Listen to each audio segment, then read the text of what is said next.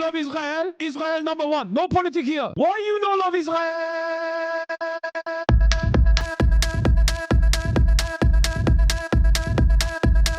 Oh, you hate it?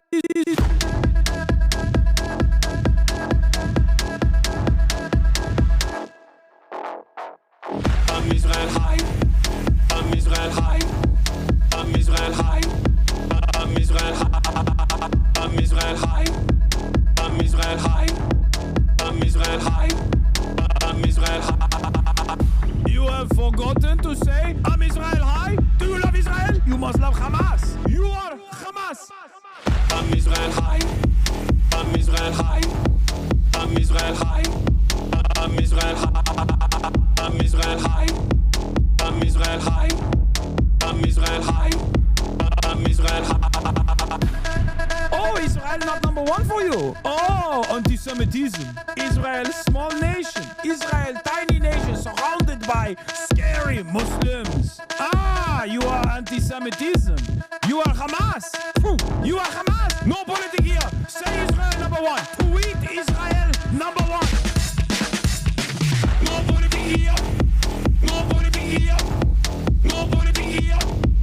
No politics here. No politics here. No politics here. No politics here. No politics here. Say you condemn Hamas. Say I'm Israel high. Say you condemn October 7. You are Hamas. No politics here. No politics here. No politics here. No politics here. No politics here. No politics here. No politics here. No politics here. What's going on, everybody? I hope everyone's having a fantastic evening, afternoon, pre-noon, no matter where you are in the world. I'm Hasan Piker, and this is the HasanAbi Broadcast coming to you live from sunny California, Los Angeles. Folks, we're live and alive, and I hope all the boys, girls, and MBs are having a fantastic moment because today's a beautiful day. Today's a wonderful day. Today's a very special day. Wanted to start off by, of course, celebrating a very special country, the most special country, on this most special day. Now, there's a lot of you that are probably asking, Hasan, is this a very special day for what reason? Is it a very special day because it's 4th of July today? Well, that's part of it for sure. But what could it be? What is the real reason why it's a special day? Well, it's a real special day every single week. That's right.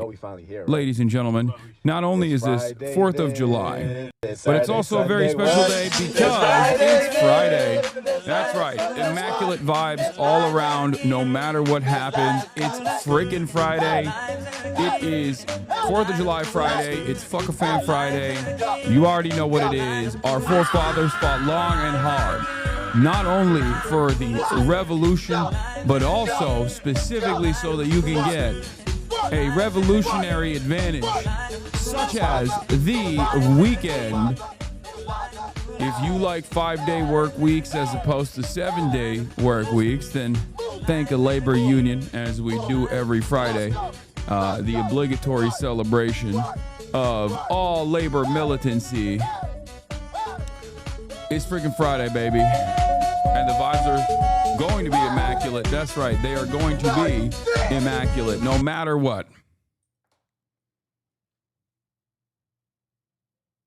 That's right.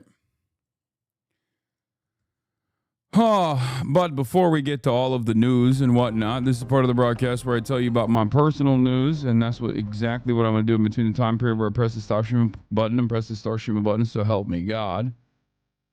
Why are your sunglasses labeled Lamau? I don't know. Mark Jacobs literally sent this to me directly, like straight up. It's not even a joke. It's not even a meme. They were like, yo, Hasan, we want you to have this. And I was like, thanks, Mark. Sure. Sure thing, bud.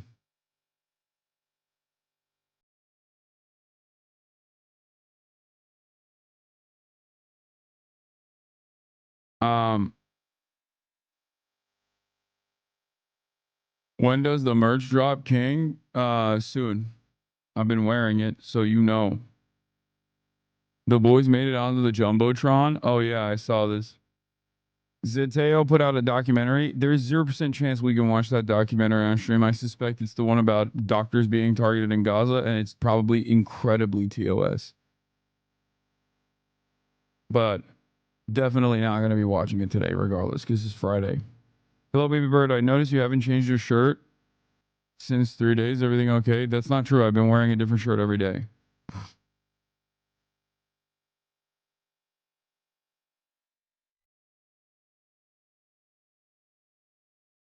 New part 3 of the Guardian doc. Oh, nice. There were no guests on Fear End this week, but a very special guest, actually. Are you going to Anime Expo? Yes. Tomorrow. In any case, okay, why am I answering all these questions? All right, folks. Personal news-wise about what's going on in my life in the world of HasanAbi Piker, okay? Last night I ended the broadcast, half day, you already know what it is. We had Cutie Cinderella in the building. We had Austin Show in the building. The reason why we had to do that, obviously, was so that we could shoot the What's your take? Fear and podcast. Everybody's favorite podcast, best podcast in the world. Everybody knows this. Okay?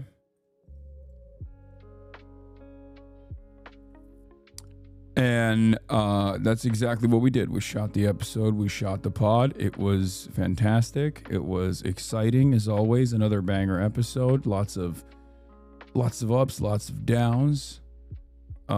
Just a fantastic experience overall. Now, aside from that, when are you recording Leftovers next? Good one, dude. Yeah, I don't think that podcast is coming back ever again for good reasons. So did that. Didn't really have too much time after the podcast because we filmed it until like 9-10 p.m. So then I basically went to sleep. Look at these two. Speaking of sleep, look at these two babies. And then this morning I woke up early. I did a twofer. I did a back-to-back. No days off, baby. 4th of July or not, doesn't matter. Rain or shine, we grind. I went to the park first. Took a couple shots. And then afterwards, I got Fifi and Kaya to run around and roam the streets. And then I took them to the gym. Okay? That's precisely what I did. Why'd Ludwig throw bombastic shade at you when you replied to him, if the shoe fits? What do you mean? What shade? I don't even know what you're talking about. I have no idea. Bro, my wife is dragging me to a rodeo on the 4th of July. Bay Area hogs, though. How bad could it be? First of all, that sounds awesome. Secondly, subtle flex that not only do you have a wife, but you have a wife with like cool hobbies, like going to the rodeo. That sounds dope, man.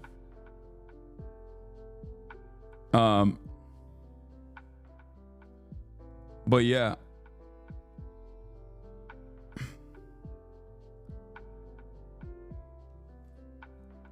We got our work cut out for us, folks.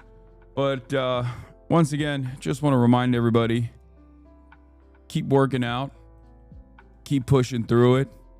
Remember, there are things that are in your control, things that are in your life that are in your immediate control, and you can work on those things. Here is me working on those things.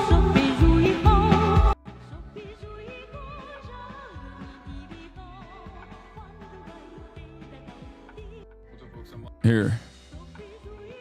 Did you see Charlie Kirk implied he scratches his ass with his bare hand? I did.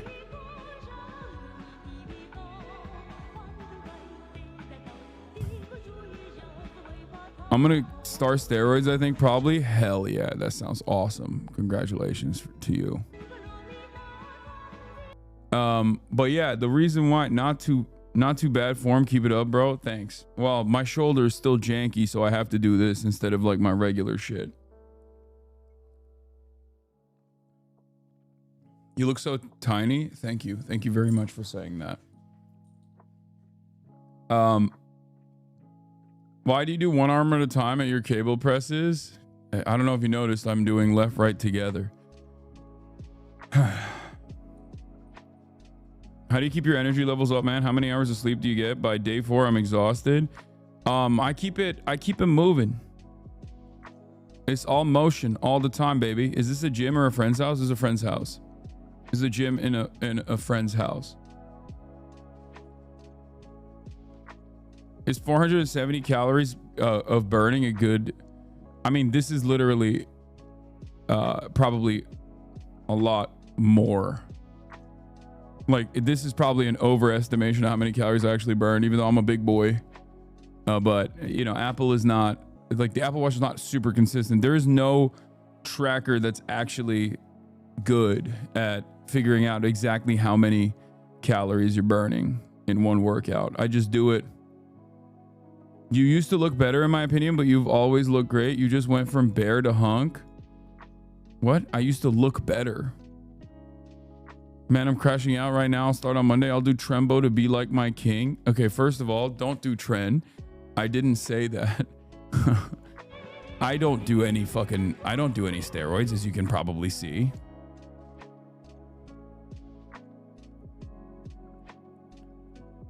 Have you ever used a Whoop or Oura Ring? I used to use Whoop before I got on the Apple Watch. And the reason why I stopped using the Whoop was because it was giving me sleep anxiety.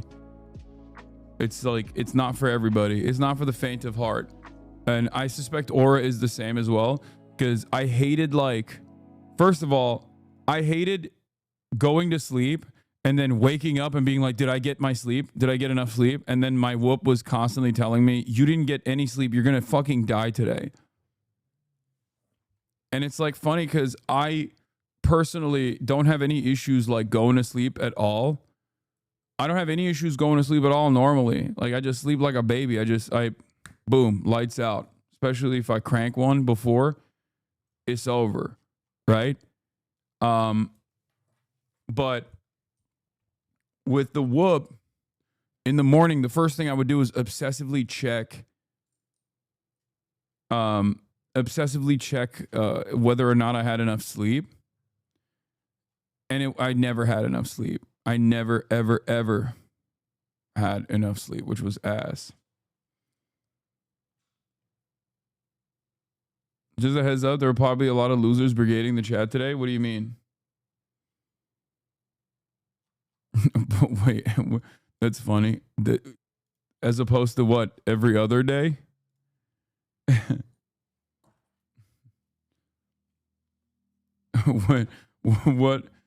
What's different today than virtually every other day? Bro knows Batty Hub? What's Batty Hub?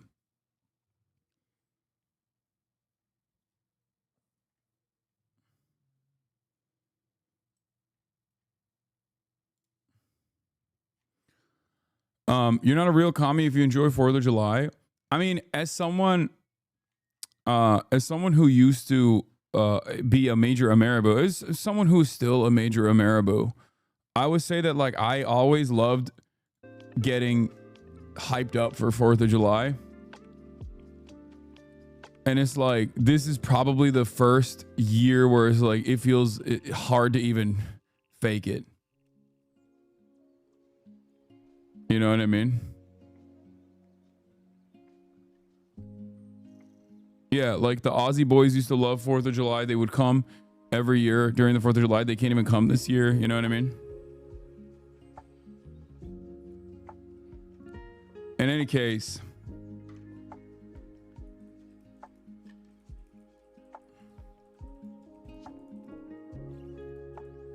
hard to fake excitement for this 4th of July. Trump passes his melt the poor bill. Hogwatch fell for it again. Award edition. Get in now. Am I not allowed to mention the Chinese fireworks? What do you mean? Yeah. The Aussies understandably can't come this year because they know that they would not be allowed into the country and that they would instantly get thrown into a detention facility, and then after an extended period of time of being in a detention facility, they would probably get sent back to Australia if they're fortunate. So that is precisely the reason why they chose not to come this year. What is that photo? This is from an old calendar shoot that we did.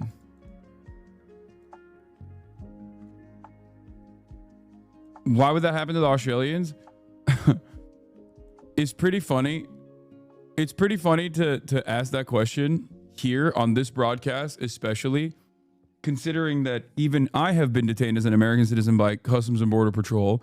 But not only that, but also every day we talk about another like foreign national with an active visa, even on their way in or out of the country, getting fucking detained for no reason and being thrown into prison for no reason, only to not be allowed into the country.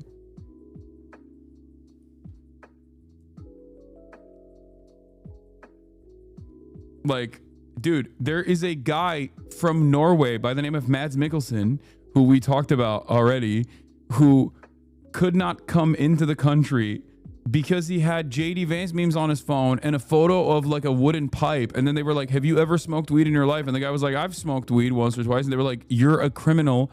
You're not allowed to come into this country. How dare you? Not the actor, just some random Norwegian guy who also is named Mads Mikkelsen. And you know, that's just how we do things nowadays, brother.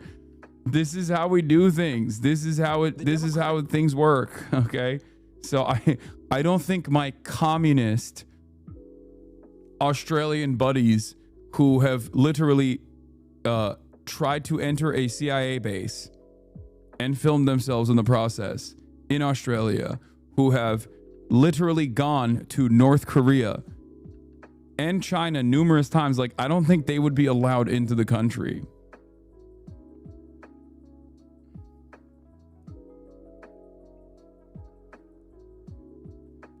I wouldn't even recommend like normies coming to the United States of America right now, let alone people who have any sort of political activity that they've engaged in beyond like being a open racist white supremacist. Like, if the only people that probably have free entry into this country at this stage that do say political things, like they have to be like out and about white supremacists. Those are the only people we are seemingly allowing, like white South Africans who are just like open neo-Nazis. Like those are the only guys that are allowed into the country at this point.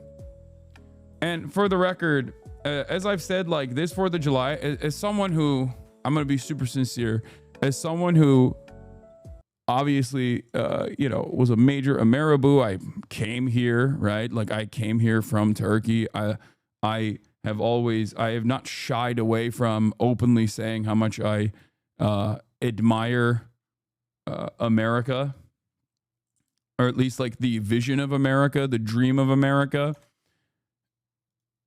I love celebrating 4th of July. I love celebrating all the fun stuff that Americans do. I have a long-standing bit about how Muslims don't have any like fun holidays that we celebrate. You know what I mean? Like Ramadan is the thing that we do in Turkey and in the entire Muslim world. And Ramadan is like literally 30 days of fasting from sun up to sundown, no water. Like that shit that's crazy. You know, that's not exactly like Americans, and their holidays and their celebrations are all capitalist. It's fucking awesome. They just run around and consume food, get drunk, get blasted, and purchase commodities. Like that's incredible. They hang out with family. They shoot explosives. Like that's awesome, right? We don't really do stuff like that. So I've always loved celebrating these things, even as a late bloomer, following it from behind. Having said that, this 4th of July, I can't even fake it, dude. And I guess I'm not alone in this. It seems we have CNN's chief data analyst, Holy Toledo, Harry Enton, who also is crunching the numbers on patriotism. And it seems like a lot of Americans are hitting a record low of patriotism, specifically Democrats. Okay?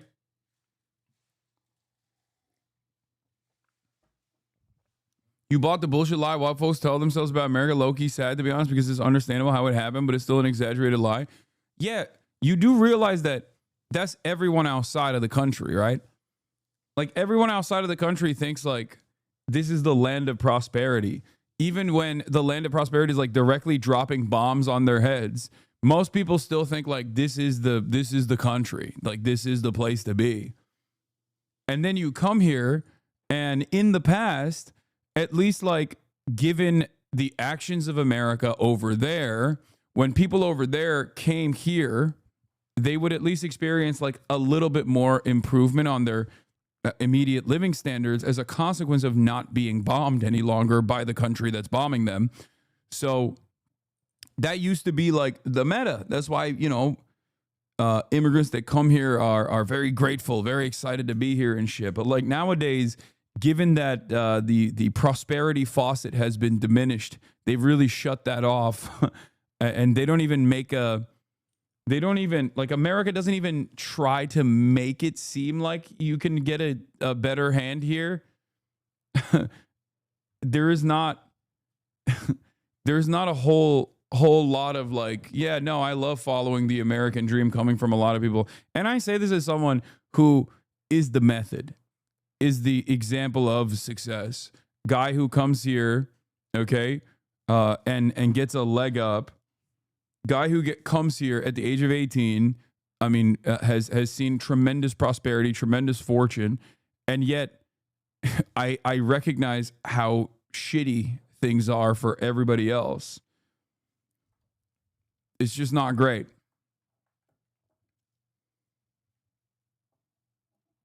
Maybe there are still people, and I'm not the average, fresh off the boat migrant either, considering that I was born here. Like, I have a major leg up. Like, I have a citizenship. You're a pathetic loser. The USA is the greatest country on earth. The Republicans are cleaning up after Biden's mess. Don't hate the janitors. Hate who made the mess. Okay, buddy. Yeah, Biden's mess.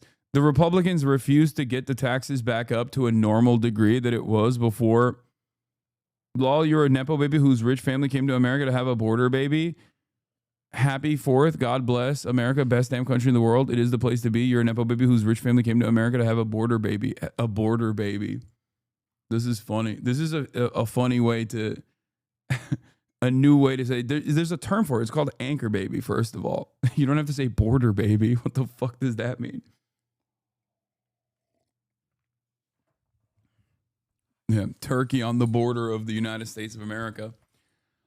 Dog. This is such funny cope coming from a lot of Republicans going, dude, this is the best country on the planet, baby. It's like, it's supposed to be. I know. And I still believe in my heart that there is endless potential, unlimited potential here to be the best country on the planet. The issue is, however, as someone who has made it, okay, quote unquote, made it in this country, I'm getting, isn't his father worth like $5 billion from his real estate investments? No, dude. I take care of my whole family, okay? I do. Financially. Me. No. You read an AI article, if at all. No, of course he's not. You do. If my father was worth $5 billion, you understand that he would be the wealthiest person in the country. Like, $5 billion would imply that he is the wealthiest Turkish person on the planet.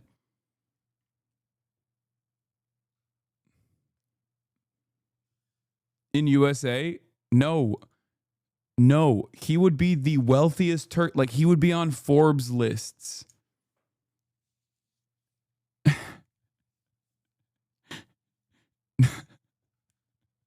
No, man, my father is not a billionaire.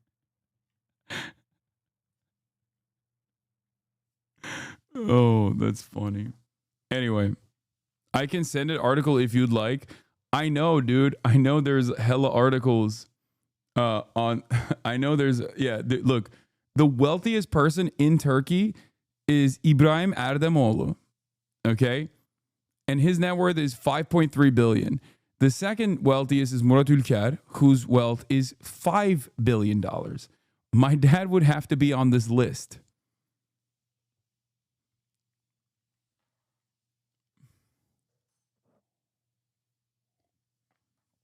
Is he a millionaire genuinely? No, dude. I take care of my whole family. Does this chatter not realize he's talking to the son of the guy he's talking about? The fuck you need an article for? Well, I can see why you would want that to not be the case. First of all, what difference does it fucking make for me if he's a billionaire or not? There are plenty of people who are related to incredibly wealthy individuals who have different opinions about the world. I am not in agreement with a lot of the ways that my father sees the world. Who gives a shit? But I like that you got duped by a fucking AI article. Like, the degree of stupidity that you're demonstrating here is that you got duped by a fucking AI article that has made such an incredible claim that most people would probably read that and go, this is probably fake. But no, you believe it. Not only do you believe the AI article, you're in here quite literally. You're in here arguing against me, saying that this is the truth. Like, the AI article that you read is the truth. You would hide your father's worth because of your shitty socioeconomic ideals? Did he link the fucking article and get banned? Is that what happened?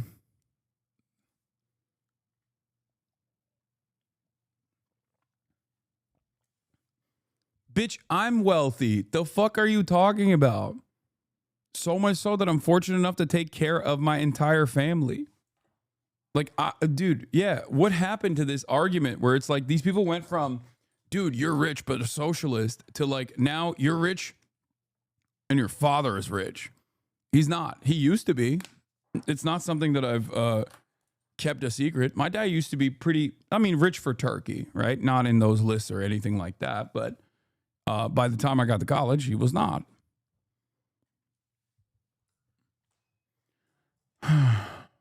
Anyway. I'm gonna link it. Your mods are soft as baby. She must cut. And must keep your fragile echo chamber alive. Okay, chatter. Anyway, let's continue. How do you lose his wealth? Futures trading. The Piker curse. Why is it hard for them to believe that you're the wealthy one? I know. I don't know why they just like don't focus on the immediate target if they think that there is like some inconsistency here.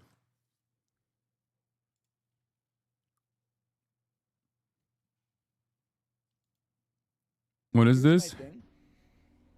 I think I'm really trying hard not to become just like a doomer and like, you know, capitalism is the root of all problems in society, okay? Because in the same way that you guys are like, I use the self-checkout all the time and it works for me, so it must be a problem on your end. Capitalism's been working out okay for me. But the more I go out into the world, I see the promise of new technology and new features, and I'm like, whoa, that's amazing. If you kept everything exactly the same and just added the technology, then it would be a dream come true. The problem is they add the self-checkout, and for 2 years, they've got the same amount of staff, and they've got the self-checkouts. And you're feasting. It's like Netflix before every company made their own streaming service. But now, over this last several years, they go, 40% of the people at the grocery store are using self-checkout. We're going to downsize. We're only going to have 2 cashiers operating 8 lanes. 80% of people are using self-checkout. Now we're going to have 1 cashier manning 12 lanes, you know? Like, and it's now at the point where I'm like, I fucking wish that we just didn't have the self-checkouts and they just opened all 12 lanes of assisted checkouts. Now I'm like, it's a luxury checkout experience to just be able to pull my cart up, load It's so funny that he's just describing how all matter of technological advancements under a capitalist organization of the economy is used as a mechanism to displace the existing labor force and drive up profits for the companies, which end up creating a worse consumer experience overall. And it's obviously horrible for the economy in general, because now you've actually kicked off a bunch of people off their healthcare. You've kicked off a bunch of people off their gainful employment, all so that the grocery store could have a higher return year over year.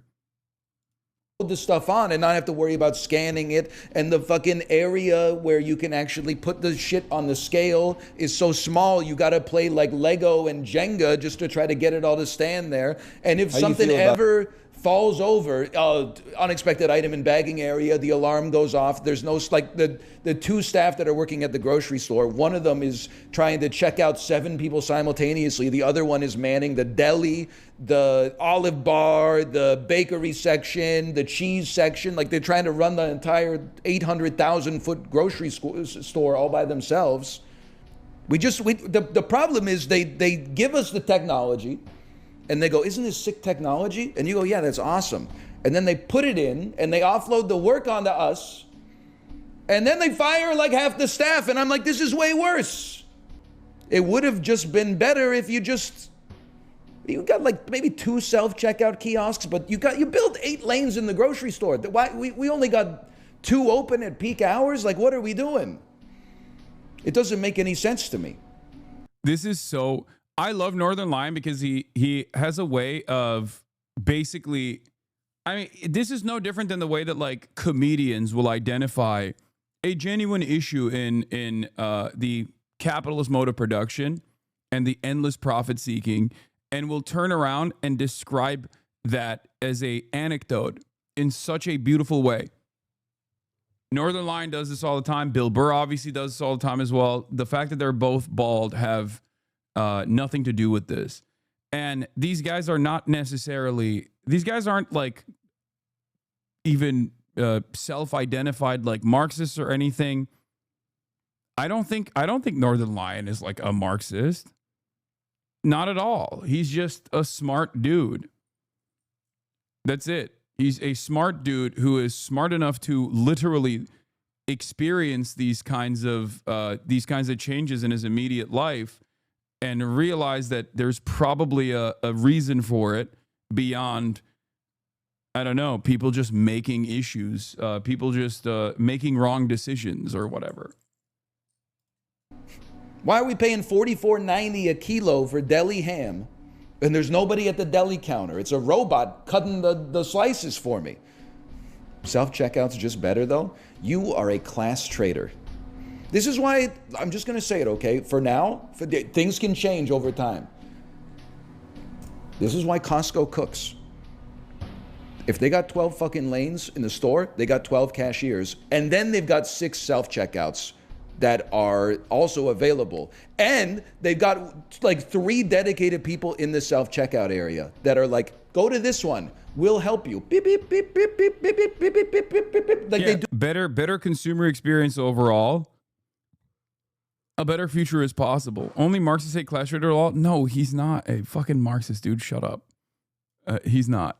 Except after this one, I assume you'll definitely say it. But here, About the inevitable end of capitalism due to labor value dropping to 0. It might surprise you. I'm with you, man. Not to pander, but like doing shit seems like it's not in an advantageous position versus like having shit right now. Like, capital is OP compared to labor right now. It's all bullshit, man. Always has been? I don't know, maybe. I mean, back in like the year negative 10,000, doing shit was probably like really highly valuable. motherfuckers talking about primitive accumulation. Yeah, doing shit versus having shit was super OP back in the day. You know? And then these guys decided, I'm going to have shit. And they started putting fences around what previously was known as like, you know, land for everybody. And then they were like, I'm going to protect this thing that I put fences around. I'm going to enclose this space. It's mine now. Now you can't have it. if you want to work on it, if you want to work on the land, it's my land. I'll give you money. All of a sudden, people who have shit have a significant advantage over people who do shit. How did this happen? Valued. You'd be like, okay, you got 6 blueberries. I'm doing shit. I took your blueberries. Labor beats capital in that situation, I suppose. Listen, being breaded is sick, but at the same time, it seems crazy that, like, you know, like, don't get me wrong, like, it works. I'm being careful here, but it works out in my favor most of the time. But, like, you can just put your money in, like, a CD, and you're not really, like, doing anything for society, but you get, like, money back, like 3%. But then, like, a dude can come to your house and, like, clean your car. He's giving up, like, a little bit of his lifespan to clean your car, and you pay him with, like, money that you got for doing nothing. That doesn't seem right, man. I just traded you none of my life for some of yours. That's fucked up. I don't know if there's a fix for it, but I've just traded none of my time for some of your time.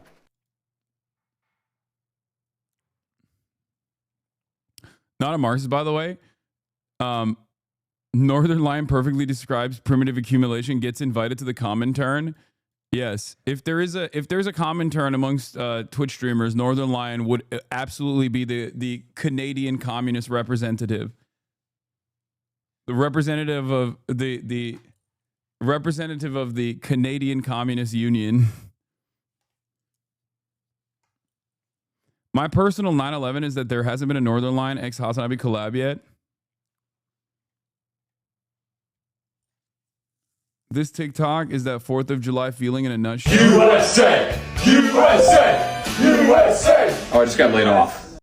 Yeah, my job's being Dude, that's so fucked up. I shouldn't be laughing. replaced by AI. It's been happening a lot. Another mass shooting. Yep. Mostly kids. You want to do shots? Chug, chug, chug, chug! Yeah! Let's go! Let's go! Oh shit. Government just canceled my health insurance. Oh man. Yeah, you need that. Probably stop drinking now, right? Yeah, like Probably, yeah. Alright, well, you guys want to do fentanyl? It's just like, what is there to feel good about? Real ones only get patriotic around the Olympics. I mean, I agree. I get that way. It's also sometimes a crisis because, like, on the one hand, it's like I want Turkey to do well as well, and then on the other hand, I get excited when China's doing well too. But then I also want LeBron James. Period. You know, it's just it's always a confusing moment for me.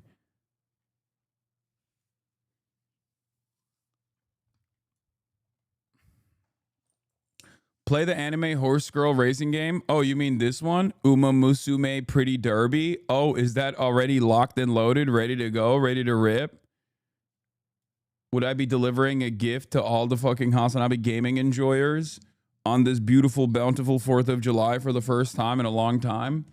Yeah, I got that shit on lock. I saw clips. I saw people celebrating this weird game. And I thought to myself, that looks weird. I like it. Anyway. But as I was saying, 4th of July, don't feel too patriotic. And I feel like the vibes overall, depending on like the level of educational attainment in my immediate orbit amongst like normie friends of mine as well, it like there's definitely less overt patriotism coming from people who are basically faking it. From the people who are like, yeah, 4th of July, but even they're like kind of faking it. They're like me a couple years ago, faking it, but can still enjoy it, as opposed to a lot of the people who otherwise, like liberals who otherwise would be like celebrating it, I feel like are not. They're just like, what's there to fucking, what are we doing? Everything fucking sucks. People are getting laid off. Healthcare is the government's just taking away people's healthcare. It doesn't seem good. ICE raids everywhere. People are getting black bagged off the streets.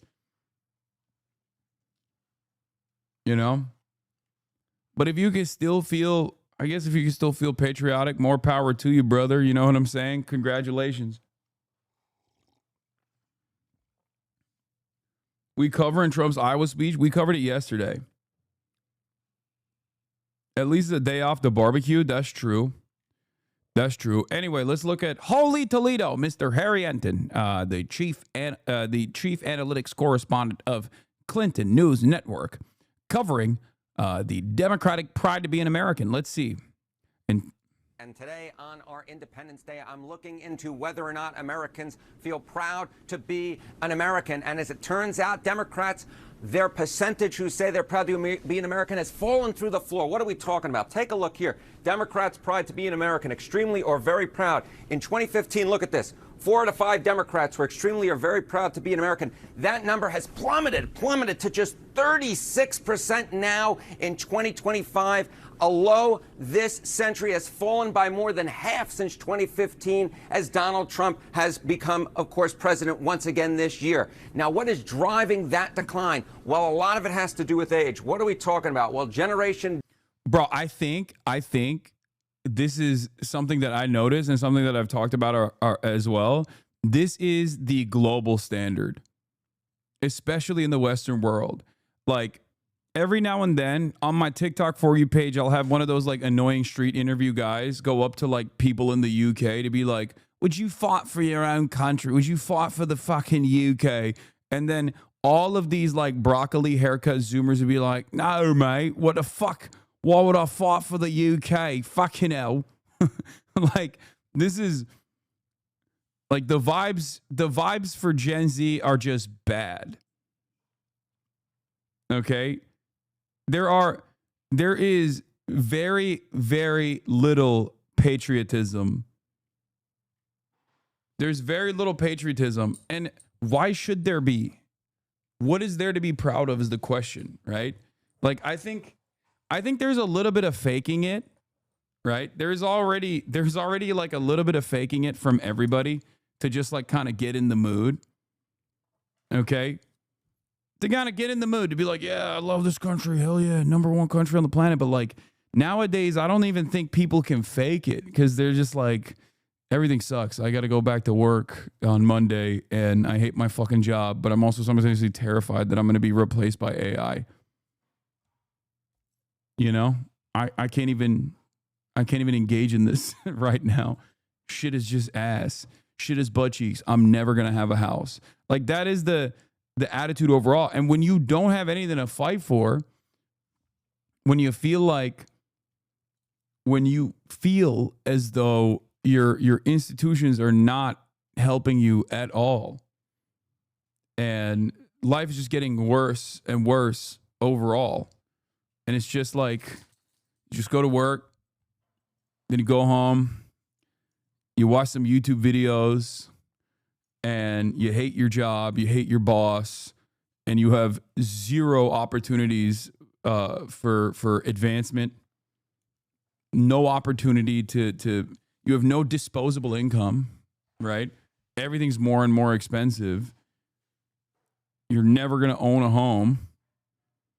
Like your only opportunity for potentially having a home and not having to constantly pay rent is like maybe if your parents were lucky enough, like at a certain point they're going to pass away and then maybe then you might get their homes. Like that's it. And that's not going to happen for like the next 40, 50 years probably. So all of that creates an environment where you're like, what am I fighting for? What am I celebrating? What am I looking forward to? This shit sucks.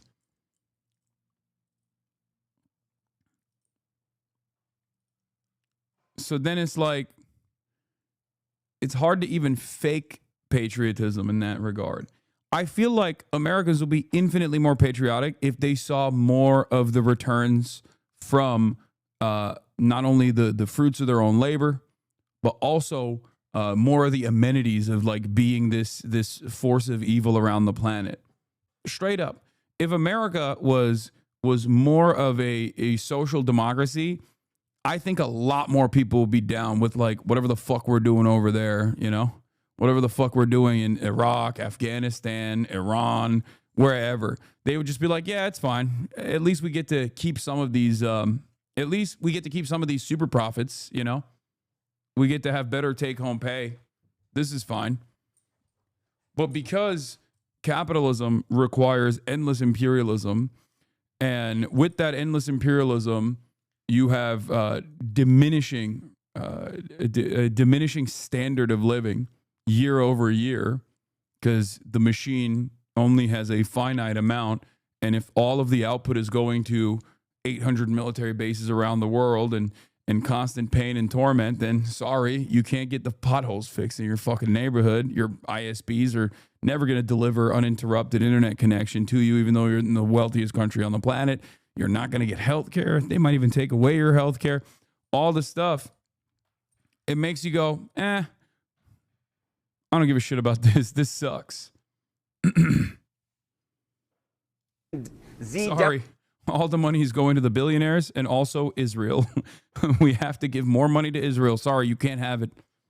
Democrats, proud to be an American or not. Of course, Generation Z, born since 1997. Look at this. Only 24% of Generation Z Democrats are extremely or very proud to be an American. That is actually lower, Erica. That is lower than the percentage who say they have little or no pride to be an American at 32%. I just never thought I'd see these numbers based upon where we were a decade ago, but that's exactly where we are. Now, if Democrats have extremely less pride to be an American than they used to, what about Republicans? Well, this is where the trend line gets interesting, because with Republicans, there is no trend line. In fact, take a look here. Republicans' pride to be an American, extremely or very proud. In 2015, there is a real divide in this country, bro. Like, I'm telling you, this is a direct through line to educational attainment. Okay, this is a Venn diagram. Okay, the less likely you are to have a higher degree, the more likely you're just sitting around and being like, everything's fucking dope. But I would go so far as to say that even these guys, I wonder what the Gen Z Republican attitude looks like, because I feel like even they're just like, this is not the best. Things are not the best right now. I mean, guys, let me tell you something, okay? You want to feel this way? Slam your head into concrete over and over again and give yourself a lobotomy, and you will arrive at this position. Literally happened to John Fetterman. Even though he's not the best example, because I think he also sometimes, due to a stroke, or maybe he had these feelings already, has like bouts of depression, seemingly, where he wants to walk into traffic. But yeah, you'll be a way happier person overall. You know, this is it. If you wanna live in the bliss of ignorance, you have to become ignorant. You have to work to become ignorant. it was 90% back when Barack Obama was serving his second term. Now in Donald Trump's second term, it's basically the same percentage, 92%. So Republicans still are extremely or very proud to be an American. Democrats, on the other hand, have seen their numbers fall through the floor, led, of course, by the youngest generation, Generation Z. We'll see how these numbers turn going forward, but the bottom line is whether or not the folks out there are extremely or very proud to be an American. I'm extremely or very proud to be with you, Erica Hill. Happy July 4th. Don't talk too much shit about him. His son's birthday's coming up. Uh-oh. This tweet is about what you were talking about. What is this? I support Donald Trump's cuts of the treats received by Americans made the American people derive no benefit from imperial super profits. Yeah, I know.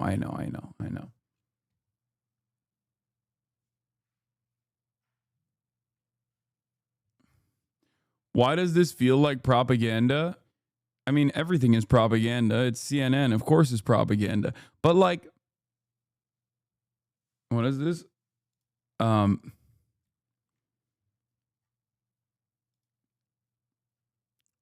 Just 58% of Americans say they're very or extremely proud to be American, down from 85% in 2013, the lowest ever recorded by Gallup.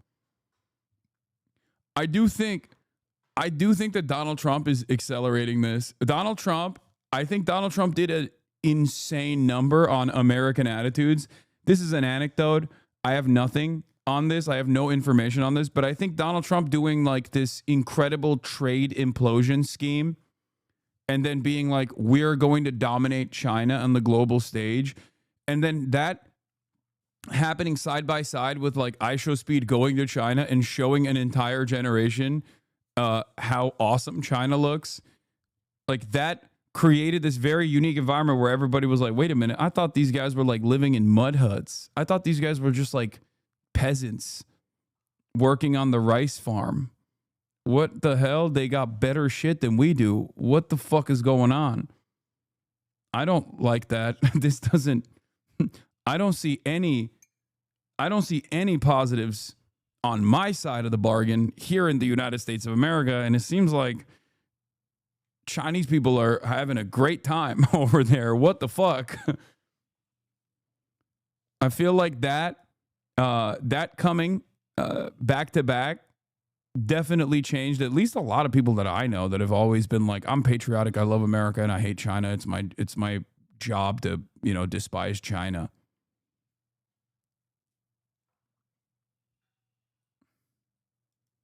How do you prove your... What is this? MAGA gets furious at Trump parade. They do the same kind of poll, but ask people around the world how they feel about U.S. each year.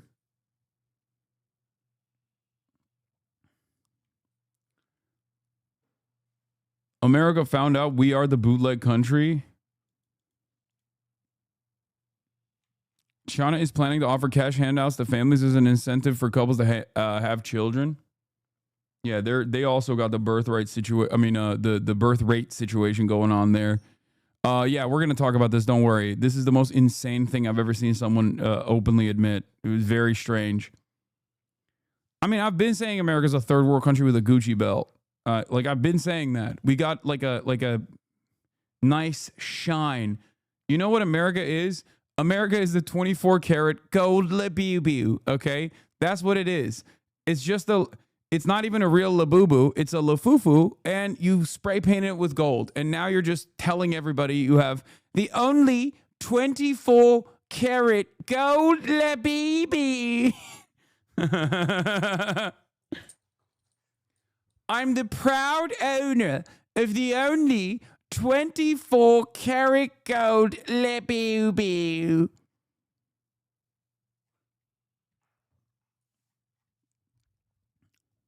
It's just there's clearly a gold plate on it, and it's not even a real labubu, and it's getting increasingly more and more like it's increasingly getting less gold as days go by.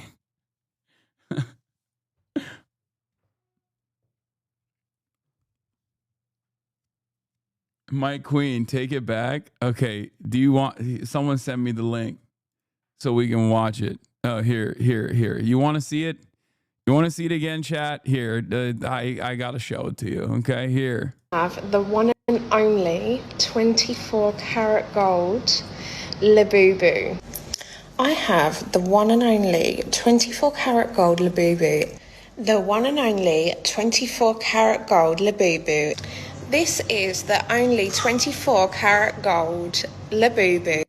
My 24 karat gold labubu. Now, I am now going to prove to you all that my 24 karat gold labubu. So, my 24 karat gold labubu. So, as you all know, I am the proud owner of the 24 karat gold labubu. My 24... Dude, there's something so funny about people being like, dog, have you seen the legal mindset video about you? Dude, if I were to cover every Rumble lawyer, fake lawyer that actually is like a fucking right-wing freak that spends most of their time talking about like trans people, I would lose my mind. I would have no time to cover anything else. I get it. A lot of you are drama perverts, okay? And you nut when you think about the prospect of drama. But I'm not going to pay any mind or any attention to some fucking psychotic MAGA lawyer, not a real lawyer, but a passport bro, who offers fucking courses on becoming a passport bro, who primarily fucking streams on Rumble. Why do you guys come in here and ask for this stuff? It's never going to happen. Okay? It's never happening.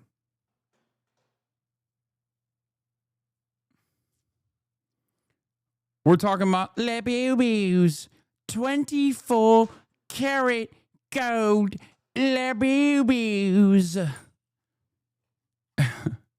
Dude, you gotta watch the Sigma Grindset lawyer's fucking video on you. Okay. I'm good, man. Thanks. Carat gold Labubu. My 24 carat Labubu. I am the only person in the world to have a 24 carat gold Labubu. I own the only 24 carat gold Labubu. I can't believe it. I've been out today and someone's stolen my 24 karat gold Labubu. Devastating. Get ready with me while I get ready to go to the news station about my 24 karat gold Labubu. No, she's no longer the only person who has the only 24 karat gold Labubu.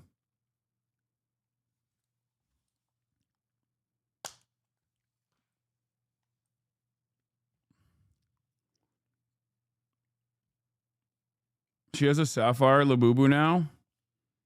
What a queen. Is that an upgrade?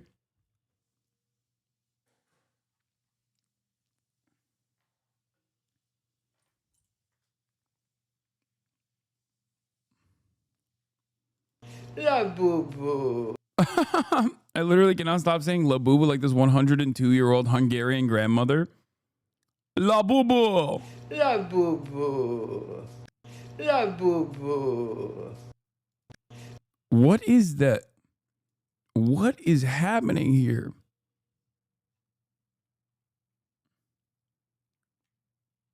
That first frame is terrifying. She looks like an animatronic. That's crazy. Our other big story. Anyway. But yeah. America, the 24 karat gold Labubu, okay? That's what it is. That's where we're at. That's what's popping. That's what's happening. The ADL has come out. By the way, last night we watched Donald Trump deliver a speech to a crowd of American Iowans who were very excited at the prospect of the big, beautiful bill passing, which I thought was really funny because it directly was going to take away the people behind him, the people that were gleefully cheering, their health care. This is a bill that doesn't do anything positive for these people, okay? Nothing whatsoever, okay? There's not even like anything in there that you could point to as remotely positive. So we watched Donald Trump deliver a speech to a crowd of heart-diseased Iowans, as you can see in the background, cheering as he gleefully talked about taking away their Medicaid and their SNAP benefits so that Donald Trump's wealthy friends can keep their massive tax cuts. Now, the big, beautiful bill was designed in an effort to make the previous Trump tax cuts from 2017 permanent. They were supposed to sunset. They were supposed to sunset right now, okay? Or soon. And Donald Trump was able to whip the votes and expertly craft this fuck the working poor bill and go against a lot of his previous campaign promises, such as I am not going to take away your Medicaid. I'm not going to touch Medicaid. All right. Well, it turns out he is molesting the Medicaid. Okay. He is molesting the healthcare, just like he molested global trade. And here we are. What is this? Oh, the Social Security Association blasted out these bullshit emails yesterday. I heard about this yesterday from a chatter as well. I didn't know it was real or not. But yeah, Social Security applauds passage of legislation providing historic tax relief for seniors. SSA admin is sucking on it. Yeah, I feel like this is kind of inappropriate. I mean, this is pretty inappropriate. Not that it fucking matters. No one cares, right? Like there's no normalcy anymore. But like, I wish the Democrats would do more stuff like this. Every time Donald Trump and his administration does some fuck shit, I just immediately, I'm like taking notes. I'm like, dude, do this next time. You know what I mean? Like, do this. I mean, he's lying, right? It's a way to try to, you know, reorient your focus to something that is supposed to be positive, but it's not, right? There is no new tax cuts here. The only thing that you get is no tax increase, a marginal, modest tax increase for most of the working class, but a significant tax increase for everyone above the $200,000 a year, the top 20% of wealth. They would have seen more tax increases. But the Trump administration, of course, is, you know, expertly doing political ads for their dog shit bill. And every time they do something, I'm like, oh, fuck, man. I wish the Democrats would do something like this. This would be sick. You say there's nothing good in this bill for working class and poor people. There's no taxes. There's no taxes, so SS, tips and overtime is good. I can't believe the Dems didn't run on something like that. Dude, I'm sorry to report this to you, but if you were already working in the service sector and there are no taxes on your tips, you already are not eligible for a tax break anyway. You are not making enough for a tax break. Okay, you are probably getting a tax return at the tax season. Most of these people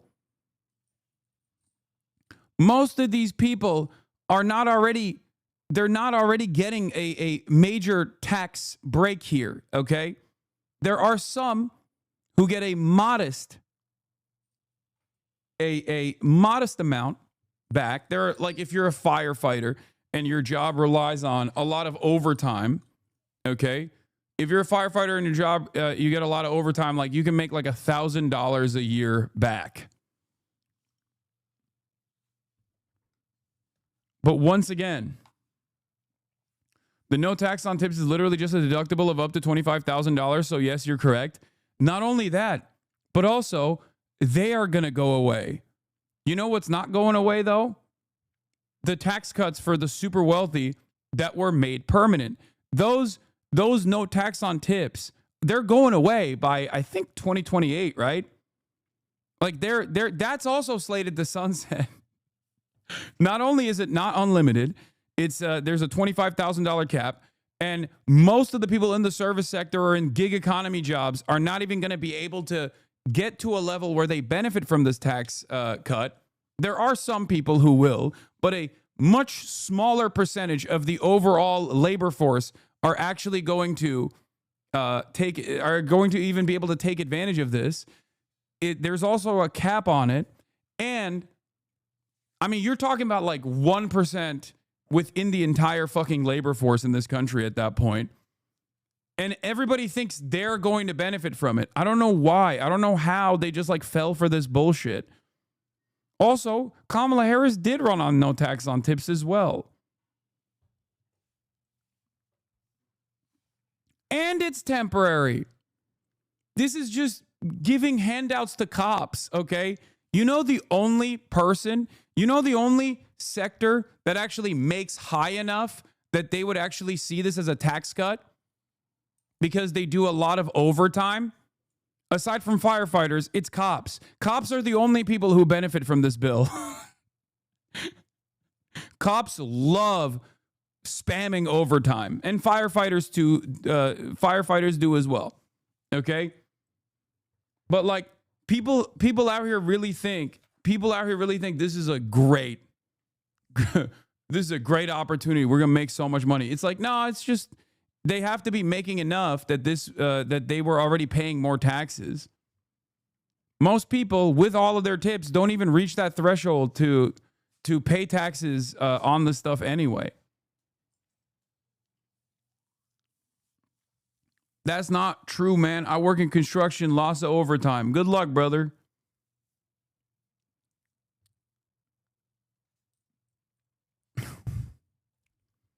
Yeah, if you make under $51,000 a year, you will actually pay more in taxes. Also, the cutoff for the no tax on tips is $25,000.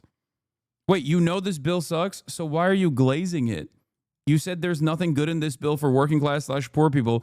The no taxes on tips and overtimes is good. Overtime is good. I can't believe Dems didn't run on something like that. Overtime taxes are huge. Social Security should not be taxed at all. That's a decent amount of money. It's smart politics and actually helps people.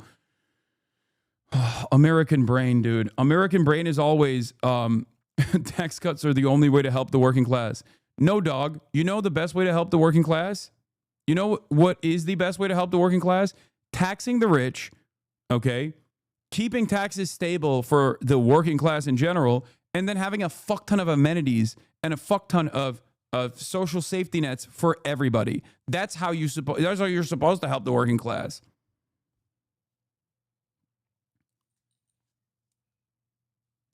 But because most Americans, regardless of what their class position is and regardless of what their ideological tendencies are so understandably frustrated with the government that they just see taxes as this antagonistic. They have an antagonistic relationship with the government and they have an antagonistic relationship with the taxes because they just see it as like the government stealing their money so they can give it to baby murder machines that are used in Israel, okay?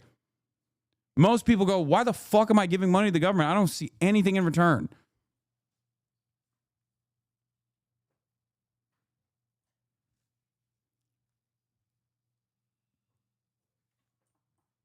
But Social Security and tax on 60 hours of work a week, not taxing those is a great way to show people you support the working class. Yes, dude, you're right. Donald Trump supports the working class. He really showed it. Social Security isn't taxed until $25,000 a year. The average Social Security recipient makes $20,000 a year. It is a wholesale lie.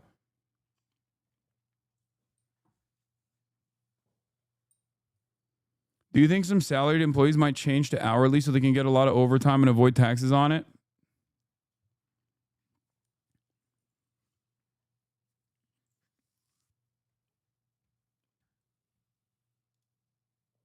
Trump says the Republican mega bill will eliminate taxes on Social Security. It does not.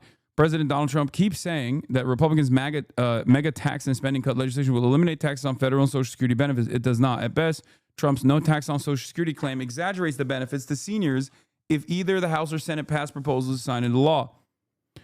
Trump has repeatedly told voters during his 2024 campaign that he would eliminate taxes on Social Security. As his massive legislative package has moved through Congress, the Republican president has claimed that that's what the bill would do. Trump has said on a recent appearance on Fox News' Sunday Morning Futures that the bill includes no tax on tips, no tax on Social Security, and no tax on overtime. Instead of eliminating the tax, the Senate and House have each passed their own versions of a temporary tax deduction for seniors age 65 and over, which applies to all income, not just Social Security. And it turns out not all Social Security beneficiaries will be able to claim the deduction. Those who won't be able to do so include the lowest income seniors who already don't pay tax on Social Security, those who choose to claim their benefits before they reach the age 65, and those above a defined income threshold. The Senate proposal includes a temporary $6,000 deduction for seniors over the age of 65, contrasted with the House proposal, which includes a temporary deduction of $4,000. The Senate proposal approved Tuesday would eliminate Social Security tax liability for seniors with an adjusted gross incomes of $75,000 or less, or $150,000 if filing as a married couple. If passed in the law, the tax deduction would last 4 years from 2025 to 2029. The deductions phase out as the income increases. Touting a new Council of Economic Advisors analysis, the White House said Tuesday that 88% of all seniors who receive Social Security will pay no tax on their Social Security benefits, going on to say that the Senate proposal's $6,000 senior deduction is estimated to benefit 33.9 million seniors, including seniors not claiming Social Security. The deduction yields an average increase in after-tax income of $670 per senior who benefits from it. Garrett Watson, director of the policy analysis of the Tax Foundation think tank, said conflating the tax deduction with a claim that there will be no tax on Social Security could end up confusing and angering a lot of seniors who will expect to pay no taxes or expected not to pay taxes on their Social Security benefits. While the deduction does provide some relief for seniors, it is far from completely repealing the tax on their benefits. Whether the problem is there's lots of MAGA people. Here is lots of MAGA people are so poor they will cheer on $5 extra for themselves and not care about billionaires because they got the $5 extra. You're just describing stupidity. And I'm trying to explain to people that it is stupidity. If you're receiving $5 back on your take-home pay, while billionaires are receiving $5 million back, okay, at a time when they're already paying a tremendously minor fucking part of their yearly net worth increase in the form of taxes, their yearly real income, okay, their effective tax rate is literally, depending on how wealthy they are, it goes all the way down to like 0.1%, as opposed to someone like you in the working class, you're paying around 37 to 50, maybe even 60% of your yearly income. And then on top of that, the rest goes directly into existing and surviving and living and paying rent and paying for groceries. You have no money left. Okay? People just don't understand it. They don't realize. They're like, oh, well, I got $5 back. This is great. Okay. Well, the wealthiest in society are getting millions of dollars back. They should be paying more. If I were to ask those very same people, like, do you think they should be taxed at a similar rate? You would say yes.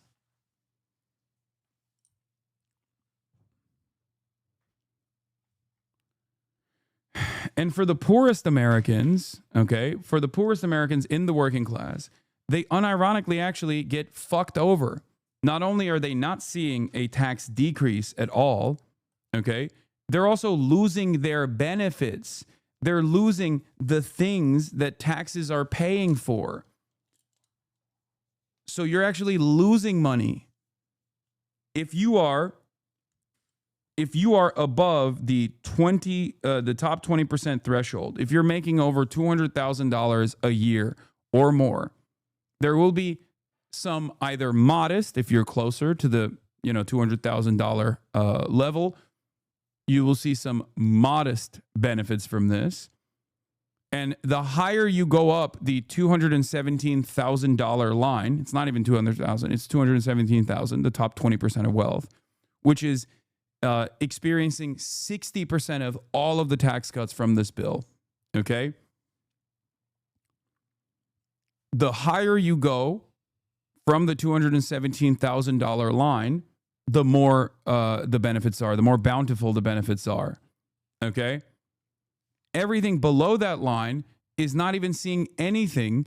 And there's past the point of, there's a point that you go beneath. If you go beneath like $55,000 a year, for example, you are actually seeing decreased benefits. Like it fucks you. It directly fucks you.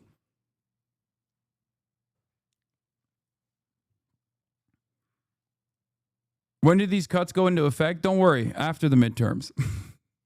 Republicans designed it in a way. The Republicans designed the bill in a way where the impact can only be seen after the midterm elections. So fear not.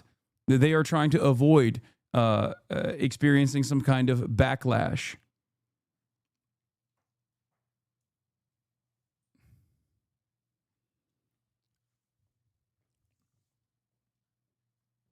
It's so transparently fucked up. Does that include all ICE funding? Oh, dude. Yeah, $175 billion with a B to ICE, making it the most expensive, most costly law enforcement agency.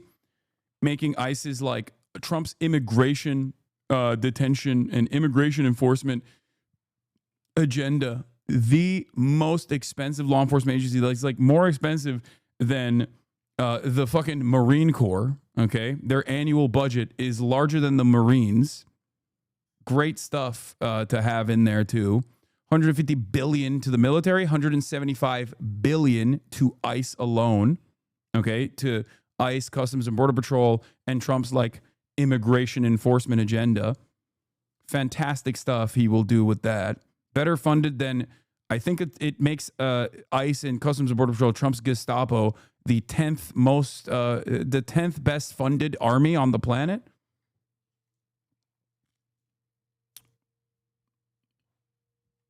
Yeah. And of course, as things stand, we know Democrats will never defund ICE. So that's just permanent. and that machine will require more immigrants to throw into it. It's like a volcano. No, the third. I think it's like third largest standing army. No, it's not the largest standing army. It's like the expensive. It is higher than the defense spending of many countries, and I think it's like seventh or something. It's not third. Last year, Russia budgeted 149 billion to their military. Yes, 175 billion dollars is not the annual expenditure for ICE. That is across many years. I think the yearly breakdown comes to like 50 billion or something like that. I forget. Yeah, the 175 billion is for is across 5 years.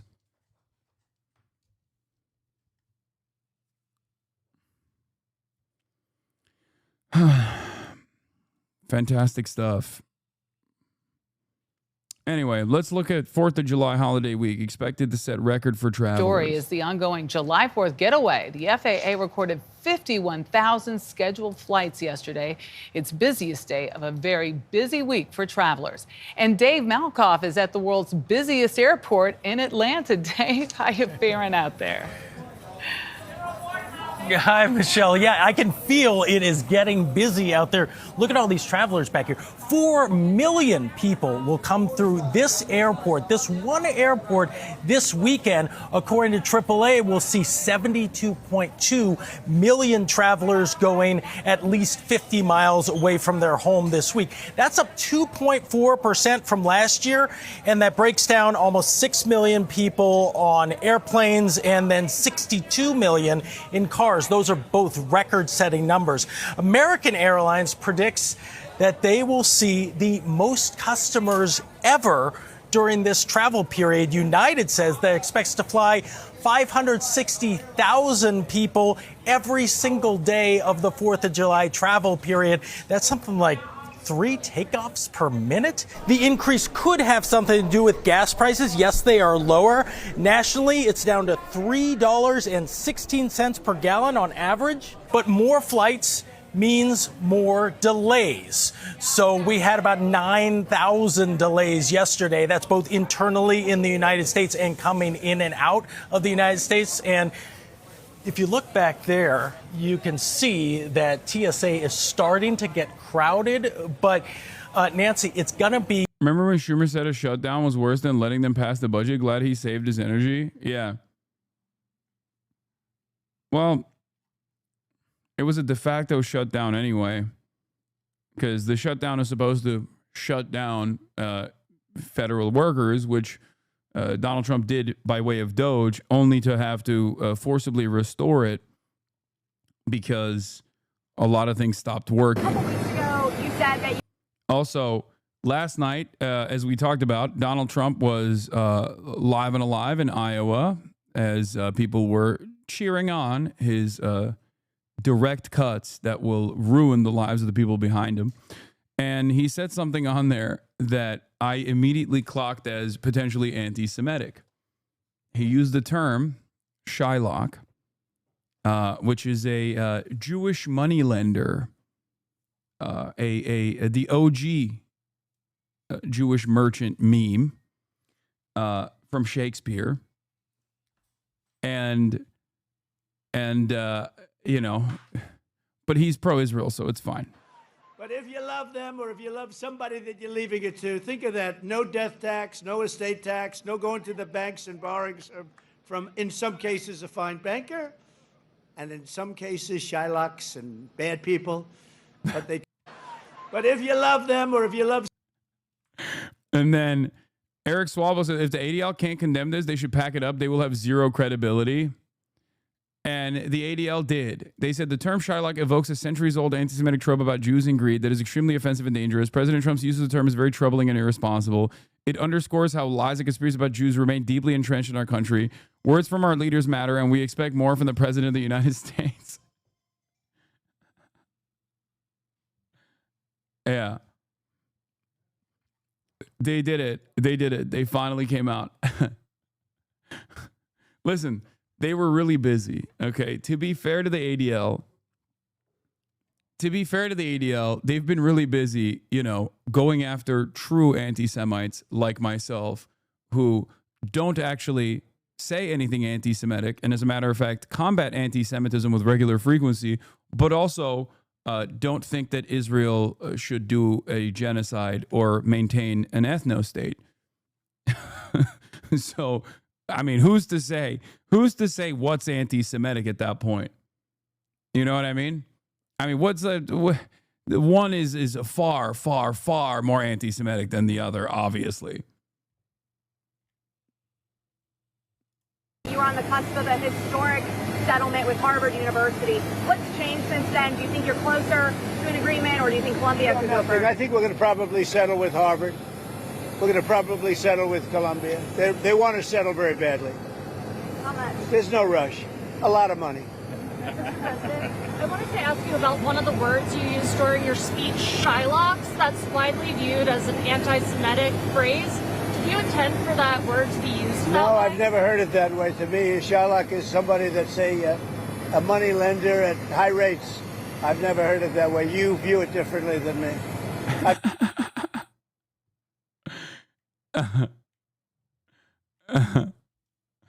I'm a big fan of Shakespeare, The Merchant of Venice. Believe it, folks. Beautiful, beautiful work. 1596. Beautiful year, best year, many people are saying. Well, I don't know. I'm confused. I'm confused why people are getting mad at Trump for this. He said he doesn't see it that way, so I guess that's okay. That's legit the only time I've heard that word.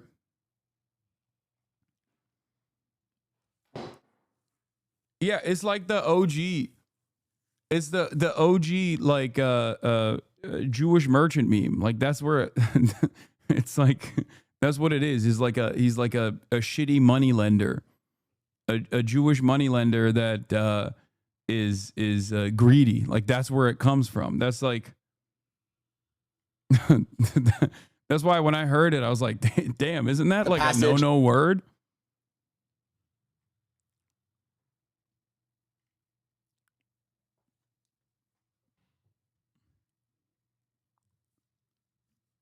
The funniest defense of what Trump said. Trump bombed Iran. He can say Shylock 100 times a day forever as far as I'm concerned. Is this real? Did he actually say this? No. There's no way. John Podhoretz does believe this, but I doubt that he would openly say it. I feel like this is a fake tweet.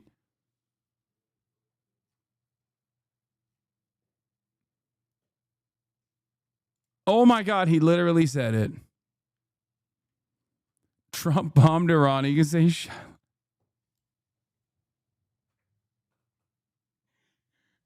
Dude, how many? Dude.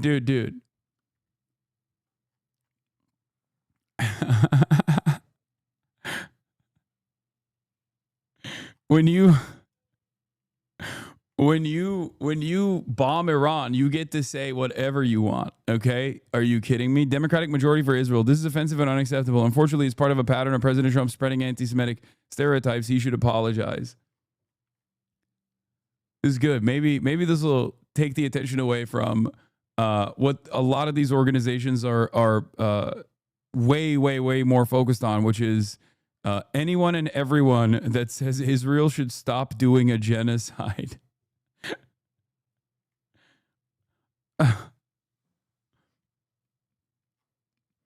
Wow, I'm shocked. Guys, let me tell you how surprised I am that a right-wing conservative said something that is bigoted. What?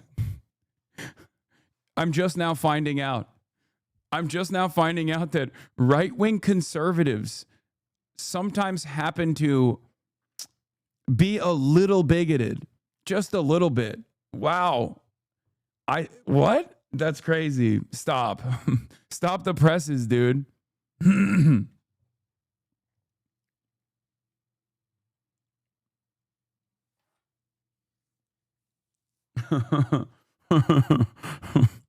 of that major tax and spending legislation that could affect the lives of every American. President Trump calls it his big, beautiful. The ADL demanded and immediately got an apology from Vice President Biden for using Shylock in 2014. Biden said of the ADL director Foxman, he's correct, he's right. So an immediate apology from Trump for his use of the anti-Semitic slur is the minimum. I'm going to be honest with you guys, okay? I think everyone is just like fucking around with this. Maybe I'm crazy, but like Trump has said incredibly anti-Semitic shit on the campaign trail. He literally said if he loses, it's because of the Jews. The Jews are responsible for his loss. He said that I've done so much for the Jews. Why don't they love me more? Like, what are we talking about? Oh my God, I can't believe he used the term Shylock. Like, he says Chuck Schumer, who is Jewish himself, is a Palestinian. He uses Palestinian as a pejorative. Okay? Like, I don't think anybody cares about this. I think people are just saying this to you know, openly show openly test out the moral consistency of like institutions like the ADL. Okay? That's what it is. That's what it feels like to me. Maybe I'm wrong, but it feels like a lot of this is just like silly. Like, yeah, imagine the reaction if Mamdani used the term Shylock.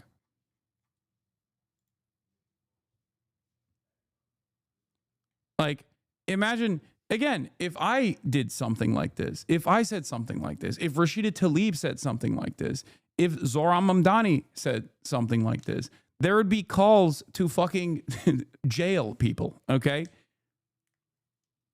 That's it. Language policing is super lame, and I immediately disengage when I hear fellow leftists do it. I mean, it's just like, it's funny because this is like the least anti-Semitic thing Trump has said, okay? The idea that like every American Jew is supposed to care about Israel is literally anti-Semitic. It is not only, and that's not just my estimation as an anti-Zionist, like that is literally baked into the IHRA definition of anti-Semitism. Okay? Like that is the people who have cynically tried to weaponize anti-Semitism as a conflation, in their conflation between Israel and Judaism, also openly recognize that like the notion that Jews only care about Israel is anti-Semitic, which is true. That is an anti-Semitic trope. That is an anti-Semitic association. Yeah, I saw this from Mehdi Hasan. Imagine the reaction if Mamdani said this, or Tlaib, or Hasan Piker. None of them would, of course, say this, but the president of the United States says it, and it won't make any headlines or provoke any stern Jonathan Greenblatt condemnations.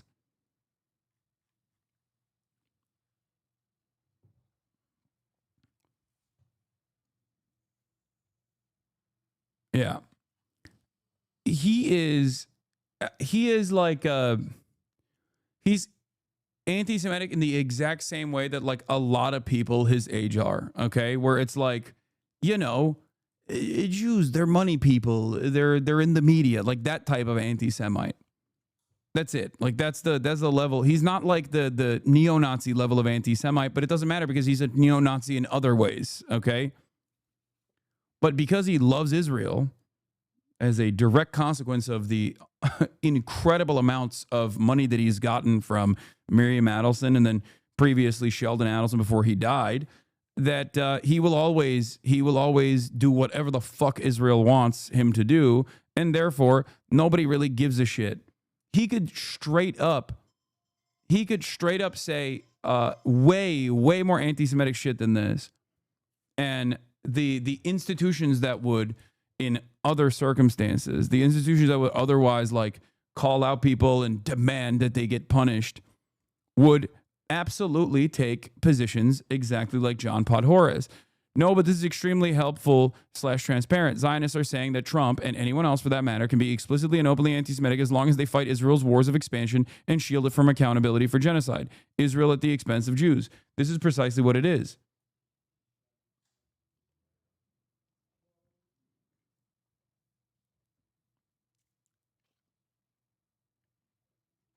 That's it. Some would say he could kill a man on Fifth Avenue and they would still vote for him. I mean, exactly. Guys, the highest version of this was not seen with Donald Trump. The highest version of this was seen with Elon Musk. Elon Musk, who very famously, as you guys know, I'm using his website right now, purchased this website that we're using, okay, and turned it into 4chan. And it tainted discourse across the board. It has had a cancerous impact on Discord everywhere else as well. On discourse everywhere else as well. Okay? There are open neo-Nazi conspiracies on the timeline. People are fucking posting Hitler fan cams on the timeline, okay? Saying that, oh, the painter man was wrong, or we were wrong about the painter man, shit like that. Okay? It's turned into 4chan poll. Elon Musk, in the process of doing that, has routinely highlighted neo-Nazi accounts like open Holocaust deniers and racist eugenicists. One that famously also just got highlighted by the New York Times in an effort to fucking smear Zohran Mamdani, as we covered yesterday. It has turned the website unusable. There are ads for Hitler, for Adolf Hitler on the website. Elon Musk also took the maximalist anti-Semitic position when he responded to a neo-Nazi who was saying, well, Jews imported the third world here, so now that they're doing anti-Semitism, well, sucks to suck, you brought this on yourselves. This is the classic anti-Semitic trope. The idea that...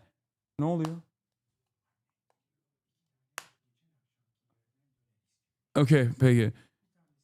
Okay, baba dur, tamam, söyle yaparım, tamam. Anneme söyle mesaj atsın bana. Elon Musk, geldiği zaman atsın o zaman. Ondan sonra sipariş veririm. Elon Musk turned around and looked at that great replacement theory, which is the idea that like Jews are bringing in the third world into Western civilization to destroy the racial fabric of Western civilization in an effort to destroy it from within. And he said, you have said the truth. That is the maximum anti-Semitic position you can arrive at. Okay? I can't think of any other anti-Semitic conspiracy that's more damning than that one. It is directly the one that Adolf Hitler used. It is directly the anti-Semitic conspiracy that the synagogue shooter, the Tree of Life synagogue shooter, was geared up about when he went into the synagogue and shot the attending Jews. Elon Musk turned around and said, "This is great. Like you have said the actual truth." But because he's pro-Israel, because he is pro-Israel, the ADL has routinely defended him. The ADL literally defended him, throwing up the Sig Heil twice on inauguration. Okay, that's it. That's it. What is that chatter saying? Are you making an argument to that point that's demonstrably true? Wait, what? You're going to make that argument that is demonstrably true? Is the truth anti-Semitic? You think Jews have Elon is not a Nazi, lol. Brother, I don't think you're a good judge on who is a Nazi and who is not a Nazi, considering that you think that Jews have engaged in a conspiracy to fucking import the third world into the Western civilization, to destroy Western civilization from within. Dog, you're a fucking Nazi. What do you mean? That is not a correct argument at all, you fucking moron. That's not even an argument. That's just a made-up hysterical fantasy.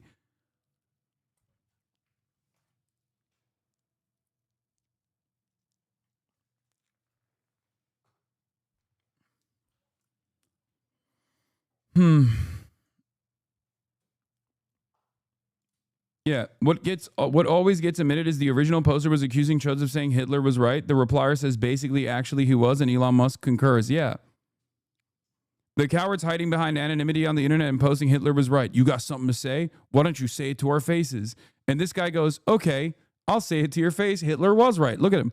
Jewish communities have been pushing this exact kind of dialectical hatred against whites that they claim to want people to stop using against them. I'm deeply disinterested in giving the tiniest shit about how Western Jewish populations come into the disturbing realization that those hordes of minorities that support flooding their country don't exactly like them much. You want the truth said to your face. There it is. Elon Musk turns around and says, you have said the actual truth. To which he replies with, or to which Charles Weber, the original poster, replies with, I think this ad is showing a white father who supports Jews lecturing his college-age son not to be an anti-Semite. This ad aired back in March at a time when anti-Semitism, blah, blah, blah, blah, college campuses. Elon Musk does not reply to the original poster. Okay? In the aftermath of this, Elon Musk went through the classic ADL route of going to a Holocaust museum and writing a fucking book report on the Holocaust and basically then reaffirming his commitment to Israel. And since then, the ADL has consistently defended him instead of and have spent most of his time and most of his efforts on, I don't know, combating the anti-Semitism on Steam or combating the anti-Semitism, fake anti-Semitism accusations against people like myself on Twitch because of my anti-Israel position. Okay? You never hear the increase of anti-Semitism on Twitter for some reason, which is literally the nucleus of anti-Semitism. Twitter is the breeding ground of anti-Semitism, like actual anti-Semitism, not like fucking anti-Israel statements. Okay?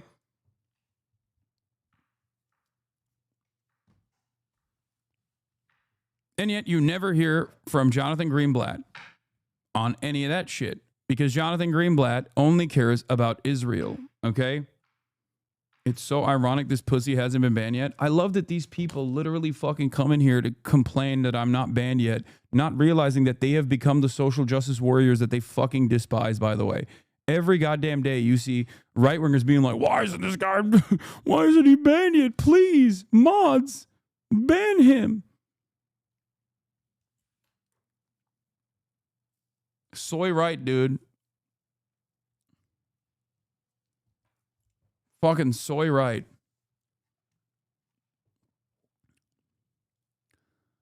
Anyway, my point is nobody actually gives a shit about any of this stuff, okay? I don't even think the people are pointing out the inconsistencies give a shit about it. And I think this point itself is more important. Trump has been openly threatening to deport Mamdani for a week, and the ADL hasn't said a word about it. It's supposed to be a civil rights organization. It's a 501c3, a civil rights organization. Remember that. Not sure how to break the news to you, Eric, but the ADL is a sleazy pro-Israel lobbying organization that absolutely loves what Trump is doing. The best part of the ADL is their own staffers hate working there. They routinely revolt before and after October 7th because the dopes thought that they were working for a civil rights organization. ADL staffers dissented after CEO compared Palestinian rights groups to right-wing extremists, leaked audio reveals. A special meeting called to answer internal critics shows that the ADL's vocal opposition to the anti-Zionist left is controversial even within the organization. Anti-Defamation League staff decried dishonest campaign against Israel's critics. ADL has only doubled down on initiatives defending Israel and the policies of Israeli government amid criticism and staff resignations. Conveniently, the ADL itself is giving up the pretense that it's a civil rights organization. Everyone else should as well. Amid record fundraising, ADL lays off staff to consolidate focus on anti-Semitism.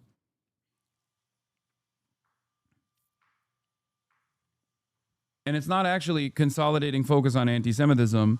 It's consolidating focus on anti-Israel statements. Anti-Semitism is simply a weapon that they use.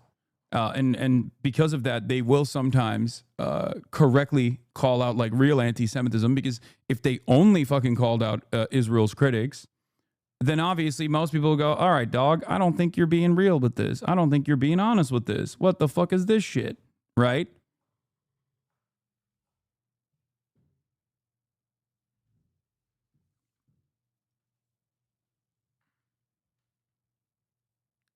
Anyway, let's get back to the big, beautiful bill, which Donald Trump is going to be signing in this big ceremony today. Beautiful bill, and he's expected to sign it today. It includes extending his 2017 tax cuts and adding billions more for defense and border security. The Congressional Budget Office projects nearly 12 million Americans will lose Medicaid, and the deficit will increase by more than $3 trillion. So, a lot to break down. Willie James Inman is at the White House for us this morning. Willie, good morning. Good morning to you, Vlad. This Independence Day, the president will celebrate a huge win after Republicans passed a key piece of his legislative agenda, just in time to meet Trump's July 4th deadline. President Trump celebrated the passage of the so-called Big Beautiful Bill at a rally-style event in Iowa. There could be no better birthday present for America than the phenomenal victory we achieved just hours ago when Congress passed the one big beautiful bill to make America great again. Reminding his supporters that the bill delivers on many of his campaign promises. With this bill, every major promise I made to the people of Iowa in 2024 became a promise kept. Which includes increased spending for border security and the military, extends the 2017 Trump tax cuts, along with a temporary cut to federal taxes on tips and overtime. The bill will also add more than $3 trillion to the deficit over 10 years, according to the nonpartisan Congressional Budget Office. But getting the tax and spending cut package across the finish line wasn't easy. The yeas are 218, the nays are 214. The motion is adopted. 2 Republicans voted with all Democrats against the bill. And as the president watched from the White House Thursday, Republican leaders touted this as a big win for President Trump's domestic agenda. I can tell you that this bill is going to be a great thing for everybody around the country, my constituents especially.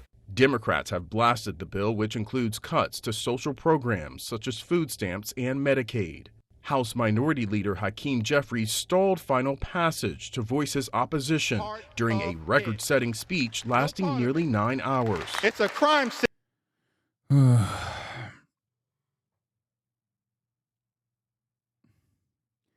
don't even know what to say about any of this shit, bro. Like, it's just they don't care. Nobody cares. I don't know what else to say about it. It's just it seems like we're just cooked. You know?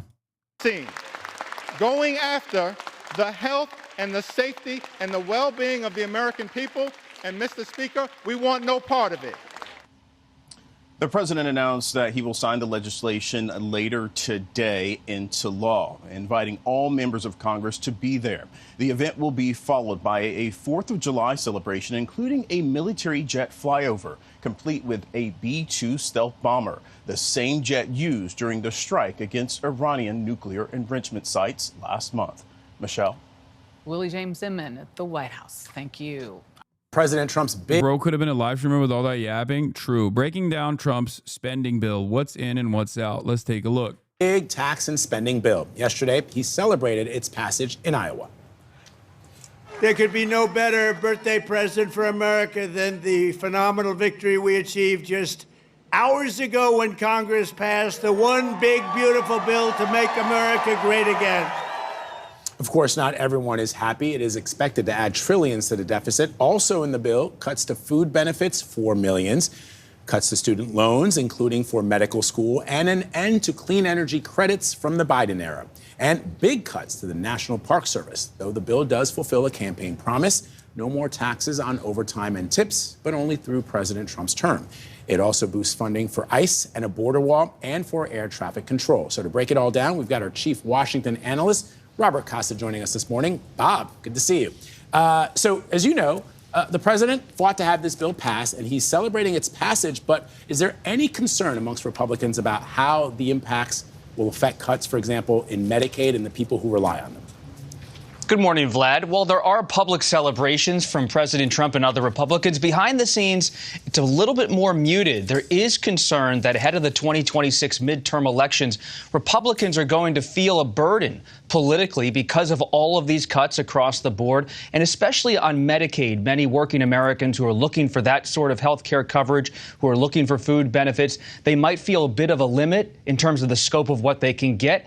And they might make Republicans pay the price. But strategists say in the GOP, they're going to work in the coming year to try to sell this bill. All right, so you no doubt saw Hakeem Jeffries making that very long and impassioned speech against the bill on the House floor. Is this a sign of how Democrats will be framing their messaging ahead of the midterms? The way in which this unfolded is really important to look at. Representative Jeffries, the Democratic leader in the House, his allies tell me behind the scenes he needed a moment. He wants to go toe-to-toe with President Trump as a political performer, not just as someone who has a different political argument. And by seizing the political stage and really getting national attention, they're hoping that Representative Jeffries, Leader Jeffries, can get out there and start to articulate for the Democrats a forceful argument against President Trump and say that this bill and everything President Trump is doing is enabling the rich in this country. You see class. He's a real performer, dude. That one. Democrats need more communicators. Hakeem Jeffries is really bad at communicating, unfortunately, for the Democratic Party. Politics starting to emerge as a real part of this next conversation. You no doubt saw the president yesterday after he was asked about his power in this term, saying that he feels that he has a lot more power this term than he did in his first term. So what does this policy fight this week tell us about where the two parties stand and how much President Trump is driving the process? Quickly, Vlad, this shows how much power President Trump has within the Republican Party. Usually these big legislative fights have a lot of intra-party quarreling. What you saw is President Trump was able to get almost everything he wanted at a relatively fast pace. All right, Bob, thank you very much. Happy Independence Day, my friend. The motion is adopted. The House of Representatives passed President Trump's one big beautiful tax and spending bill. Sort of celebrating like. Dude, Uniparty is giving the B-2 bomber to Israel now. Release. Gottheimer and Lawler introduced bipartisan bunker buster act to equip Israel against Iran's continued nuclear threat, strengthen U.S. national security.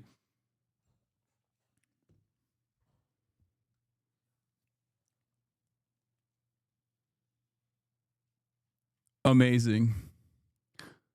Guys, listen.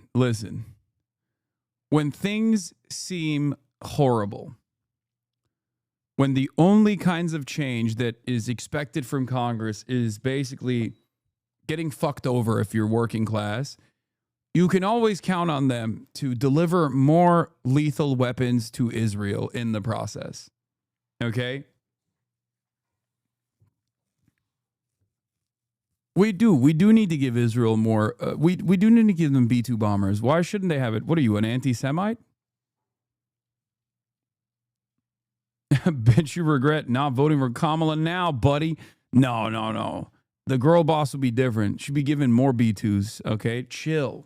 Like the biggest bill of its kind ever signed, and it's going to make this country into a rocket ship. At what point will we just give Israel nukes? Oh, buddy. Oh, buddy, let me tell you.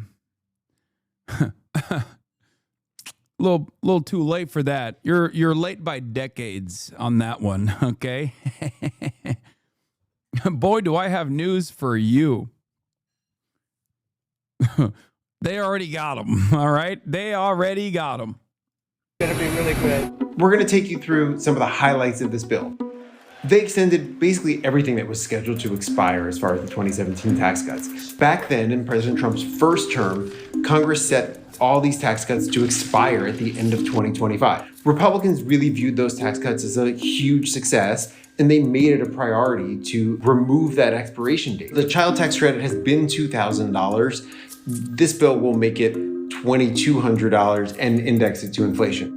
The estate tax, they increased the exemption, so that's the per person amount that you don't have to pay estate taxes on, to $15 million per person. Republicans really disfavored electric vehicles and clean energy tax credits. And now anything purchased after September 30th is not eligible for those credits. On clean energy, the wind and solar in particular are taking a hit in this bill. They're going to be phased out faster. The state and local tax deduction has been capped at $10,000 since 2017. There was a block of Republicans from New York, New Jersey, California in the House who wouldn't vote for this bill without a much higher cap. What they got was $40,000. It's a pretty significant amount.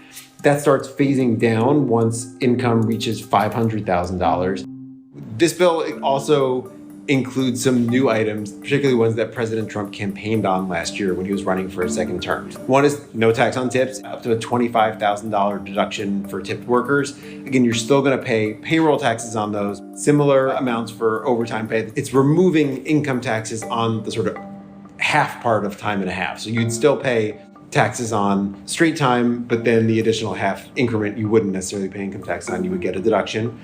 Car loan interest for domestically produced cars, you'd be able to deduct thousands of dollars in interest. The fourth is a deduction for seniors. So the president talks about this bill making it so there's no tax on Social Security. That is not in fact the case. There's an approximation of that, an attempt to do something like that. It's a $6,000 per person deduction for people ages 65 and up. Generally, these provisions will all kick in for tax year 2025. They are temporary. They go from 2025 through 2028. Bro, as a work as a scientist and one of my colleagues, a research technician, was saying the left is pro-war and the right is anti-war. And my professor told me he believes the Jews control the NIH in America, where he worked for a decade. We are so Omega Cook, bro. What do you even do? Wait. He thinks the Jews control NIH in America? Is this before or after Donald Trump decided that if you say something anti-Israel, then your NIH grants will be revoked? Because I don't think that it was the Jews that asked for that. It was the Trump administration that demanded that.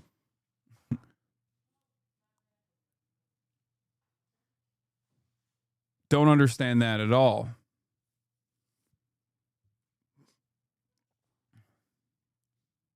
How can you be a Trump supporter and then look at Donald Trump literally going, I mean, first of all, how can you be a Trump supporter and then be like, oh, Trump is anti-war, the Dems are pro-war? I get why people think the Dems are pro-war because they are pro-war. They say it all the time. And Trump says he's anti-war, but at least he's like showing you that he's pro-war. Also, simultaneously, if you're a Trump supporter, you're like, you see him revoking NIH grants from colleges that don't actually sign a loyalty pledge to Israel. What's going on there? Like, what? I don't understand. Are you pro-Trump? Like, but Trump is also under like Jewish control by your estimation at that point. Like, it's like a very confusing. It's a very confusing position to arrive at. According to this bill, it's not even building something for other people. It's just transferring ours to them. Although the bill does suggest we should construct specialized runways in Israel so they can use them. The Bipartisan Bunker Buster Act will help ensure Iran can never threaten the U.S., Israel, or our allies with a nuclear weapon, give the president the authority to transfer the massive ordnance penetrator bomb or bunker buster and the aircraft necessary to carry it if Iran is on the cusp of developing a weapon, and preserve Israel's qualitative military edge in the region while maintaining the capacity to deter Iran.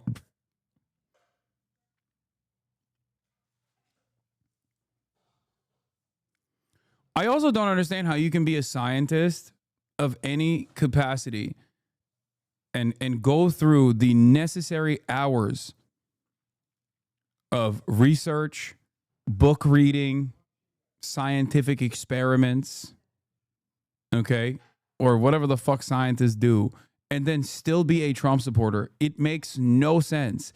The entire administration is anti-science. How are you, like, how do you arrive at this? How do you arrive at this incredibly contradictory position? It doesn't make any sense. Like, at a certain point, after your 8th conversation with a Trump supporter, or after your 8th article that you read about Donald Trump, you got to be like, okay, maybe this guy's not really on board with science in general.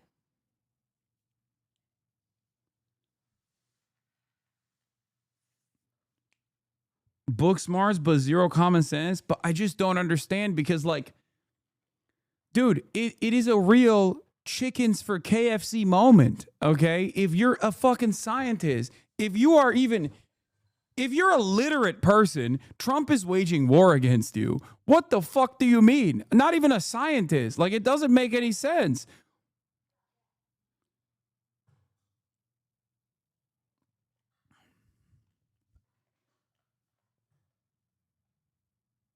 Low int stat and a bit of autistic hyperfixation on a single topic. Conservative scientist status acquired.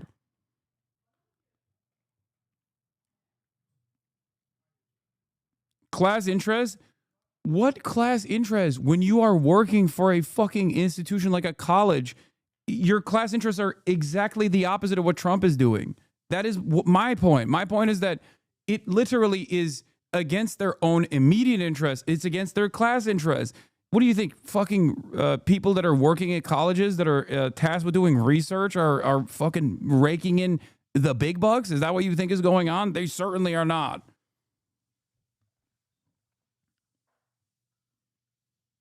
The level of stupidity demonstrated there is like that one Persian guy that we looked at yesterday who was like, I love Donald Trump, even though he tried to deport and is in the process of deporting my Iranian wife. I don't regret voting for Trump. Like that's what you're doing at that point.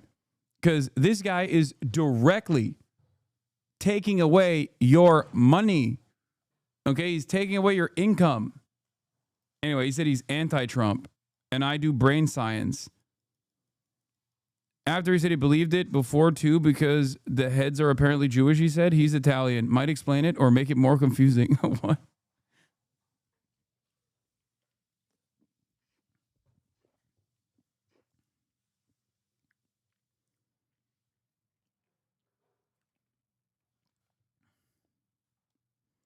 I watched this guy named Genetically Modified Skeptic, and he made a video about this. Turns out many famous / somewhat famous atheists and scientists hate trans people, so they take the side of Trump. What? Explain me doctors claiming anti-COVID. It's all cognitive dissidence. But there's not that many of them, is my point. I guess there's not that many fucking scientists when you think about it, too. We're just like we're lasering in on an anecdote. And we'll see how they go. We'll see who wins the 2026 and 2028 elections and how eager they are to continue those policies. Republicans were looking for ways to get more money for their priorities. So they were able to say, okay, well, we'll just take the agencies we like and favor and that Trump wants more money for, ICE, Customs and Border Protection, Homeland Security, the Defense Department, missile defense, those kinds of things, and shipbuilding, and just plus those up and add several $100 billion that are going to all of those things. One open question is what happens with the base levels of funding for those agencies, whether Congress, this Congress or future Congresses, particularly if Democrats have some more power, start carving back some of the annual money for those agencies.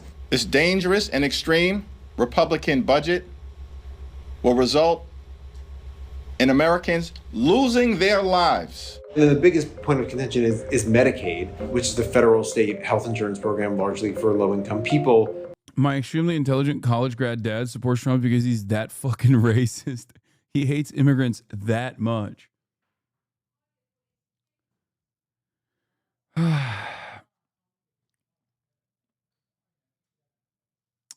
Wow. That's the type of shit that just, you know, fucks me up a little bit. Like, how can you be like a well-read individual and be pro-Trump is a genuine question that I have.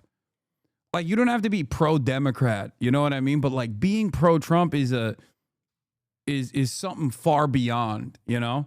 There are a fuck ton of people who are not pro-Democrat, but they're certainly anti-Trump, you know what I mean?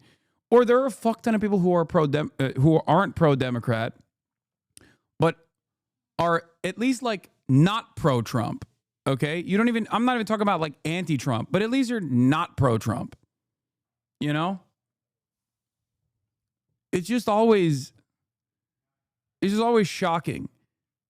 Like, I've said this I used to say this so much more frequently, but yeah, if you're making like $300,000 a year or more, it's understandable why you would always align with the Republican Party unconditionally. Okay? If you're making a fuck ton of money, you want more tax breaks, and the Republican Party will guarantee it for you. They will. The Democrats will also play ball usually, but like at least the Republicans, they are actively on your side. Okay? And then if you're not making that kind of money, then there is the Christian nationalist component to it, where people are just like, I'm poor, but I really want like a Christian caliphate in America, right? I want like an evangelical Protestant caliphate that is white, and I don't care whatever I don't care how cruel we get to make that happen, right? Like there are people like that as well. And at least Trump gives them something, right? Trump gives the wealthy tax cuts and keeps their tax cuts and will usually not disrupt their way of their way of existing, with some exceptions. You know, when they turn around and fucking, I don't know, try to implode global trade every now and then, they fuck people over, right? Stop saying caliphate is a pejorative. Oh, shut up. I'm Turkish, okay? We had it for centuries. I will use whatever I want. I will use whatever term I want as a pejorative. I think we've moved past the point of caliphate's chatter. Come on. Anyway, so my point is, like, if you're not in either of those categories, like, it doesn't make sense that you'd be fucking pro-Trump. It just doesn't make sense at all. And I don't mean like that means you have to be pro-Democrat, or that doesn't even mean you have to be anti-Trump across the board. It's just shocking to me that there are people who are vociferously pro-Trump that don't fit into either of these categories. One of the things they did is create work requirements. So able-bodied people will have to start looking for work or having work in order to be able to get Medicaid. Work requirements, among the biggest single items saving money in this bill. That's about $326 billion through 2034. You also see more frequent eligibility checks in Medicaid. And there are also changes to premium tax credits under the Affordable Care Act. All those changes will mean that by 2034, 11 million people will not have health insurance compared to what would happen if Congress did nothing here. Not possible for Arabia to be united without a caliphate? Are you controlled opposition? I guess I am. Controlled opposition. Not even controlled. I think that a restoration of the caliphate as a project is fucking stupid. We're concerned about the effect of that on the providers. And so to deal with the changes they created, there's a $50 billion rural healthcare fund. This bill represents, in the text of this bill, the largest and greatest loss of health care in American history. Democrats have highlighted in this bill is really the contrast between the effects on low-income people who are receiving benefits from Medicaid and nutrition assistance, and the tax cuts that go to some extent to tipped workers, but a lot of money is certainly going to very high-income people. So if Democrats win the House majority next year, you may see them try to delay or change those tax cuts. It's going to add much more to the debt. And so I think without question, this is not a fiscally conservative bill. This bill absolutely increases the deficit. The way that Congress looks at this generally is what happens to deficits over the next 10 years through 2034 if compared to a scenario where Congress does nothing. That's about $3.4 trillion of course that would happen anyway. Republicans have sort of the 21 trillion or so in budget deficits that would happen anyway. Republicans have sort of two very different arguments about why they think that's overstated. One, and this is coming from the Senate, they say, okay, look, let's just assume that the tax cuts were going to be extended anyway.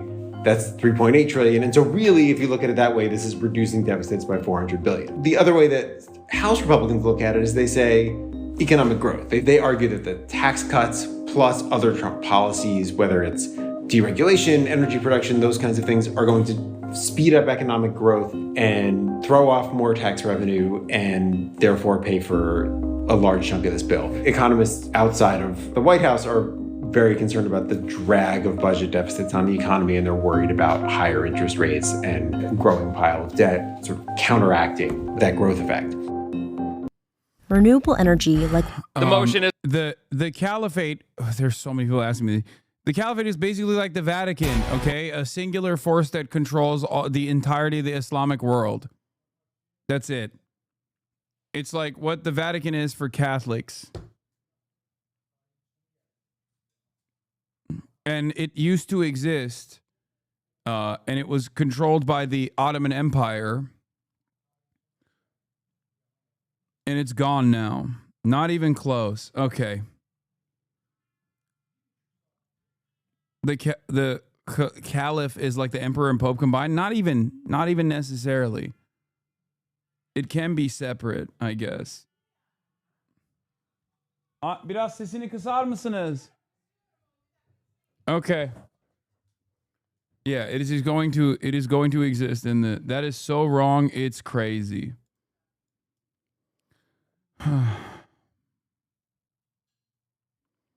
How much would the $50 billion relieve the Medicaid cuts for rural hospitals? It's not going to make up for the severe cuts, for the record.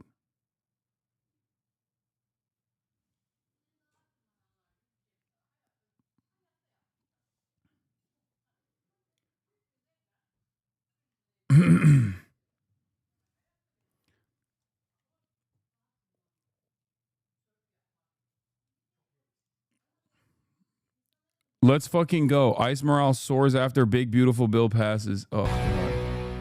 Happy Independence Day. I want to talk about just how significant the largest infusion of border resources we are getting in the big, beautiful bill. Every border official I've ever talked to said there's three things you need to secure our nation: infrastructure, manpower, and technology. Let's break down the $100 billion, a huge $46.5 billion for. Only Sunnis believe in the caliphate, but the caliph is just a political leader, whereas the Pope is the vicegerent of God on earth. Shias don't believe in a caliphate. They believe in the imamate, and their imams are much more akin to the role of a pope.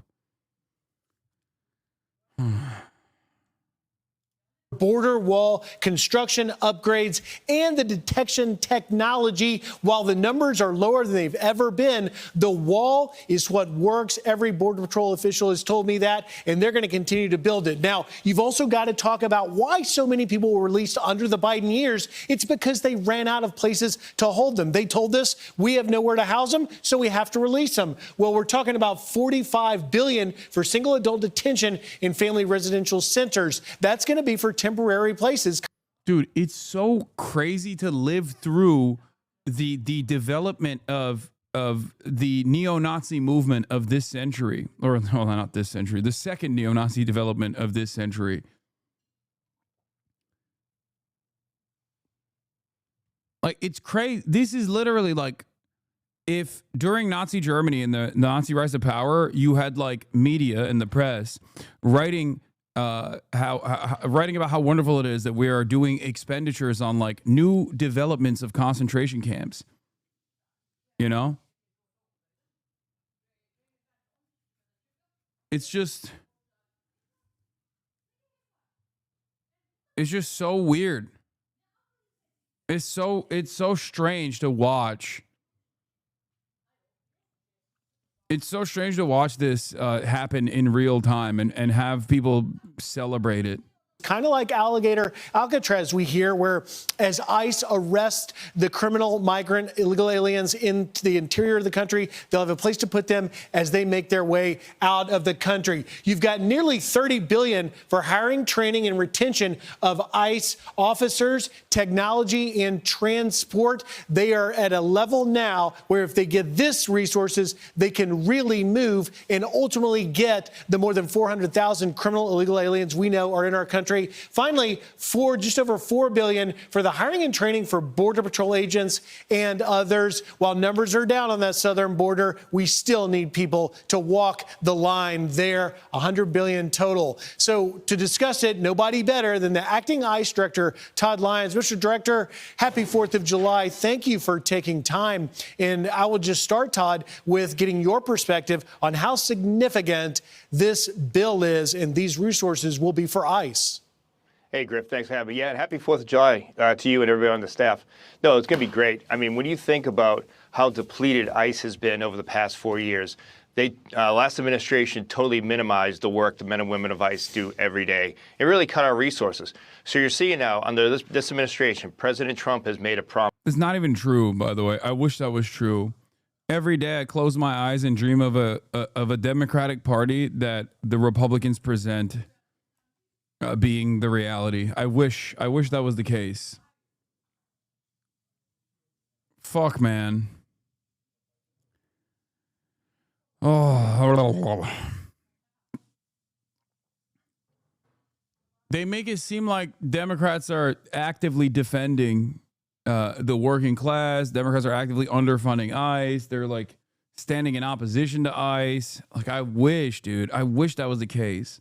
Promise to the American people to make America safe again. And a key part of that is his immigration strategy. And what Secretary Noem has done with helping craft this bill, it's been amazing. Just like you said, the detention space alone is going to be huge for us. We saw so many individuals let into the country last time without due proper vetting. We know we have so many known gotaways, known suspected terrorists. This is going to give us the tools and resources now to have the infrastructure in place to go ahead and ensure that ICE is going out and being that viable law enforcement partner we are and going after all these public safety threats. And the one main thing, Griff, that you pointed out is the manpower and hiring. We've lost so many good men and women because they just didn't feel like they were law enforcement officers anymore. When you're just not allowed to do your job, it's very hard. This is the most annoying aspect of like pro-cop propaganda is always just like talking about the fucking feelings of cops. Like, I'm sorry, I don't give a shit, okay? And not for ICE and not for cops in general. It's like they literally did this in the post-BLM world where they were like, it's just so hard to be a cop. They get paid incredible wages. They get the spam overtime pay. They get literal benefits as though they're living in like a Scandinavian country, okay? They're also completely unaccountable, impossible to fucking fire.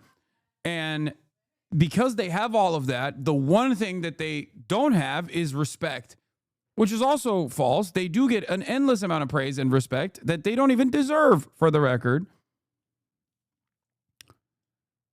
And yet it's still not enough. There's just like constantly, oh God, how do we make up? How do we make up for this? For the fact that there are people in American society that say cops are fucking lazy. And they're doing the same thing for ICE. It's just like they have everything. And of course, when you have everything, heartbreaking. So now we're going to have the opportunity to get men and women of ICE the backup they need. We're going to be able to retain these great individuals. So it's going to be a great win for the Department of Homeland Security. Well, Mr. Director, it seems that morale is up. Our friend and my colleague in common, Bill Malugin, getting some reaction from some of your ICE officers saying things like this. Let's go. This is long overdue and will give us the resources to ramp it up and give the American people what they voted for. This ensures that ICE is the tip of the spear to make America safe again. You know, you really, and of course, the smiley face emoji, and then the last one there, this administration has been fighting nonstop to give the law enforcement agents in these dangerous sanctuary communities the tools we need to complete the mission. As you talk about giving your men and women what they need, Todd, you're facing a backlash the likes of which ICE has never seen, from agents being doxxed and assaults now on your ICE officers up nearly 700%, as you already have some California cities canceling their 4th of July events today to literally have a response to protect migrants from ICE raids. You see them here, LA County, Whittier, Bell Gardens, and Cudahy as well, just out of control. What are you saying to your rank? What do you mean, dude? You are a villain. You are literally a villain. You are talking about communities in an effort to protect themselves from like these fucking masked thugs coming in and kidnapping people, are not even able to celebrate the 4th of July, and there's not really much to celebrate to begin with. Where they're just like, oh, this is somehow also because they hate ICE. Like, this guy is so hopped up on racism juice that he literally just said, these communities, how dare they protect migrants? How is that a negative?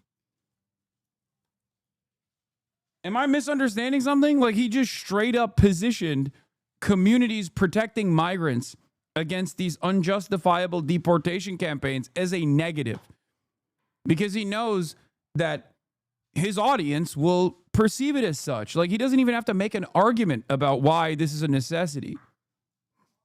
What are you saying to your team?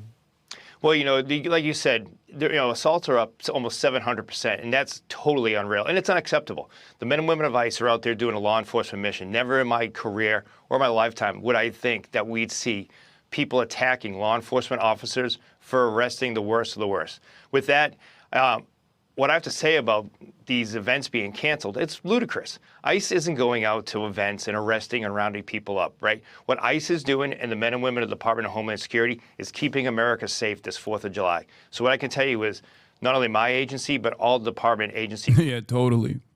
I feel so much safer knowing that they're just going to like random fucking car washes and kidnapping people that have been working there for what, 20 years? So safe, dude.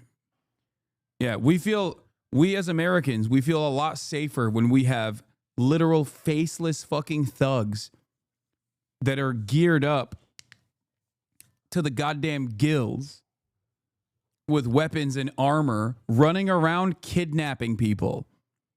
That seems like an infinitely more safe environment than not having that.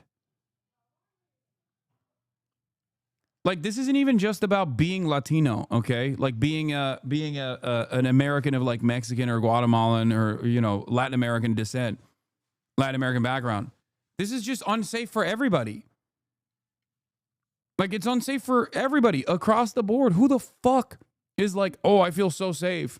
Because unaccountable psychopaths are able to cover their fucking faces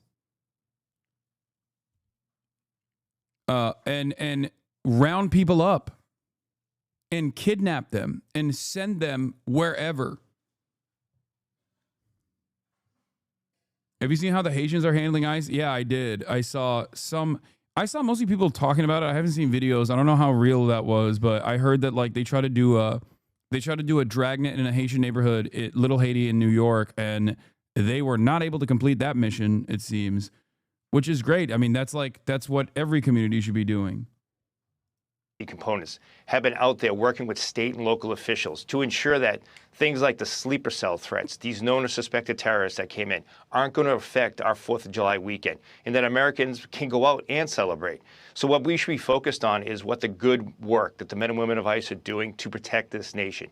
You know, you guys have highlighted, Griff, what we've done with some of the high threat countries. We arrested a former sniper from one of these high-risk countries. We arrested an Iranian that was tied to Hezbollah. We are out there ensuring that these people that were let in under the last administration aren't going to do us harm on a great day like July 4th. You know, just in the last few seconds I've got, Todd, we're doing Proud American shout-outs all day. How proud are you? Proud American shout-outs all day. Ugh. Gang violence has been tearing apart the Caribbean nation of Haiti for months. UN officials now warning gangs control an estimated 90% of the capital. It's why hundreds of thousands have fled, like Kevinson and Shirley Jean, who 2 years ago legally immigrated to rural Panhandle, Texas. We wanted to start a new life where we can have hope for our future kids or for our future dreams. But now they are living in limbo. Last week, the Trump administration announced in September it would end temporary protected status for Haitians like the Jeans, which the Biden administration had extended due to gang violence. And even though the FAA has banned U.S. flights to Haiti's capital, the administration now says the environmental situation in Haiti has improved enough that it is safe for Haitian citizens to. It has not. Return home. Return to Haiti right now is death sentence. My biggest worry is like they can kidnap me, rape me, because the gang, they don't think, I think they don't care about if you're gonna suffer. Already, the Jeans' work permits have expired. Members of their church, many of who voted for President Trump, are helping them pay for a lawyer to seek asylum. A federal judge this week blocked the Trump administration's move to end TPS. But Tom Homan, the president's border czar, says the government will appeal the decision. Why go after Haitian immigrants that came here legally and who have been contributing to society and who, by the way, have the support of Trump supporters who voted for the president? Again, the president made a commitment we're going to enforce immigration laws in this country. And we do prioritize the worst of the worst. But that doesn't mean everybody else is off the table. If they're here in violation of immigration law and we find them, they're going to be arrested. The Jeans just praying they can stay. There's good people that embrace the American culture. So there has to be a way to help them find something to stay here in America. Yamiche Alcindor, NBC News, Panhandle, Texas. We thank you for watching, and remember, stay updated on breaking news and top stories on the NBC News app or watch live on our YouTube channel. Of course, we're celebrating the 4th of July today, but this year's celebration. Yeah, Haiti rhetoric is transparently putting the target on Black Americans next. Yeah.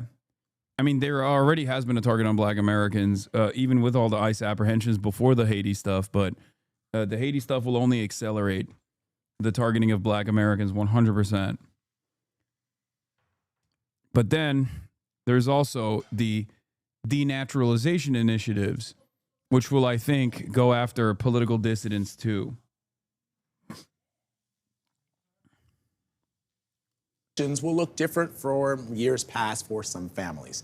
In the Los Angeles area, many local celebrations have been canceled due to fears of ICE raids, especially in predominantly Hispanic communities. This is happening as a new memo from the Department of Justice is gaining attention. In it, the White House directs federal attorneys to focus their efforts on denaturalization cases and revoking citizenship from naturalized citizens who have committed certain crimes. By the way, denaturalization cases are nothing new. Both President Obama and President Trump during his first term expanded the use of denaturalization, using it to target immigrants who lied about their involvement in criminal groups on their immigration applications. However, the threshold to pursue denaturalization is extremely high.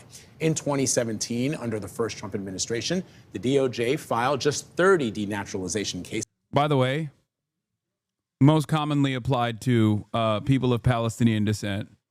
Like this process has almost always historically been used against people of either Palestinian descent or people who are people who have exhibited pro-Palestine opinions. The denaturalization stuff. I've shown you this before. Throughout American history, they have done this like denaturalization. It's very, very limited. But there is a precedent for it.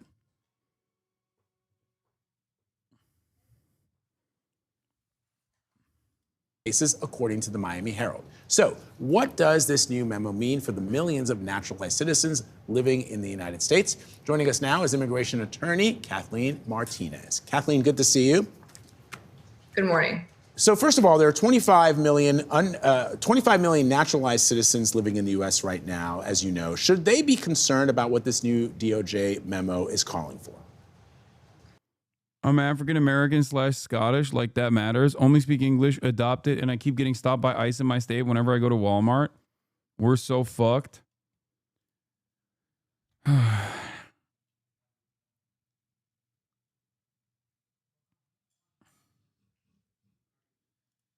Most naturalized citizens should not be concerned about this at all. Like you said, this is not new. Multiple administrations have practiced the policy of denaturalization, and most people are not eligible.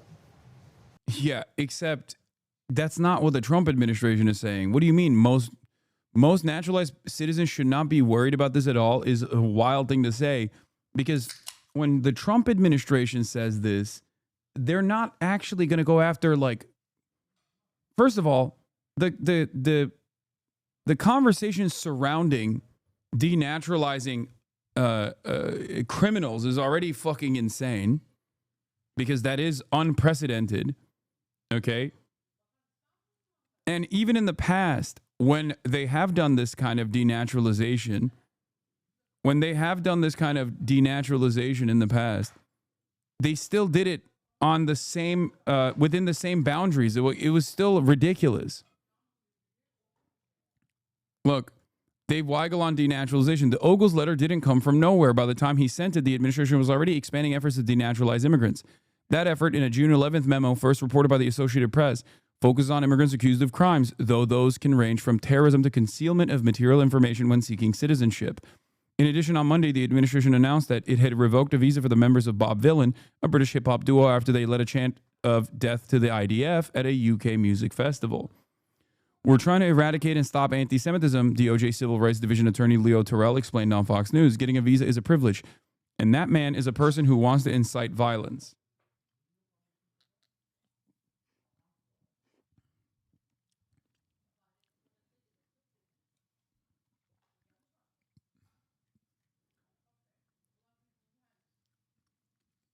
this extremely, extremely unique circumstance of denaturalization has almost always, at least in contemporary American history, been applied to people that are involved in like pro-Palestinian affairs and whatnot. Okay. Having said that, the Trump administration moving in this direction shows that they want to do it wholesale. They want to accelerate the process. So anyone that says, "Oh, this is just like most people are not eligible for this," I don't think that's the case. So, Kathleen, at this point, you're saying that if people aren't concerned, it also has to do with how complicated this all is. Can you talk us through the process of what this actually means? How does this work? Sure. So in order to be, I guess, subject to litigation for denaturalization, you have to either be a convicted war criminal or you have to have obtained your citizenship through fraud. And it's very, very difficult to put someone in this situation. I was naturalized in 2008, but I've been posting hella anti-Trump stuff on IG and Discord. How worried should I be? You shouldn't be that worried at this point. Okay. I will say that this is like, if it gets to this point and the criminal justice system completely collapses on this, or the justice system completely collapses on this, it's over. It's over for the country.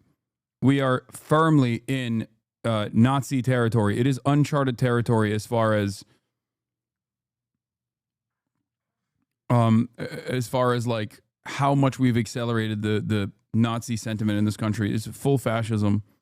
We already, like I said, we're like knee deep in the waters of fascism. At that point, we'll be waist deep in the waters of fascism. There are only a few steps remaining for this to turn into like a full tilt concentration camp regime in the way that we understand it in like Nazi Germany. Because denaturalization is the tool that Nazi Germany used. Okay? Denaturalization is what they did to the Jews, to the political dissidents, to the Roma population. Like, this is the exact same tool. A lot of people don't realize that. They think that like they think that it was like different. They were like, "Oh, they just like were sent to death camps to be killed." Like, no, dude. That's not how this works. It did not start off as death camps.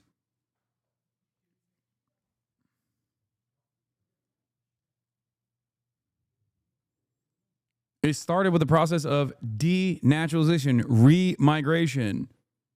The claim that German Jews were stateless, like they were not real Germans. That came after decades of dehumanization. The Trump administration managed to only denaturalize about 100 people last time. And Biden did about 24 cases because it's so difficult. There's a process to obtaining green cards and then citizenship that typically weed these people out. It's so difficult to obtain it originally that to be able to take it away from you once you've actually naturalized is very rare. So are there certain groups of immigrants who would be more likely to be subject for denaturalization under this memo? And I'm sort of just thinking about the resources that are required to do something like this to the scale that the president seems to be indicating he wants done. I mean, is the standard applied, for example, to people of Russian descent who have been involved in criminal proceedings the same way that it might for somebody who's from Guatemala originally? I mean, on paper, but in reality, we're all seeing who he's, I guess, the Trump administration is targeting right now, and who I fear are people who are pro-Palestinian or have voiced their advocacy and publicly. We see what he did with student visas. I feel like. Hasan, don't you think there might be a few key differences between Nazi Germany and Trump America now? Trump is old and is the only one on the right with this level of magnetic attraction. True. Also, many of his policies are extremely unpopular. Also true. And most Americans already are vaguely familiar with Nazi Germany. Also true. But even in a community as educated as this one, who's as locked in as this one, there are still people who are naysayers that come in and go, dude, come on, that's a bridge too far. This comparison is ridiculous. Don't you feel like you're exaggerating when it's literally slamming them in the fucking face? So if a community that is this fucking tuned in to both the historical atrocities of the Holocaust and the way that Nazi Germany evolved into the final solution, okay, at a time when we are watching a live streamed Holocaust that is taking place, and people's endless capacity to turn a blind eye to that violence. Don't you feel like we haven't really learned those lessons at all from Nazi Germany, from the Holocaust? And as a matter of fact, there is already one modern equivalent of such happening in real time that is causing people to completely shut that out.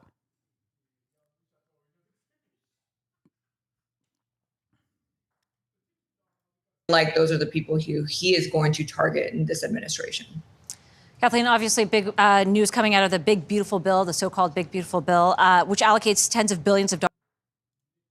Athletically smart. Norman Finkelstein recently argued that Trump doesn't need fascism like the Nazis because he has no real opposition. He has a majority in Congress and controls the Supreme Court. What are your thoughts? He does have an opposition within the deep or bureaucratic state, and that's why he's purging it. So if you look at the early years of both the Bolsheviks and the fascists in Germany, it took them several years to consolidate power because they had to dismantle bureaucratic structures that were not loyal to the party. And there were a lot of court battles, which in the beginning the Nazis lost. There was hostile press in both early Nazi Germany as well as in the early years of the Bolshevik seizure of power, but gradually they were dismantled and destroyed. And I think that's the process that we're watching. So endemic within the bureaucratic structures, there are forces that seek or would like to obstruct the unilateral or dictatorial power that Trump and those around him are trying to achieve. And that's why we're seeing the assault on the deep state. And the replacement, well, there's two things going on. They're harvesting. They're firing lots and lots of people. That's, of course, about privatization. There's 1 million civilian employees and they working for the Pentagon. They would like to get rid of most of them, and then you contract out because that's how these corporations make money. I mean, it's interesting if you read Karl Marx, he talks about the late stage of capitalism. How is it dictatorial to say illegal immigrants leave? Okay, I'm going to explain this. Foundational Americans aren't immigrants. Foundational African Americans. Oh, buddy. Oh, boy. Oh, I love that. We got a foundational African American defender in the chat. That's amazing. Oh, boy. Listen.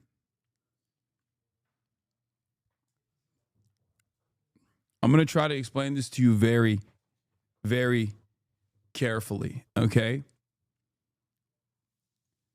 If there is no real harm being conducted by migrant workers and they are simply positioned as violent and simply lied about as contributing real harm to society, even though they're basically engaging in wage slavery and they are in legal limbo. They're directly considered second-class, not even citizens, second-class non-citizens in this country.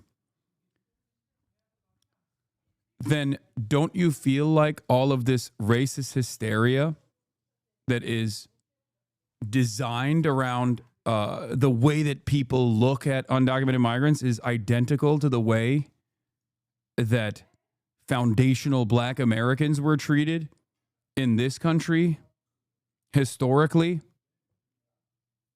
Don't you feel as though it is a one-to-one comparison almost? Not the machine of chattel slavery, of course, but at least like the enmity and the anger and resentment and the dehumanization that foundational Black Americans who were brought here as slaves and the lies that people told, the lies that white people told about Black people that contributed to this resentment that many white Americans felt towards Black people. Don't you feel like it's identical to undocumented migrants?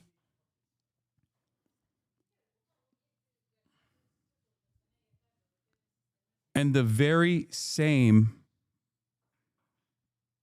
and the very same enmity, the very same dehumanization will, of course, inevitably make its way to the prosecution of black people as well. And it already has, for the record. Now that we are deciding, now that we've decided, we're going to take away the authorization of Haitian migrants that are in this country legally and start the deportation process of Haitians, that is opening the floodgates of ICE going to black neighborhoods and illegally detaining black people, whether they are foundational black Americans or not. Don't you feel like that's going to happen? You can't see a world where that is absolutely going to happen. What's really interesting about foundational black Americans as this like almost cultish way of thinking is that it is this complete reversal from the resentment that is sometimes demonstrated by first generation African migrants in this country, where a lot of people that come from African countries, African nations that are fresh off the boat per se, will claim that they are of a different status and background than black people, African Americans that have been living here for generations. Okay? This is the exact reversal of that kind of mindset. But what many first generation African immigrants quickly realize is that in the eyes of the state, in the eyes of the white supremacist state, there is no difference between them and a black person that has been living here for generations that is a descendant of slaves. White supremacy dictates that the state doesn't see you as anything different, especially because the enmity and the anger or the resentment that the state has towards you is not born out of any sort of real logical conclusion. It's just a simple white supremacist superiority attitude that needs constant fucking the constant recycling of propaganda and stereotyping and dehumanization to justify itself, to justify its existence. You understand? There is no real reason for racism. It's just a successful tool that people in positions of power utilize to divide the working class. There is no true logic behind anti-black sentiment. There is no truth behind it. There is no like empirical evidence that you can point to. That's why racists will oftentimes try to engage in a logical justification, and historically they've applied eugenicist attitudes to create a scientific reasoning for why there is a difference between black people and white people. That's why they've used now debunked science back then. You're really saying Trump wants an America with white people only? Then what Eastern Europe versus Western Europe? It makes no sense. Well, I'm confused by what you're saying here.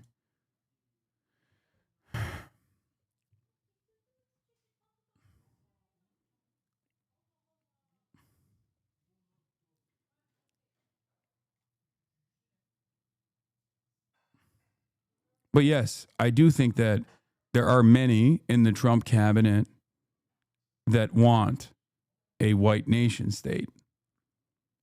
Or at least they want to work towards that goal. And whatever steps they take in achieving that goal, if they get 5 million people out or 1 million people out that are brown or black, then that's good enough. And because there is no real logical reason for why the administration is doing this, and it's just pure resentment, it's unproductive and bad, and they will never soothe their appetite for it. Dollars to building more detention facilities and also boosting the capabilities of ICE and its officers. How do you expect this surge in funding will really impact the work that you and other immigration attorneys are doing right now? Sure. So under the Biden administration, I was doing a lot of affirmative actions, or applications, like applying for a green card, naturalization. I wasn't doing as much removal defense work, and now I'm doing a lot of removal defense as well as bond.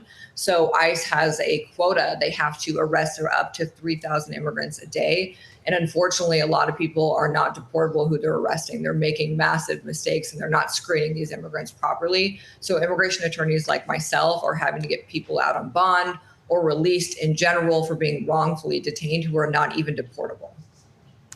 The other thing that I find really fascinating on this Independence Day, it's ironic that there are some people who get angry when folks like yourself try to give advice to people on how to protect themselves in situations like this. And the advice that you give is in using the legal due process that is afforded to everyone in this country. So what steps would you take to advise people to protect themselves proactively as this bill goes into effect?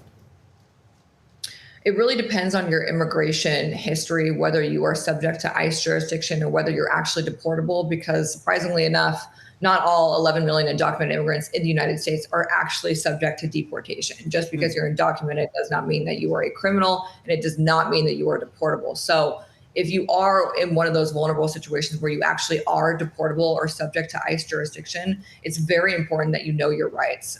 That if you have some kind of temporary protective status, like DACA, TPS, asylee status, keep proof of it. Keep your documents on you at all times. You might be wrongfully detained, but it doesn't mean you'll be deported. So if you are detained, you need to reserve your right to remain silent, and you also need to be able to call your attorney and refuse to answer any questions without an attorney. If you are detained, you need to request a hearing in front of a judge. If you cannot afford an attorney, you can ask the judge for a list of pro bono attorneys so you can call them immediately. All right, Kathleen Martinez, thank you very much. We appreciate your time. And as we get ready to celebrate America's birthday, there's a commie wannabe trying to destroy one of our greatest cities, New York. Socialist mayoral candidate Zohran Mamdani wants to bring New York City back to the 70s and 80s. I want to say it very clearly, because both Mr. Tilson and Andrew Cuomo's Republican billionaire donors have been lying about me. I will not defund the police. I will work with the police because I believe the police have a critical role to play in creating. We didn't have to look long for his tweets to figure out he was lying. Queer liberation means defund the police. We can tax the rich, heal the sick, house the poor, defund the police, and build a socialist New York. Defund the NYPD. Here to discuss is Republican New York mayoral candidate Curtis Sliwa. Curtis, thank you for being here. You founded the Guardian Angels back in the 70s because of the violence we were seeing. Explain what defunding the police would mean to this city in this moment. In this city, with the Guardian Angels, we witnessed the celebration of the bicentennial. That was 1976. First time there were fireworks by Macy's over the East River. Most of my Guardian Angels. I don't care about this. Trump is going live. It's Mega Bill celebration time.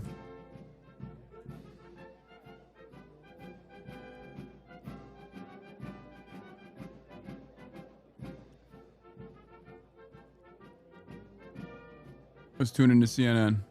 Folks inside that building, are they certain this is going to be a positive for them in the midterms? Well, I think that what they want they find this to be a victory for President Trump, and now they will figure out how to sell this to people in the midterm elections. But certainly Democrats are going to want to use the very words that you had people like Tom Tillis, who eventually was a major no vote on this bill in the Senate, Josh Hawley, who was very critical about the Medicaid cuts, expected them to be featured in campaign ads going forward. We already know that there are various various Democratic ad makers who are starting to prepare ads that will go out over the course of this next month, trying to target those swing district members.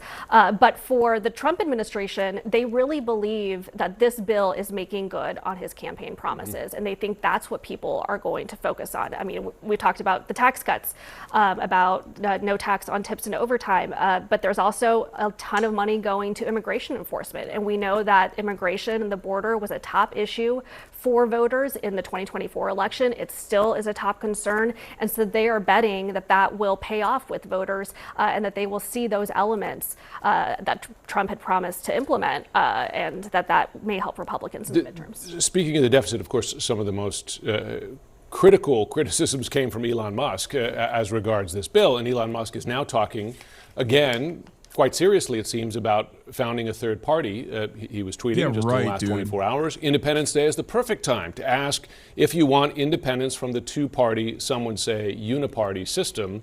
He went on to say, our country needs an alternative to the Democrat-Republican uniparty so that the people actually have a voice. He's got a lot of money to back that up. Again, as we wait the president, Annalise, I'll ask you first and then Archie second. Who would a third party threaten more? Republicans or Democrats in your view? That's a good question.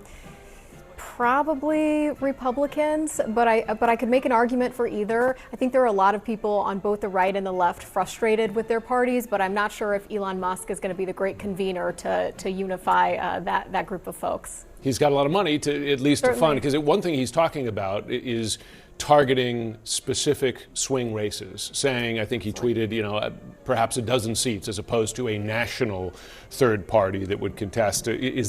Would that worry Democrats perhaps as much as Republicans in some of those swing districts? I think the strategy is a bit of a wild card, and I think Elon Musk is a wild card. But I do think when you look back at Ross Perot, he really did impact the debate on the deficit. So I think that's where actually Elon Musk's real potential is to impact the debate.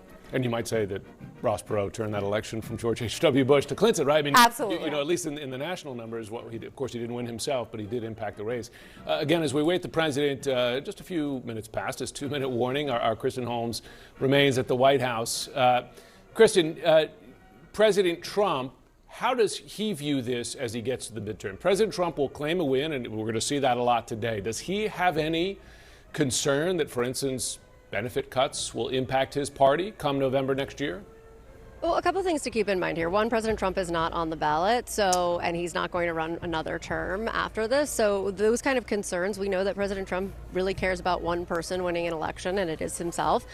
But keep in mind another part of this, which is that when I talk to White House officials and administration officials and Republicans, they tell me that they understand at this point that they are losing the battle in messaging when it comes to this bill. They have been spending all of their time focused on getting this bill passed, and they haven't been spending time trying to spin up support for any of the things that perhaps their voters will like. So what you're going to start to see here in the next couple weeks, months, is going to be a full court press. And it's not going to be just coming from the White House or just coming from specific candidates who are running. It's also going to come from outside Republican groups. And what they're going to be doing is really trying to change the narrative on this bill. Again, they are clearly, when I talk to the White House, they are clearly aware that this bill is not incredibly popular among voters. So you're going to start seeing that kind of press looking at advertisements, social media blitzes, campaigns in various areas, particularly swing districts, or areas where they believe it needs to be really explained in a certain way. We also know that these lawmakers,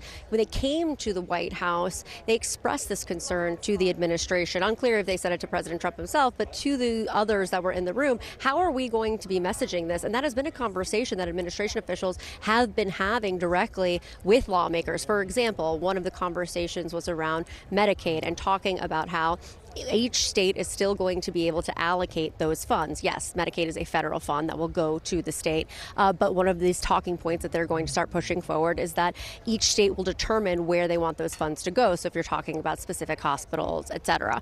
So these are just touch the tip of the iceberg here on what these conversations are going to look like, but you're really going to see a ramp up in how Republicans are messaging this come the next couple of weeks.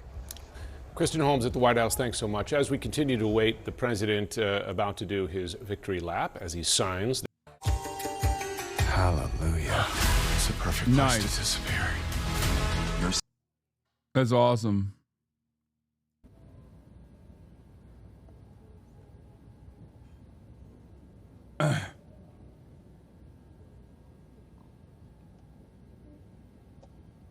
This guy is just constantly. Remember all the. Wait, what is this? The right has no problem with incremental progress towards their goals. Why does the left? What kind of incremental progress has taken place in the last multiple decades in the direction of Ladies and gentlemen, leftist goals Master being Gunnery accomplished? Sergeant Kevin Benier, accompanied by the president's own United And no, Elon Musk will not fucking start the Republican Green Party. Okay? It's just not going to happen. Remember all the talk about how ours wouldn't get anything done because of their slim majority? Guess that was bullshit. Yeah, of course, because they are able to actually push the votes on their side as opposed to serving both home and abroad, the fucking dummies on the Democratic Party side.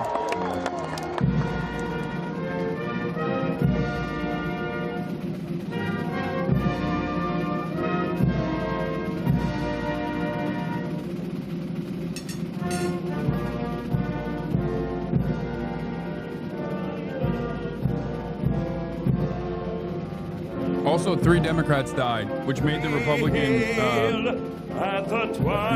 majority less slim, I guess. It was still slim enough. Through the perilous fight for the rampart heroes were so gallantly streaming, and the rockets regular, the bombs bursting in air, gave proof through the night that our flag was still there. Oh, say does that star-spangled banner yet wave o'er the land of the free and the home of the brave.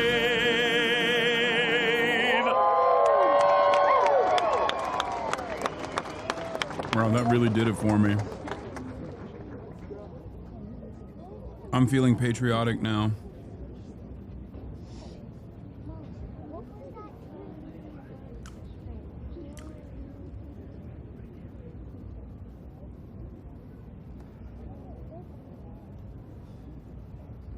I've been awash with patriotism.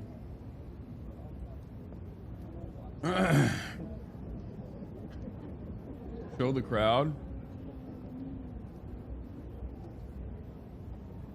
I want to see the crowd, but I don't know who he invited there to his big, beautiful bill ceremony.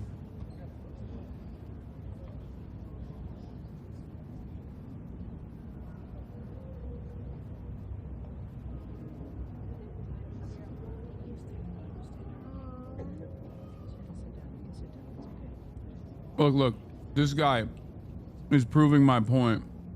You're right, the entire Obama presidency does not count anymore. You are so right. That's exactly my point. The most incremental change in the direction of socialized medicine literally was struck down under the Obama administration, which would have been a public option. It was taken out.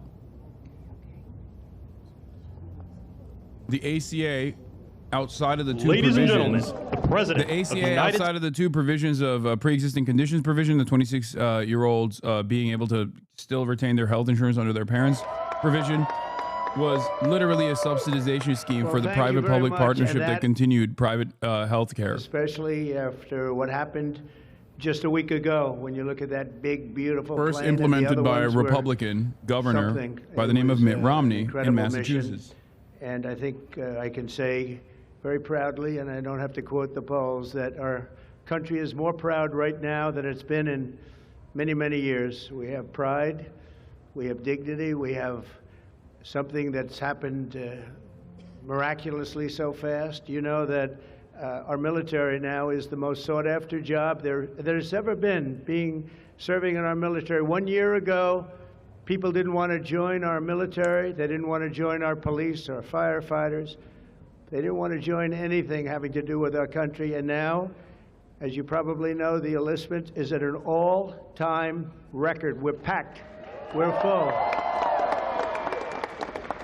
And I just think that's so important because that was so sad 1 year ago when I heard those statistics.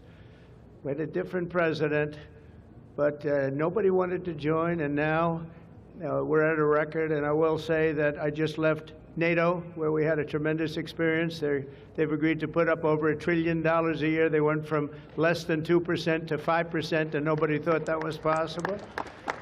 And they told me very strongly, the leaders of a big part of the world, very respected people all, they told me that, 1 year ago your country was dead, and now you have the hottest country anywhere in the world. So that's the way it is, and that's the way we like it.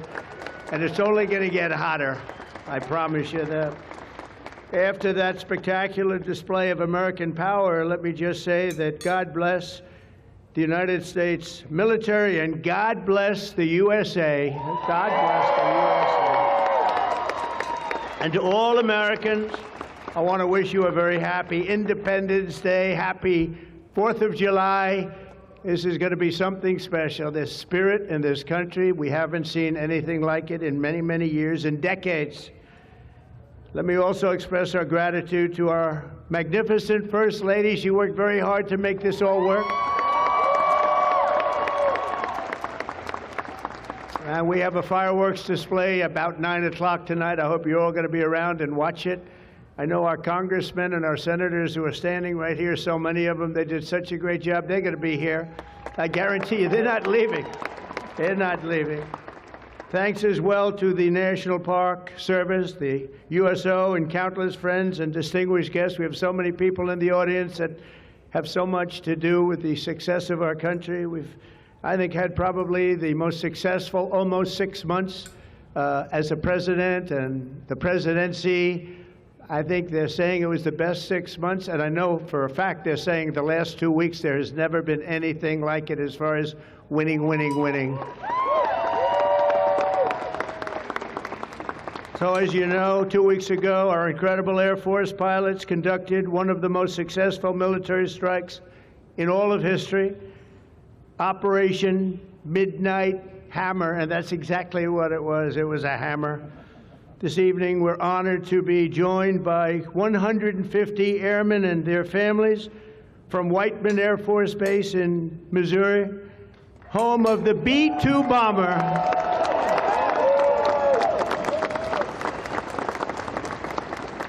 And we've kept them a little bit on guard. We kept them a little bit, let's be a little bit quiet about it. But if you want to raise your hand very quickly, raise your hand, because you people are just incredible. They don't want to be in disguise. They say, we don't have to do that. They're looking at us like we're a bunch of babies. We don't have to be in disguise. We saw all those hands go up. Thank you very much. We owe you everything. Great job. Incredible. Just flawless. One of the most flawless military campaigns in the history of our country. If you remember years ago, they had helicopters crashing into each other. It was a disaster, the hostages in Iran. And we had just the opposite. We didn't have any crashes. We didn't lose any planes. We didn't lose anybody. Those beautiful planes that you saw were totally stealth. They flew right over the center of a very hostile country, and they never even saw it coming. And then they said, skedaddle. They dropped the bombs. They said, skedaddle. And that big sucker turned over like this on its side, and it got out of there. Well, I'll tell you what, how they do that, but they can do it. I asked our great General Kane, how do they do that? Do they really love doing that? Look at them, they're all laughing. And they said, do they really like doing it, sir? They can't wait. Better you than me. That's all I can say. It was a flawless mission. Every single bomb hit, and it was total obliteration, total obliteration. Now, even the fake news is admitting that. They hated to admit it, but they had no choice. That was an incredible thing, and these heroic pilots showed our enemies what it means to fly, fight, and win. to every service member who supported that mission. And we have many of them here. We've made we've made you proud by supporting, but you've made us even prouder by having the courage to get in those gorgeous machines and fly through the roughest airspace anywhere in the world. And we salute you and we honor you. Thank you very much for being here. Thank you. And we're also honored and delighted to be joined by hundreds of service members and military families. Those families are the best we have, from all across the U.S. Armed Forces, Army, Navy, Air Force, Space Force. I love the Space Force. You know why? Because we're the ones that did it. It's turned out to be a very invaluable force, actually. The Coast Guard and the Marines are incredible people. On behalf of our entire nation, this 4th of July, we thank you for keeping America safe, strong, sovereign, and free. Thank you very much for being here. Great honor. And stick around for the fireworks. And our country's had so much to celebrate this Independence Day. As we enter our 249th year, America is winning, winning, winning like never before. We're not, I'll tell you, we're in a category now that's where we've wanted to be for a long time. We suffered with 4 horrible years of embarrassment. Afghanistan may be the most embarrassing moment in the history of our country. We're never going to let a thing like that happen again. Trillions of dollars are pouring into the United States for investment purposes. Almost $15 trillion. There's never been anything like it. There's never been anything even close. The stock market's at an all-time high. Jobs are at an all-time high.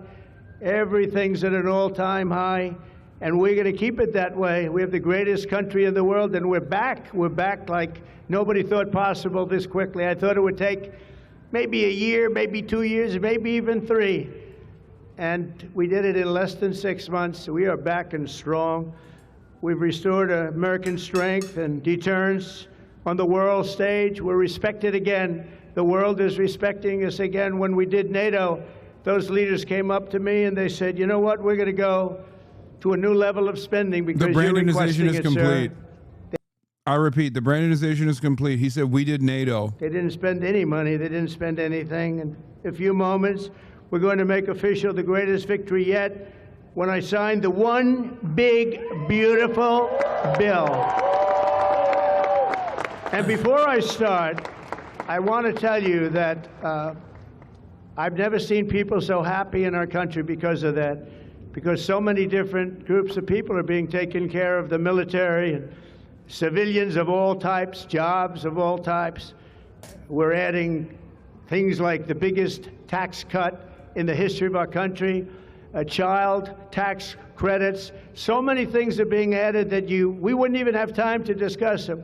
When we were doing it, John Thune and Mike Johnson right there, I see Mike, what a job they've done. What a job they've done. But you know, it was supposed to be in 3, 4, 5, 6, or 7 different bills. And I was on one of the fake news shows and I said, let's do it in one beautiful, big, we want one big, beautiful bill. I said that to this newscaster. And I think a lot of the congressmen and senators were watching, and they said, let's name the bill that, the one big, beautiful bill. And that's what we did. And what we've done is put everything into one bill. It's never happened before. It's the biggest bill of its type in history. We've never had anything like that before. Nothing like that they thought would be possible to get passed. And actually, I liked it because we had so much in there that no matter who you are, there was something in that bill that would make your congressman or your senator or your congresswoman, much more importantly, raise their hand and support, right, Lisa? So that was something, and it was really something special. So the American people gave us a historic mandate in November. We won everything. We won the swing states, all 7 swing states. We won every one. That rarely happens. We won the popular vote. We won the districts. 2,750 to 505. That's why when you look at a map, it's all red, a little blue on each end, but it's all red. And by the way, red means Republican, just in case. But we made promises, and it's really promises made, promises kept, and we've kept them. This is a triumph of democracy on the birthday of democracy. And I have to say that the people are happy. They're happy. And I listened to a broadcast and I read a couple of articles. We're so cooked, bro. The Democrats, they should have voted for it. They didn't vote for tax cuts. They didn't vote for taking care of people.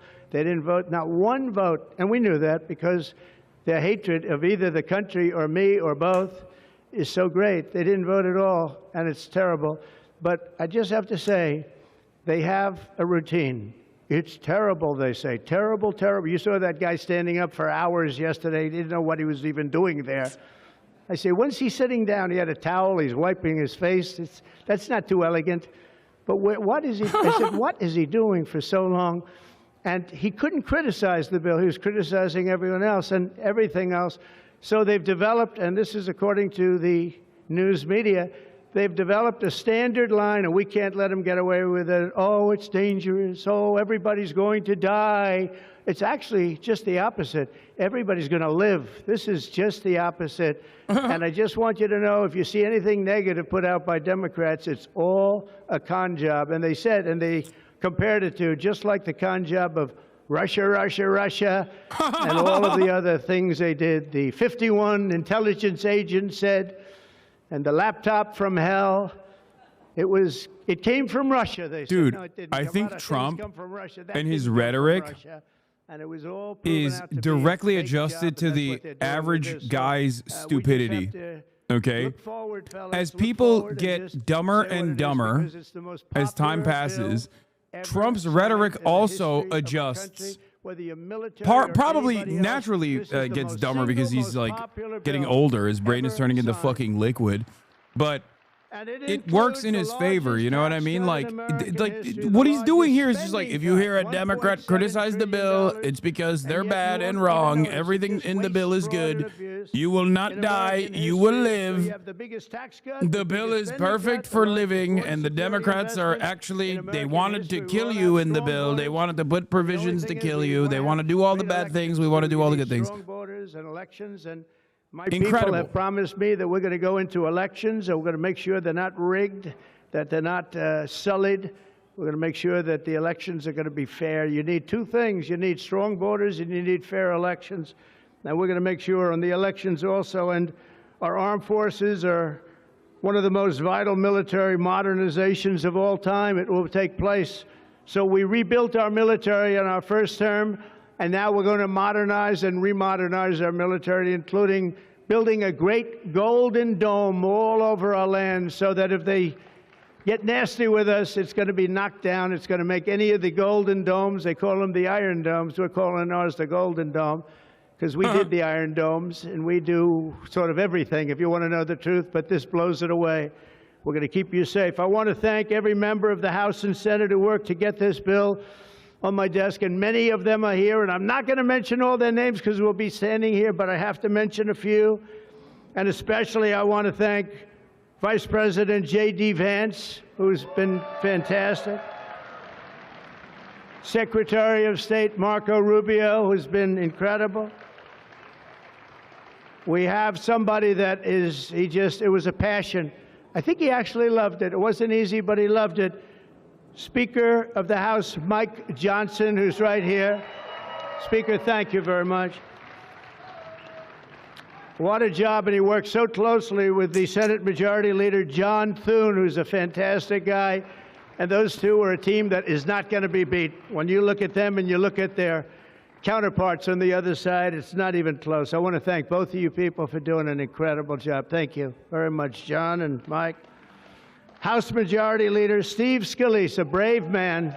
Steve, you know, he suffered a tragedy a number of years ago. I was at his hospital bedside that night with Melania, with our First Lady, and he had no chance. The doctor said he has very little chance, and you look better today than you did then.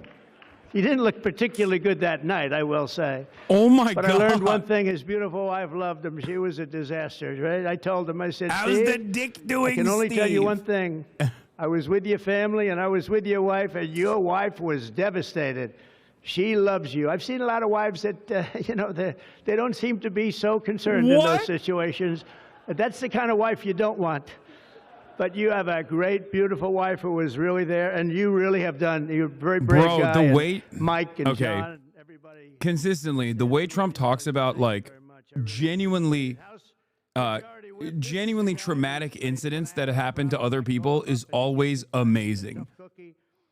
Like he's just doing a bit off Minnesota. He comes this from guy Minnesota. getting his dick shot off, he's dude. Like, look, he goes, no, I don't want to run for governor. You know, come to think of it, I think that's a good idea. You would win so easily. The guy is terrible. You would win. You just have to take a look at that handsome face of yours, and you'd win. Tom Emmer, everybody. He did a great job. I think you should consider that, although we don't want to lose him, do we? We don't want to. Let's say we are. I think say we are. What a job you did. Got shot Senate in the Majority butt Whip and the John penis Barrasso. at the congressional who's baseball incredible. game. Yes. Senate Finance Chairman Mike Crapo. Thank you, Mike. What a job. What a job. He knows that tax stuff. Him and Jason, they really know their stuff. Senate Budget Committee Chairman Lindsey Graham. What a good man he is. I see a poll. He's running, and I see a poll. He's 24 points up. That's not bad, Lindsey.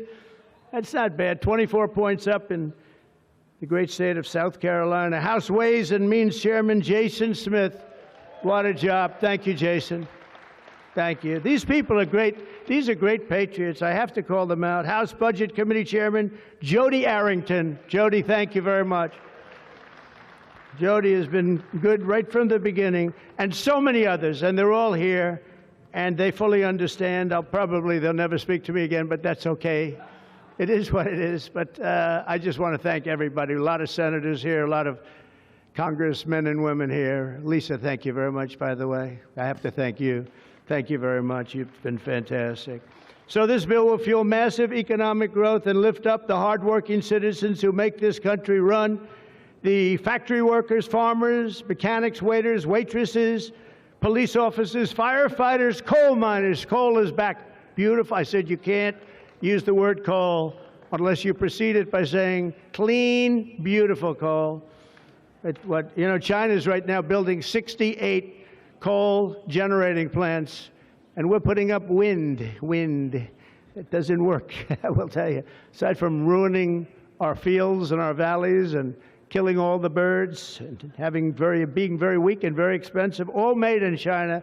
I noticed something, that with all of the windmills that China sends us, where we waste our money because it's the most expensive energy, I see that, they make about 95% of them, the wind turbines.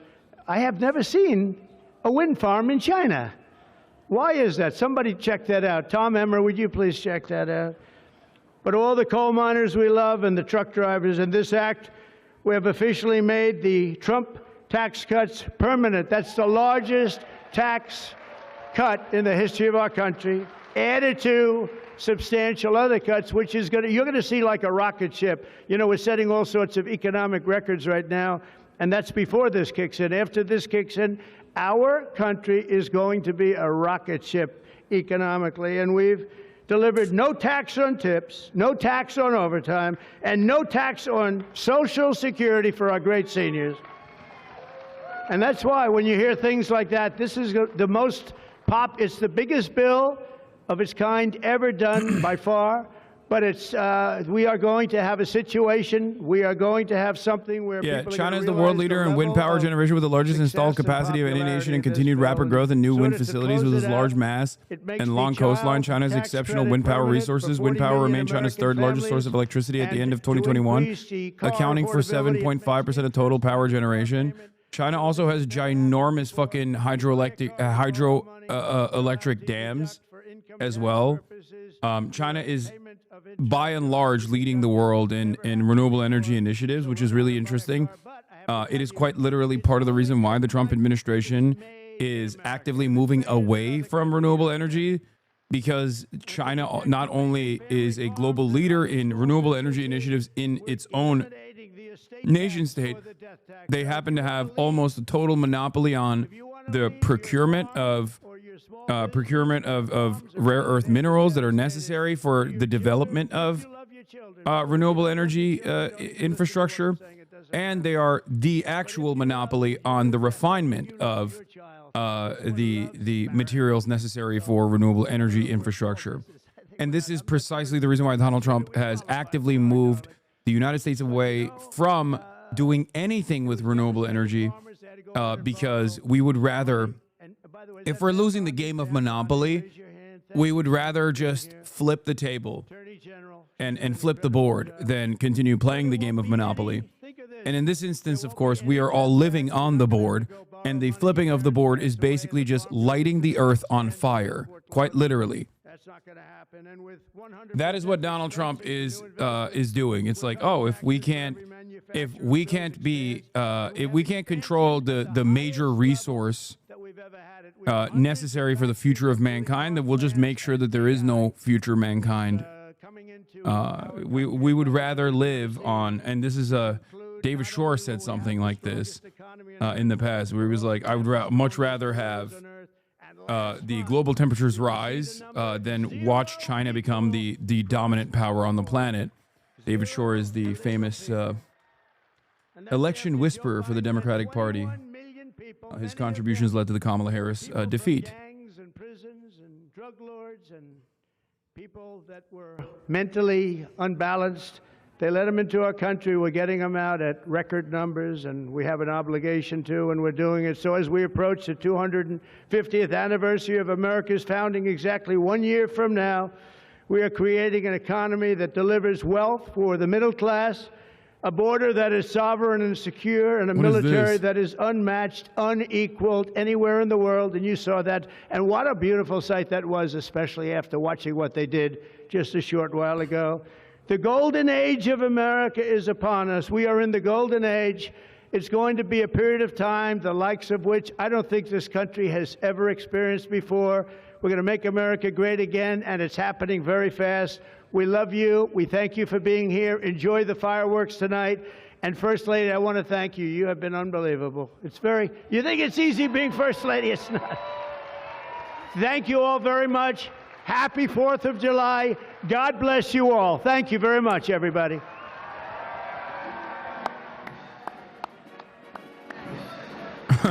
Yeah. We're going to sign the bill now. We're going to sign the bill now. Who controls the solar panel supply chain? Polysilicon, the primary material for solar PV manufacturing, which is melted and cast into ingots. The ingots, polysilicon ingots that are sliced into thin wafer sheets ranging from 150 to 280 micrometers in thickness. Then it goes into the wafer. The wafer is then cleaned and doped to manufacture a crystalline solar cell. There's the cells, and then they're turned into module panels. Multiple cells are wired together and laminated to form modules before being connected to panels. As far as the share of manufacturing capacity by country/region in 2021, and these numbers have only increased since then. As far as the polysilicon, China has 80% of that. As far as the wafers, China is responsible for 96.8%. And in terms of the cells, China is responsible for 85.1%, and the modules is 74.7%.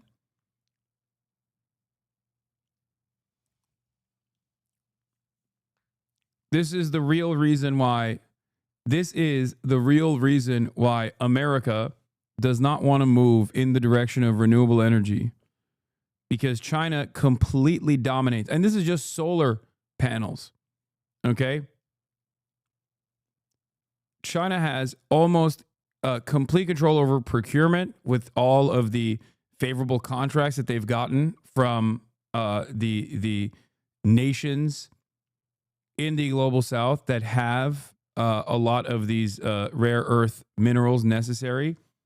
So they are like number one in extraction. They dominate the market of extraction, and they have a complete monopoly on the refinement process.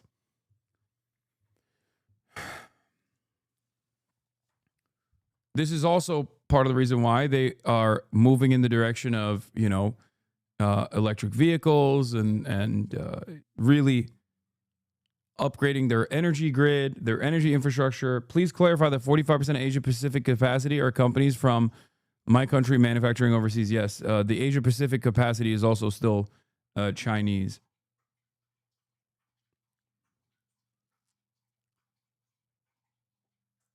That's the situation in front of America. They are terrified of this. So because America's dominance comes from its dominance over petroleum, oil, and not necessarily directly dominating the countries that actually refine the oil, even though they do have some control over those countries, obviously. But it's also how oil is traded. Oil is traded on the dollar. America is the sovereign currency. America is the global currency in which trade is conducted on. If the energy force that is driving all the entirety of the global trade regime that we have is no longer oil, is no longer petroleum, then America will no longer maintain its status as the domineering force. The dollar will no longer be the global reserve currency. And America will lose its most significant control mechanism. Twitter said Hasan is detained by ICE. Is he okay? What? I have no idea what the fuck you're talking about. I'm literally live right now.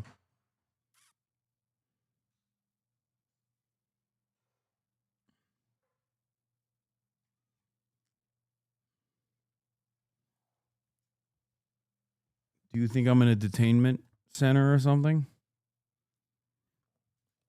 Like, do you think that's what's going on?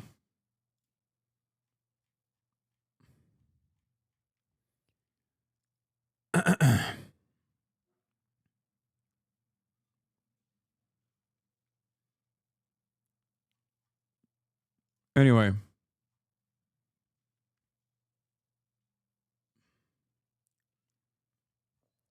The point is, if there is no more reliance on oil, then there's no more than the power that America has being the global reserve currency, the petrodollar, it goes away as well.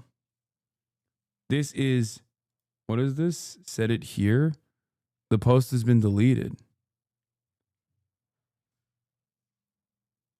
Hasan Piker has just been arrested by ICE and is in the process of getting deported back to Turkey. The fucking post isn't even up anymore.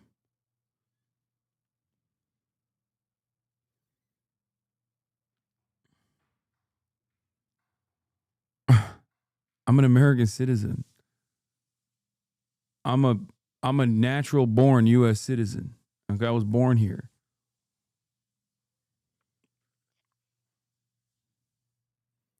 The pedophiles who say Israel has a right to defend itself are very upset about you defending yourself, are just making shit up to feel better about themselves. Oh. Maybe they'll get off my ass for a little bit if they imagine that I've been deported or something. You know? Isn't transferring to renewable energy inevitable, though? Yes. However, no, if we just kill the planet before that transition ever takes place. I'm not kidding when I say I think America's goals here is just to basically kill the planet. Like, the gamble is we got a couple hundred years here before things like really shake up. Okay? We got a couple hundred years before things like shake up and become dangerously unstable. And, you know, we'd rather speed run that process by going long on oil and destroy the planet in its entirety than to let another hegemon take our place on the global stage. If the Trump admin gets rid of birthright citizenship, can't you be at risk? Like, couldn't you be at the crosshairs if your parents weren't naturalized U.S. citizens at the time of birth? Yes, but who knows? That's a long way down the line. China avoided purchasing U.S. crude for the third straight month, the longest stretch since 2018. China shuns U.S. oil for the longest stretch since 2018. Yeah, like I said, it's flipping the monopoly board because you're losing. No, that's precisely what it is. What the fuck are you saying? Agriculture will collapse? We will have societal collapse from refugees alone? Yeah, I see that. I'm saying like full annihilation. Like what you're describing is 50 years. This is 50. Okay? I'm talking full annihilation in like 100 plus. Because when agricultural collapse is imminent in the global south, what will happen is mass climate refugees trying to desperately migrate into the United States of America or even Canada, like areas that are not as immediately harmed by climate change, rather not immediately harmed, but like new agricultural hotspots will open up. Cooler areas that had cooler climate that was not sustainable for agriculture will now be readily available for agricultural output. Okay?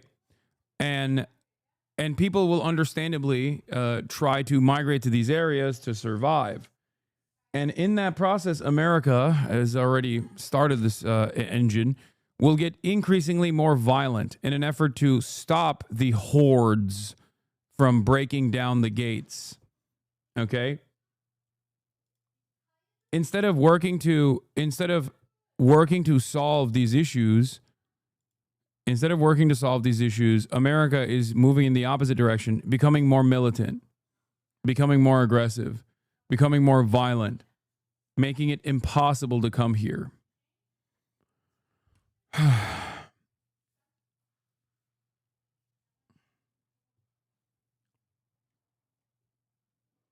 Concentration camps, open torture,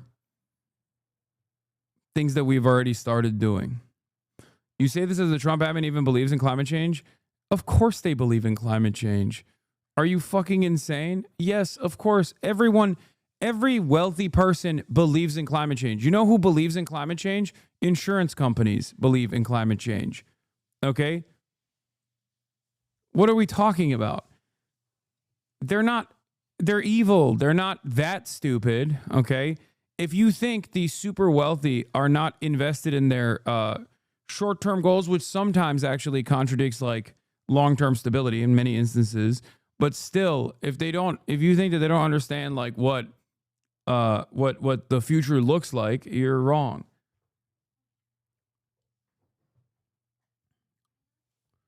That's not how it works. Cooler areas will not become prime for agriculture because of global warming.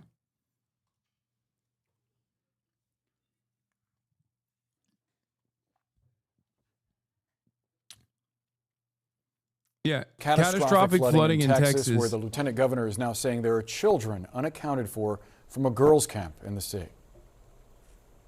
Yeah, for the flash floods, most likely killed a bunch of little girls. Parents who are waiting, particularly that had children in Camp Mystic. Camp Mystic is a camp that has over 750 kids. Right now, there are 20-some that aren't accounted for. That does not mean they've been lost. They could be in a tree. They could be out of communication.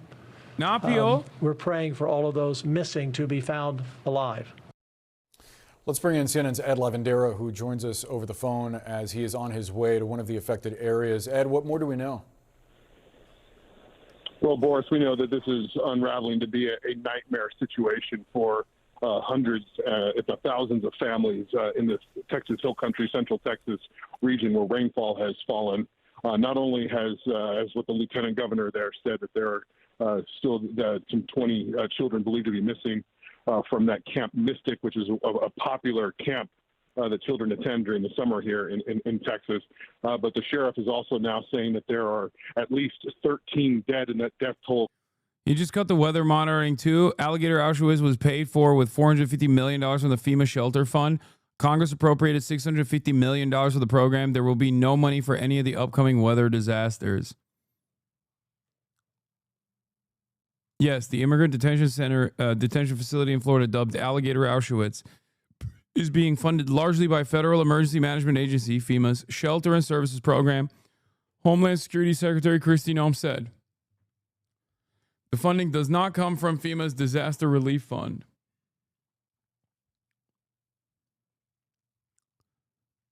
Considering that we're also gutting NOAA, NWS, National Weather Service, and all of these initiatives that are supposed to warn against these sorts of things happening. You know, I suspect that these kinds of climate change related extreme weather incidents are going to happen even in higher frequency. What is this? This Twitter user is the best, most consistent long-term climate reporting I've seen. Good resources for chat.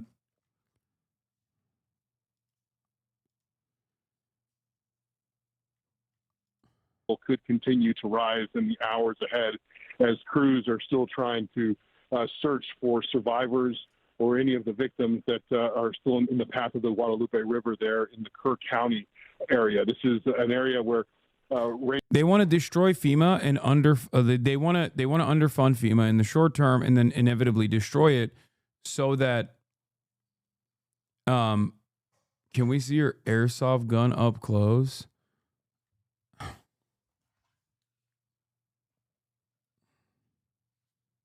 Here. What do you think this is, dumbass? Look.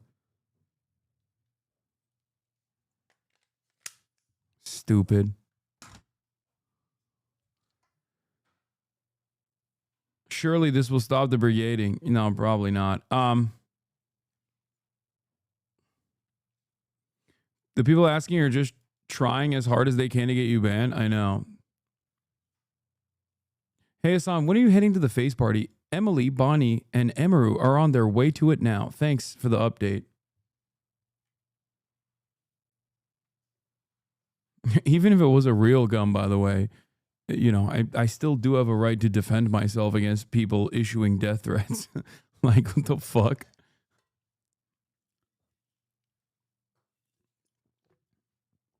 You can't literally threaten the life of a streamer and then be like, I can't believe he said good luck and flashed a weapon, dude. What the fuck? This is illegal. Like, no, it's not.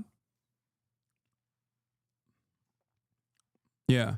Remember when Moist Critical did that and everybody fucking loved it? I wonder what's different in this circumstance. He got a death threat and he responded in the exact same way. Everybody fucking masturbated to it.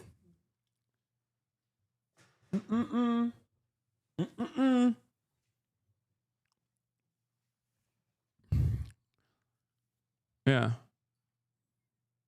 And now all of the fucking right wingers who like literally are gun fuckers who fuck themselves with their guns are now being like, dude, I can't believe this. I can't believe it. What? Why do I feel like you would defend yourself like this instead of using firearms? Probably. How much hate do you receive from other men that is just insecurity? I would say a big chunk of it.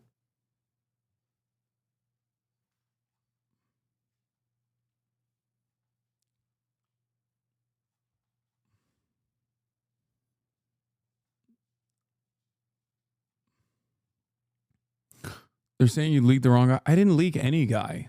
Rainfall has fallen. There was no leaks that happened. That's not a thing. Like, people are just lying and saying that you doxed a person.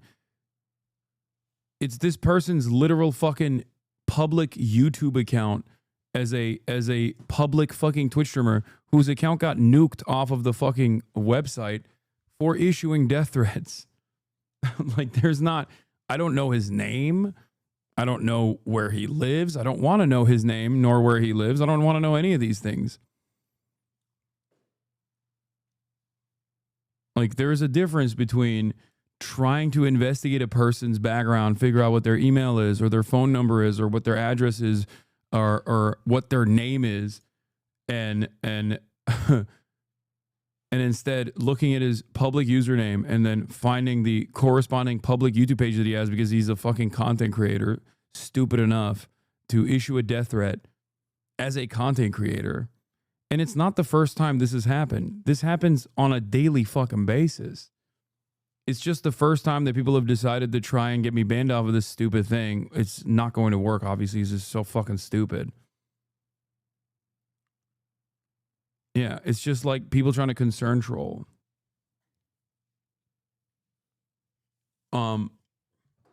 Stop giving in to these idiots, please.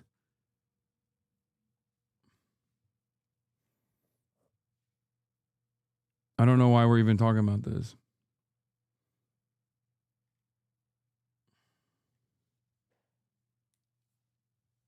Let's continue. Almost 24 hours in very... I'm doxing Ed Lavandera right now as the senior national correspondent. I'm too busy doxing CNN. intense ways, and it's not just there in Kirk County, but the rate... They keep making content and spreading it. I know, but you don't understand.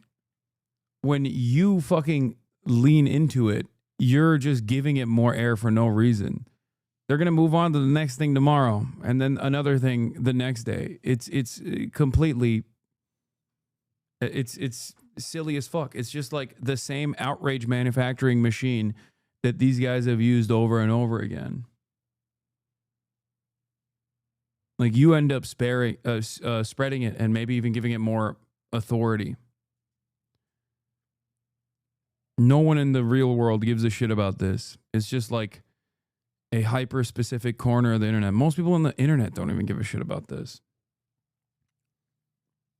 But as I was saying, getting back to the real world, gutting FEMA has been a Republican project for a very long time. The reason why they want to gut FEMA is because they want to make disaster relief completely privatized as well. Disaster relief also is something with inelastic demand. All areas have dramatically affected much of central Texas as well. So as we've been driving in, we're still about, we're making our way. You know the old saying, never let a crisis go to waste? This is precisely what this is.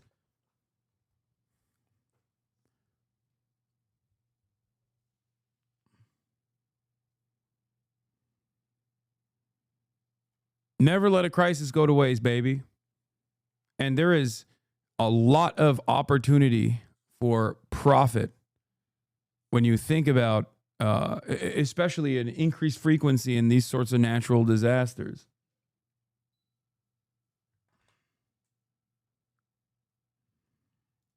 The Texas Hill Country, and there are rivers and creeks that are just kind of coming out of its banks. But right now, the intense focus there in Kerr County, where the sheriff confirms that there are at least 13 people dead, that death toll expected to go higher, and obviously a great deal of concern for many families who've been affected by all this, and a number of children from this popular campground area that are still missing, and a frantic search for them continues here this afternoon for us. Yeah, no question, and we hope that officials find them safe. Ed, tell us about this area of Texas, the Hill Country. Tell us about the landscape and whether these sorts of storms are typical for the region.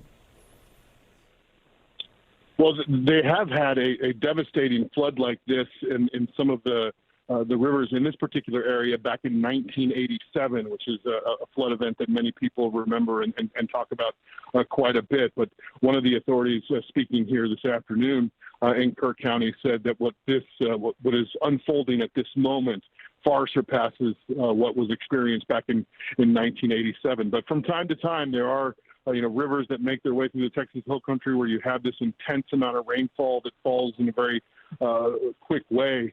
Can cause devastating flooding like this. But there's a Camp Mystic is a popular summer camp it's an all-girls camp just up the river. There's another camp, and we're trying to still get information on that one. Camp La Junta, where it's an all-boys camp. So this is a region, especially for this time of year, where it's a very popular place for people to go hang out on the rivers, especially on a July 4th weekend. And would you happen to know, Ed, what kind of warning was put out if folks on the ground were aware that something like this might be coming? I think one of the local officials said that there isn't a very elaborate warning system in this particular area. But regardless, the amount of rainfall that has fallen in the last 24 hours came rather quickly. I don't have a real gauge as to whether or not the people who were closest to all of this had a real good indication of what was unfolding or what was about to unfold. That isn't totally clear to me yet. So we'll continue to report on that as well.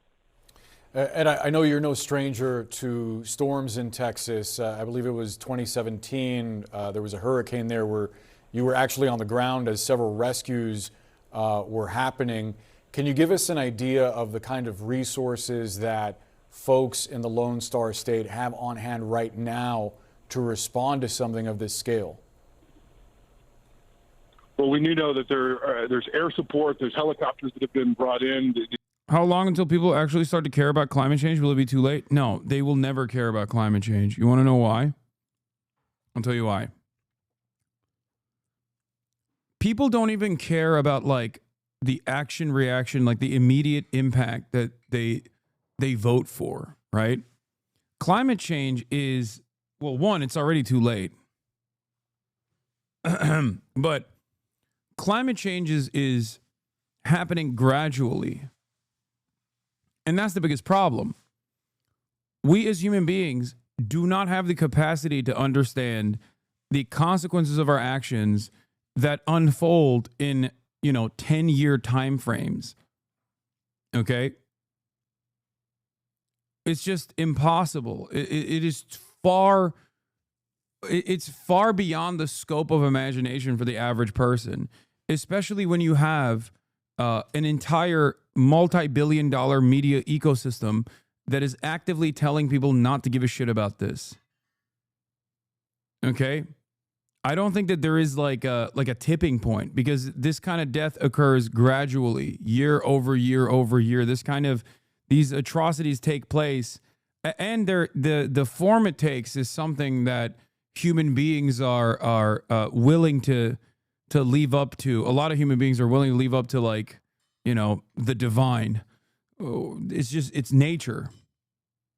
So a lot of people also think well, we didn't do it. It's nature. There's not really anything you can do about it.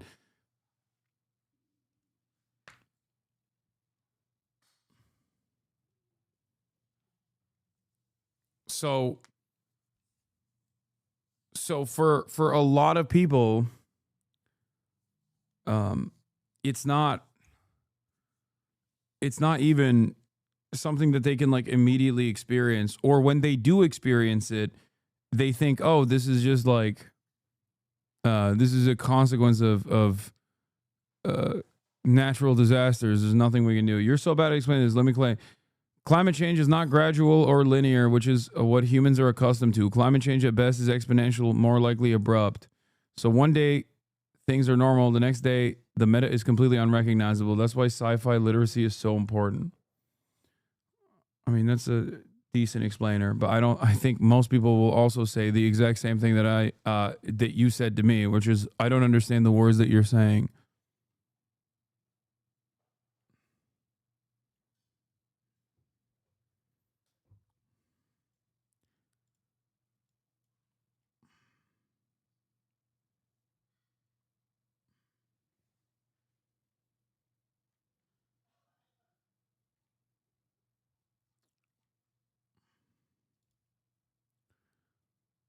Climate change is no different than the way people foresee immigration enforcement. Okay, it's the same principle behind the famous poem. First they came for the communists. I did not speak out because I was not a communist. Then they came for the socialists. I didn't speak out because I wasn't a socialist. It happens over time. And most people don't realize that it's inevitably going to fuck them over as well. And climate change is similar to that as well. They're like, oh, it's just a thing that's happening in a different state.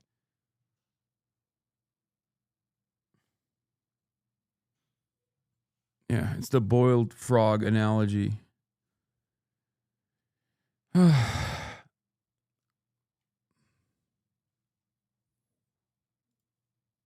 Yes, state authorities and Texas emergency management officials have said, they are sending in a squadron of different units that can help in this situation. So there are high water rescue teams. So there's boats in the area.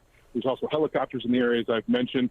But what is also hampering the situation today is that the rainfall has continued. I was just looking at the radar a little while ago, and it seems like that Kerr County area is almost to the point where some of the heaviest rainfall has passed it, and there might be a little bit of a respite here that would give those emergency crews some time to work and get into the areas most affected. But remember, as all this water accumulates, especially upstream, it has to flow downstream. So this becomes a very treacherous situation for those high water rescue teams, where these water levels in these rivers will be rising for some hours, even after the storm passes.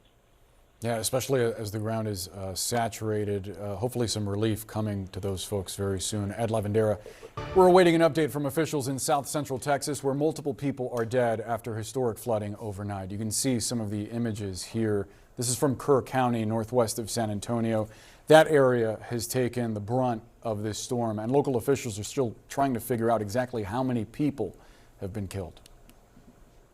But in terms of exactly how many are missing and unaccounted for, we're not sure about that number. But we have a bunch of them that we're trying to get back. Most of them, we don't know who they are.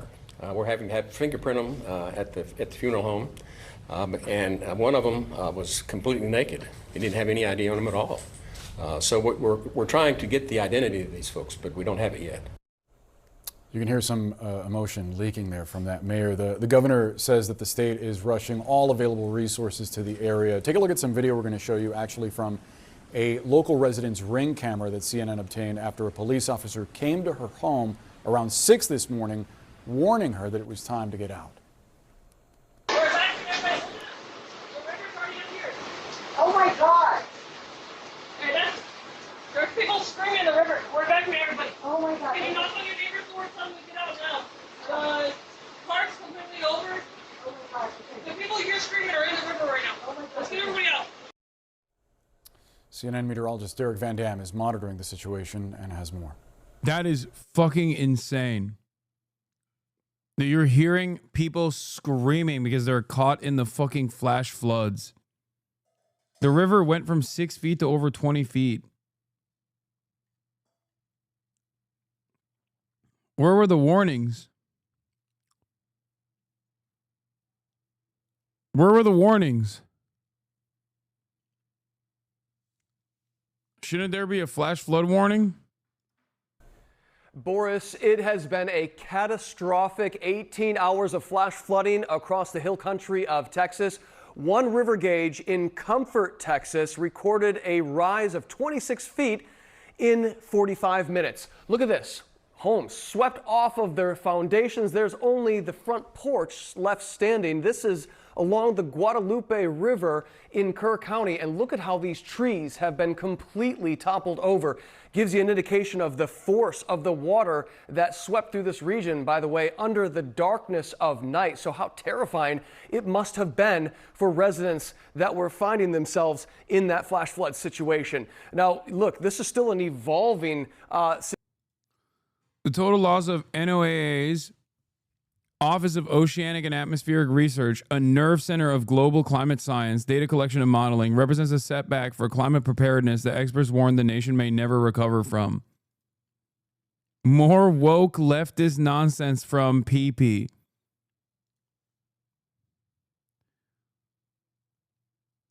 Brother,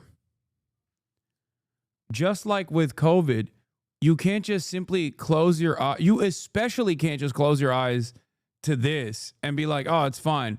With COVID, even though that was also false, to be like, oh, if we don't test it, then we won't know. And it's just a cold. It wasn't, right?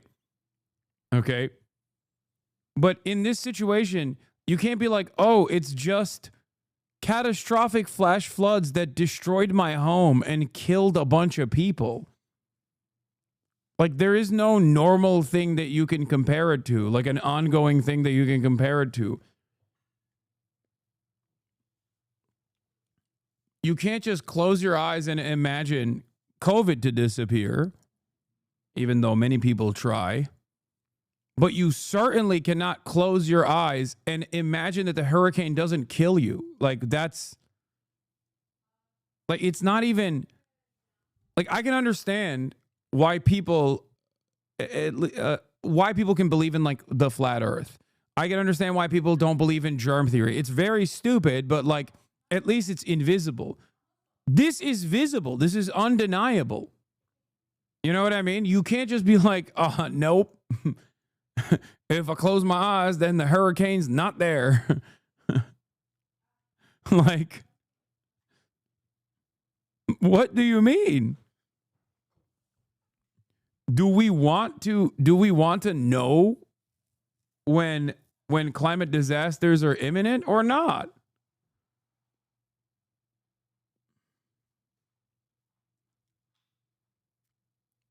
This makes no fucking sense. Hurricanes were invented by the woke left.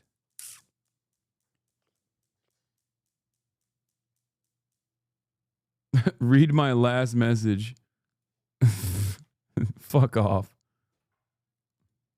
bitch. Situation at least, right? We've got rainfall totals, at least accumulation estimates from radar that have totaled over a foot. Here's Kerrville. You can see the San Angelo region just to the north and west, several locations indicating 12 inches or more of water. And that water... There was a flash flood warning about 12 hours ago in the area, but we all know those warnings are ignored by everyone. They are not the ones that force an alert to your phone. It's like a yellow banner if you look up weather kind of thing. The river then raised 26 feet in 45 minutes. Wait, so there was... The first year my employer in Tennessee has taken flash flood warnings somewhat seriously, but they only give us 15 minutes warning to close after the warning has already been active for like 30 minutes. Jesus Christ. Is eventually going to flow downstream, particularly along the Guadalupe River. This is a river gauge forecast for Spring Branch. This is due north of San Antonio.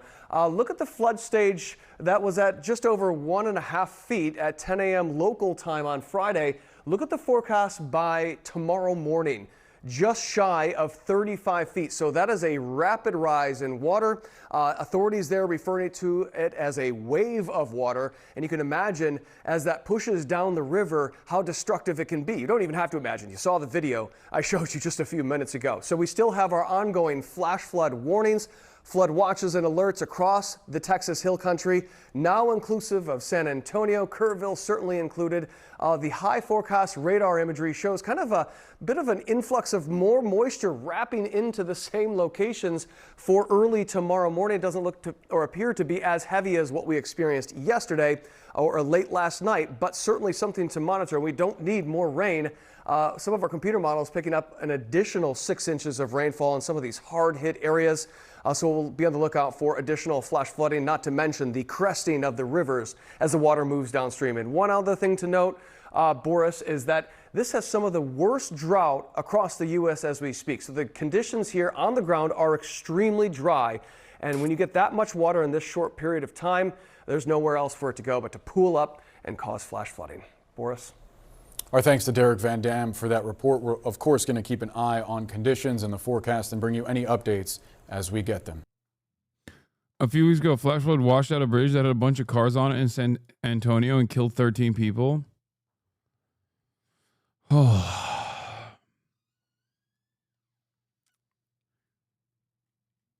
I really thought that at least like with the last administration, there was a bunch of necessary resource allocation to at least like mitigating the damage caused by climate change. Because I was like, all right, if you want to be like a normal, if you want to be like a functioning country, you can avoid climate change all you want, but you can't avoid the disasters that take place, right? So at least like they would have some funds allocated to rebuilding, some funds allocated to like having a not a prevention system necessarily, but like a warning system. And this administration came in and we're like, haha, nope, we don't even want the recovery funds. Like, we don't even want people to be able to recover with government funds from this death and destruction. Like, this is a death cult. I often say fascism is a death cult, and it is, but like capitalism is also a fucking death cult. Unrestrained, where everything is for profit. Every sector, every space, every crevice that we can like eke out some profits, we will do.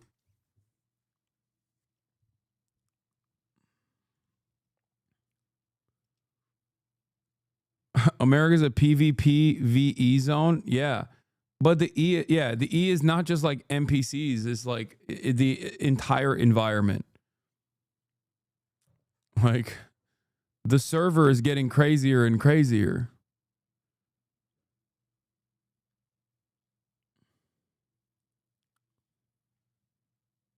How will the market gods solve this?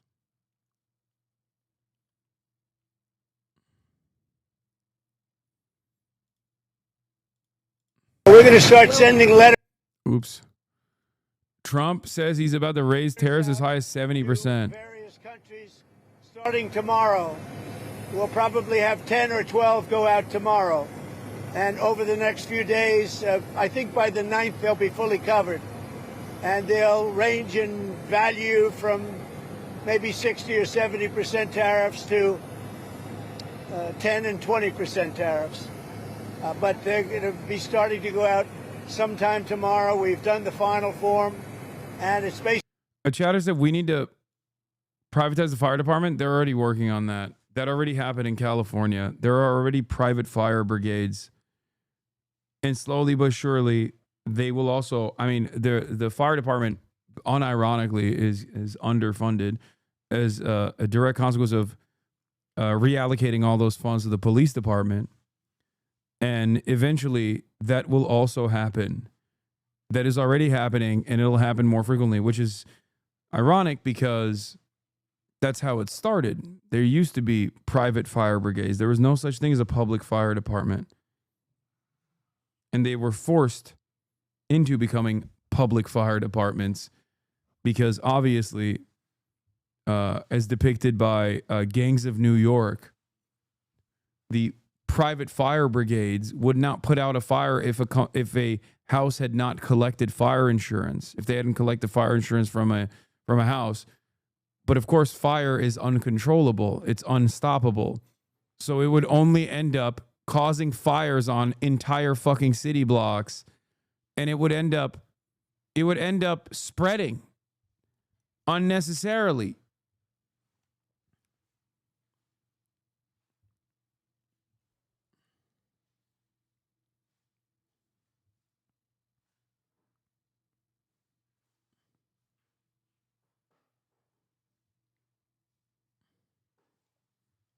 Great. Yeah, if you want to, Noam Chomsky always said, if you want to privatize something, you first defund it. Create the problem you want to solve. Of course.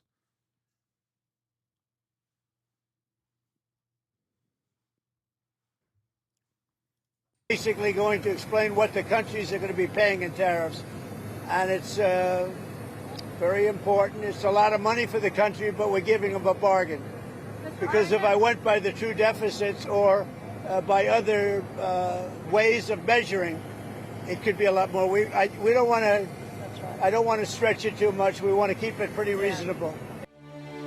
US President Donald Trump says he plans to spend part of his 4th of July holiday sending letters to countries notifying them of their new tariff rates with the United States. He says in most cases, starting August the 1st. Dude, this is so. Dude, he is exactly like my haters that fucking sit around and spend their 4th of July in my chat being like, when are you going to get banned? Why don't you get banned? Like, it's just pure operating on 100% animosity and 100% resentment. Fantastic. Just the only thing that motivates guys like this is literally just resentment, pure spite. It's so strange. Just fucking have some fun for one day, man. Nope.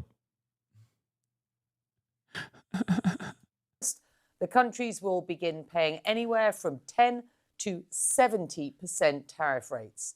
Now, it's unclear which countries would get the first letters. Only that It is also ironic because like Trump's tariff scheme is basically like him behaving like a little king against all these other sovereign states, quote unquote sovereign states, that are not so sovereign and instead are vassal states. And the whole tariffs regime that he has set up is basically like a king going to its vassals and demanding more in the form of taxes, in the form of grain, in the form of whatever fucking their output is. Like that's literally what he's doing while in the process of celebrating America's war against a monarchy that did the same to the United States of America. Like demanding feudal homage on the fucking the weekend that is dedicated to the holiday that is dedicated to America's emancipation from that exact same design. HasanAbi, why do people hate you? I don't even get it. You care about people. That's what, that upsets them. As a disabled person watching gives me hope when I should not have any. I'm glad to offer a little bit of hope to you, chatter. But yeah, that's what it is for the most part. Resentment, anger, people being like, why don't you also behave like I do? Zen fascism, as Matt Christman called it, which is, we're all in this together. You're just as hypocritical as we are. Why the fuck do you keep chirping about how violent this system is when you are also a recipient of the violence of this? When you are also a recipient, a benefactor of all of this violent machine. As a matter of fact, you're not only a recipient and a benefactor, but you're also an endlessly fortunate recipient. You should fucking shut up about how awful this thing is and stop trying to make me care. You should be talking about how good everything is, as a matter of fact, because it's been good to you. That's usually what it is. And then there's also a lot of people who just don't pay attention to anything, understandably, and they just like kind of see stuff online. They see stuff online and they basically go, you know what? Fuck this guy. Because some of these people do present me in a very bad light, you know? I get it. I would fucking, if I didn't know who I was, like, look at this guy saying, bring out the gun again. It's right here, chatter. It's literally right there. Do you not see it? It's on screen. It's not gone anywhere. But that's what I mean. Like, if I had no idea who the fuck I was, if I, in the way that I'm presented in some of these circles, if another person was presented in the way that I'm being presented in some of these circles, and I had no idea who the fuck this person was, and I didn't have time to investigate for myself and make up my own conclusions, I fucking hate myself too. Yeah. This guy's a dangerous terrorist, fucking America hater who wants every American to die. You know, he's a dangerous, unstable individual is the way that they fucking present it.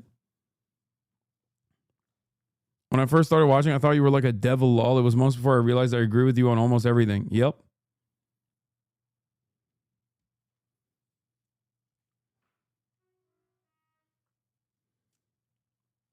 Yeah.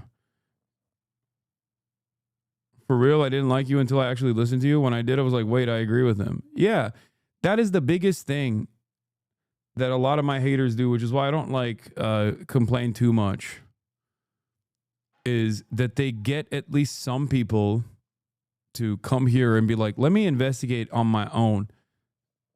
And then when you do, you realize, they're like, oh, these guys were just fucking lying. That's it. I wish it didn't have to be that way. I wish that people just kind of leave me alone and then people found out about my positions on their own. But my mom's neighbor told her, you're a terrorist. And mind you, this is in Peru, so the narrative reaches over there as well. That's so funny.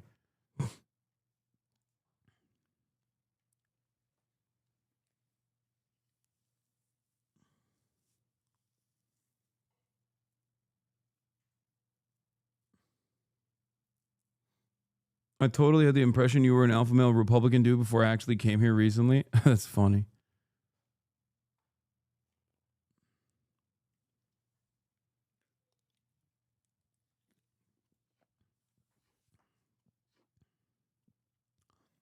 I don't like you or agree with you.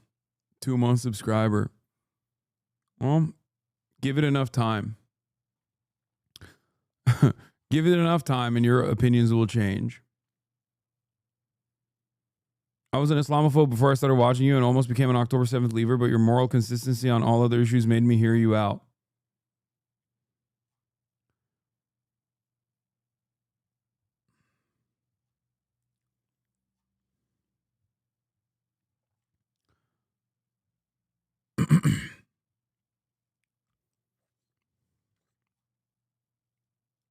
She would send out up to a dozen letters a day. Well, for more on all of this, Tinner's Anna Stewart joining me from London. And it does sound like Treasury Secretary Scott Bessent had more specifics about the tariff rate a majority of countries might be looking at. What did he say? Had a few mixed messages about what the tariffs will be, and what seems clear is that perhaps the tariffs we had on so-called Liberation Day all the way back in April, those tariffs that were paused, perhaps they are dead in the water, because we could be seeing new tariffs up to 70% according to President Trump. But as you say, according to the Treasury Secretary Scott Bessent, for the majority of countries, and I'm thinking these are the countries that don't have a big trade surplus with the US, it could be a lot less. Take a listen. I think that we're going to see about 100 countries who just get the minimum 10% reciprocal tariff, and we'll go from there. So, I think we are going to see a lot of action over the coming days. We hope we do see a lot of action. We've seen a little bit of action in the last week. A trade deal in principle, at least with Vietnam, bringing their tariff down from 46%. That's where it was at Liberation Day levels. It's now down to 20%. He just loves molesting the money. You just got to let him do it a little bit, This is him. This is him being like, come on, I'm still here. And this is my favorite thing to do. I'm going to do it. Come on, as a treat. It's 4th of July. Let me have this.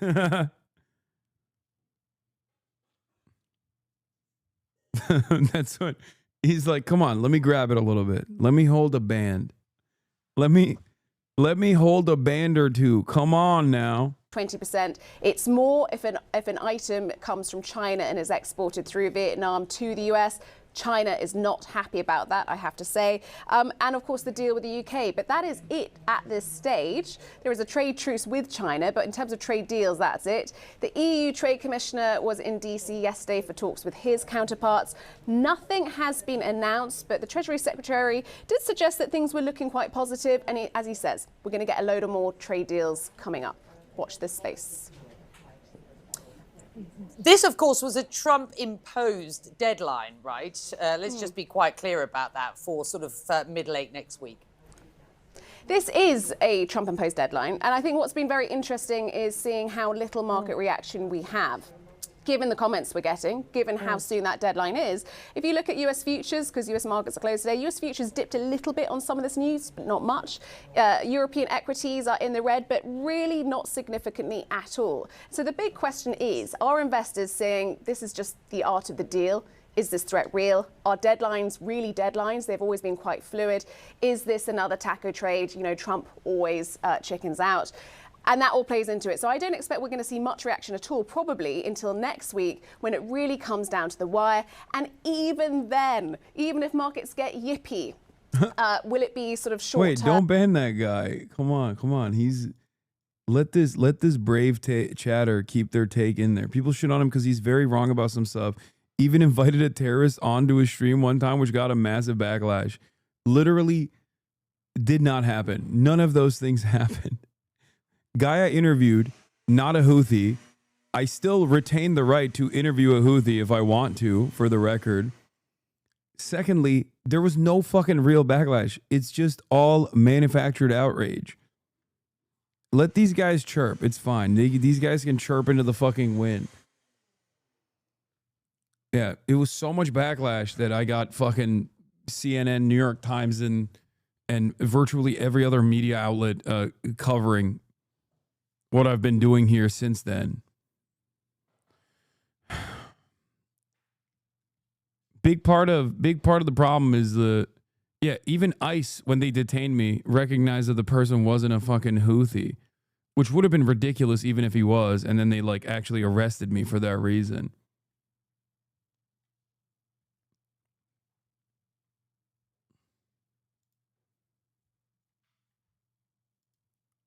So it's just weird when people it's weird when people still operate on this this like weird notion.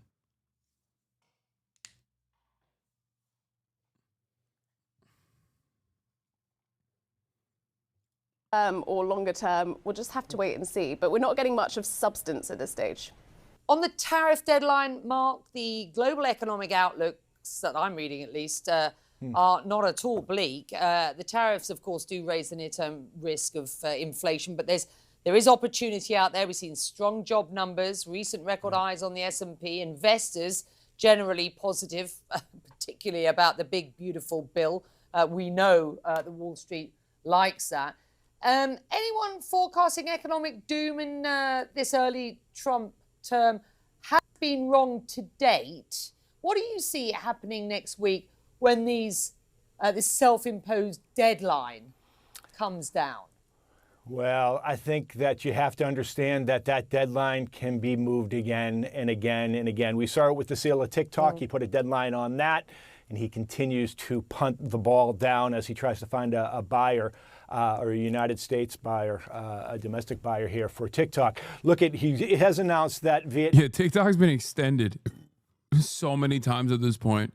Just give it up, bro. That coverage is the reason I opened up your stream myself and saw that you were just being a journalist and explaining your point logically. Is when things are too logical for someone to respond, they lie to cause a scene about things you never did. Yeah.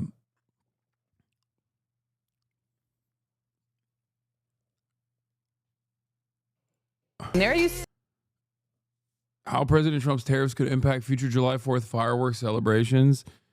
Okay, let's see what's going on CNBC's Make It. Elise Lightyear, 35, traded a hectic New York City life for China and now lives large on $30,000 a year. This is surprising coverage from CNBC. For the typical American, there is a lot of confusion about what life is truly like in China. When I tell them how modern the cities are, people are shocked. When I tell them about how low the prices are, people are shocked. Isn't Chengdu gay as fuck too? There's like that's a gay city, right? $4 US for a Michelin recommended meal.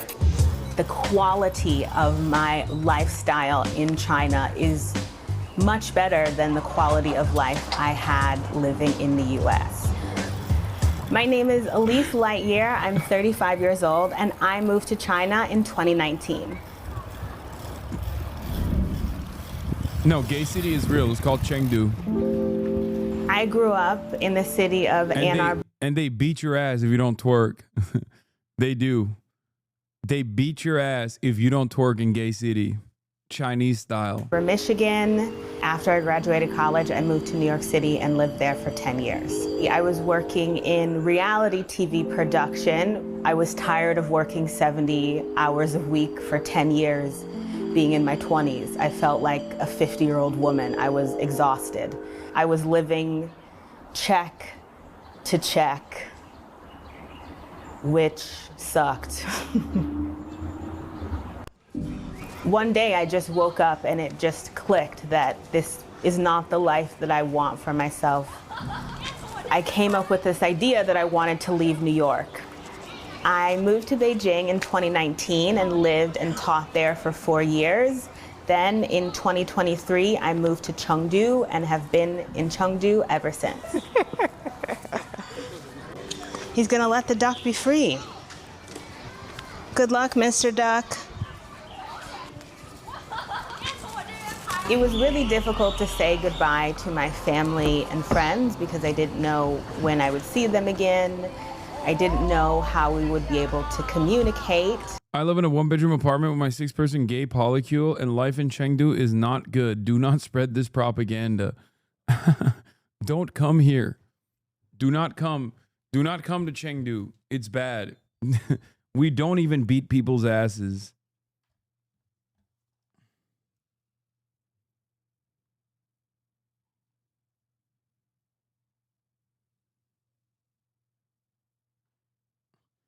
They do not beat people's asses if they actually refuse to twerk. I thought they would, but they do not. It's gay city, and they are not beating people's asses if you refuse to twerk. And I was scared. I was scared of this 15-hour flight that I had to take. I was scared about what food I was going to eat. I was scared about this new career, about being a teacher. I was scared about making friends. But I was ready and I was excited. And I think my excitement trumped my anxiety and my scared feelings. Chengdu is maybe a place you've never heard of, but it is actually one of the biggest cities. Chengdu has a population of over 20 million people, including myself. Currently, I'm a university teacher, and I work a total of 18 hours a week, 4 days a week, and I teach freshman first-year university students who already speak English, and I teach them essay writing. I take the subway every single day to work. It's really easy to navigate. All of the signs are in English and Chinese. All of the announcements are in English and Chinese, so it's foolproof. This round-trip subway trip cost me 2 yuan, which is 28 US cents. Fucking hell, man. That is crazy, brother. Everything she just mentioned feels like a flex. Like, she's actually smirking at us, bro, is true. It low-key feels, it feels like she's just flexing. 28 cents. Can live a life with $30,000 a year. Works 18 hours a week, 4 days a week.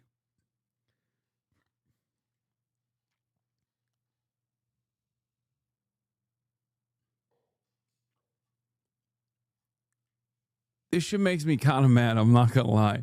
Because, like, China is able to do this with nothing. Like, China was able to do all of this compared to, like, America and the amount of wealth that America has. China was able to do this from nothing, dude. Basically nothing. It took a long time. It was a lot of hardship, but god damn. How the fuck do you look at this development over the course of past, like, 30, 40 years? And not realize that capitalism is fucking dead, okay? Not to say that, like, China is a full-blown socialist state. It clearly isn't. It's a transitional socialist state. But even the mere attempt at, like, developing a transitional socialist state or having a command economy can create an environment of sustainability and and a government that focuses on development unconditionally. It's crazy. China is not going to allow some small-headed giant to be a streamer.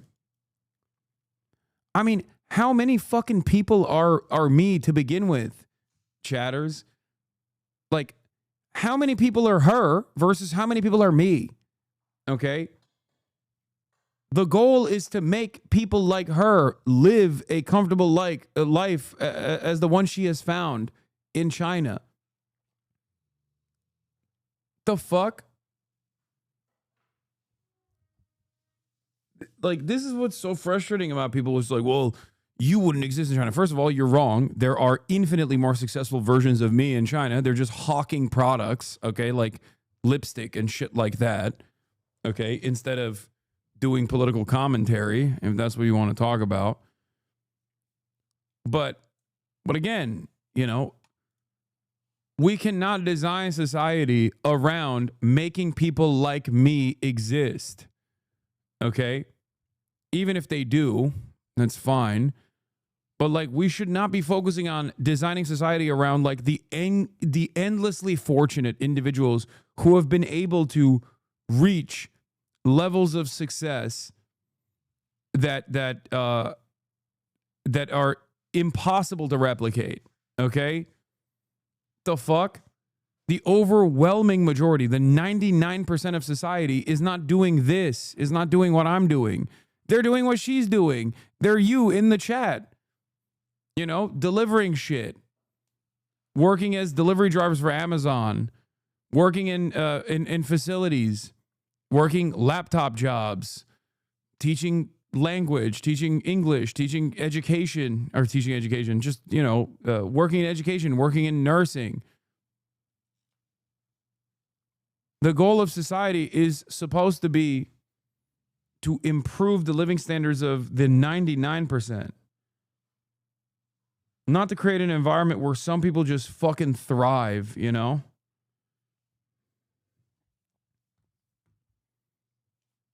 God forbid, bro, people think about people outside his current class.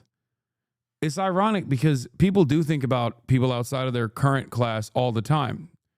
They think about the wealthy all the time. They think about the interests of the wealthy all the time, with the false hope that they will also be in that class one day.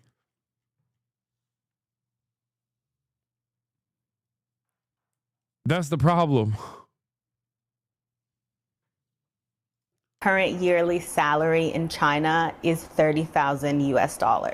$30,000 US a year is poverty in America. But in China, I'm living large. I am upper middle class. For my 3-bedroom apartment with a balcony located... What is she going to say is the price of a 3-bedroom apartment in Chengdu? If she says anything less than $1,000, I'm losing it. Downtown Chengdu, just a 5-minute walk from the subway. My rent is $556 per month.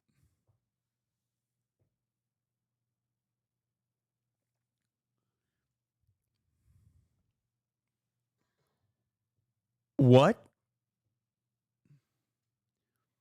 In the cheapest city in the United States of America, the only way your rent will be $556 a month at a 3-bedroom, 2-bathroom apartment is if you are sharing it with 2 other people that are also paying $556 a month.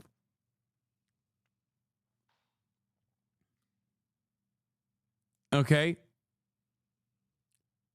That is insane.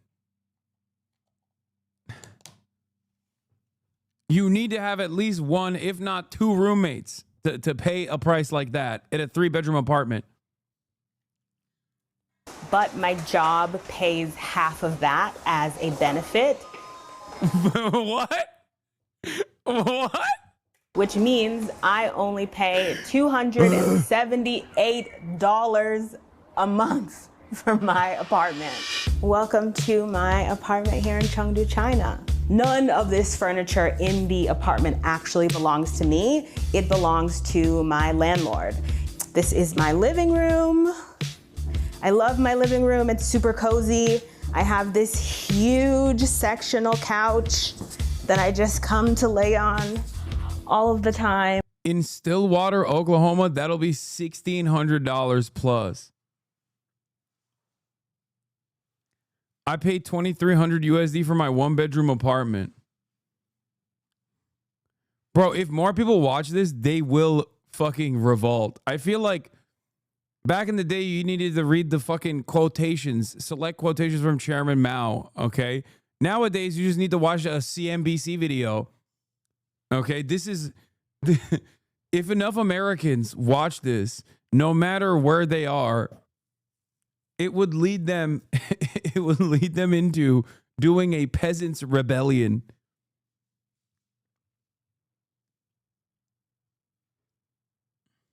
I bought myself a projector.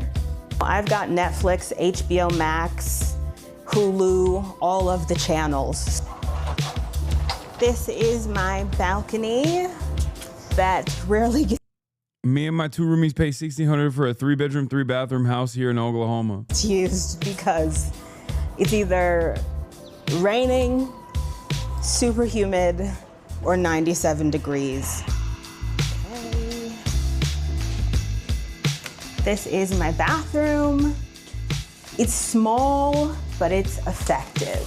This is my wardrobe room. This is the 3rd bedroom, but there's no bed. So I've turned it into my wardrobe, closet, get ready space. My 2nd bedroom. I didn't paint it. It came like this. And this is the master bedroom. This is it. Let me show you the kitchen. So here it is. It's pretty small, but I'm just one person and it works perfect for me. This is where I do my laundry. This is my washer. My apartment came with this really. Do you know anything about life in small cities in China? Is it decent for foreigners? I've had experiences in big multi-million citizen cities, although in the Western Hemisphere, and I found it not working for me. I mean, I don't know, but I don't think if you live in China, you're going to be living in a fucking... You're going to be living anything beyond like a tier 2 city if you're a foreigner.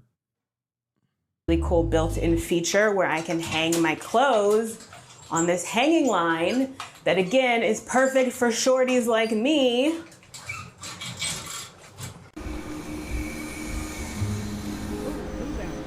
It's so insane to see this inverse existence between the average American and average Chinese person. In 40 years, the average American has gone from modest and comfortable living like this to utterly crushing poverty, while the average Chinese person has gone from poverty to modest and comfortable living. How many American cities have fallen to poverty in 40 years, and how many Chinese cities have risen to luxury in 40 years? Yeah, no, it's that simple, dude. That's it. That's it. That's the reason why people are like... That's the reason why China gets away with like social repression of different sorts. Meanwhile, America's taking away the social libertarian principles that it previously had as well, while simultaneously eroding material conditions. Great.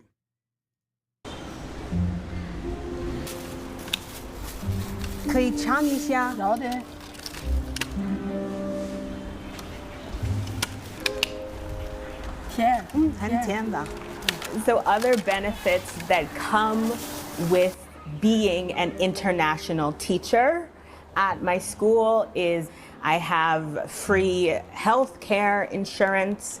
My job. This isn't a flex. I could live in my car for $300 a month. Exactly.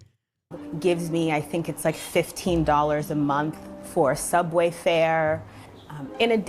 Nice to see you admit to Chinese social repression. What is this implication that I don't talk about this or something? Like, we got him. He's finally admitting to it. Yeah, I talk about it all the time, dude. What the fuck? My point is, people still are happy with their living standards because the government is improving their material realities. Okay? It would be nice if they got social freedoms on top. Well, they already have social freedoms in the way that we understand it here in America as well, but like even more social freedoms. Do you know how to move to China asking for a friend? I don't know. In addition, every year my job gives me a flight allowance, and that comes to $1,200 US. Each month, I think I spend approximately $75 on groceries. I have 4 bags of groceries, mostly produce, and a bottle of sesame oil. Total $9.04.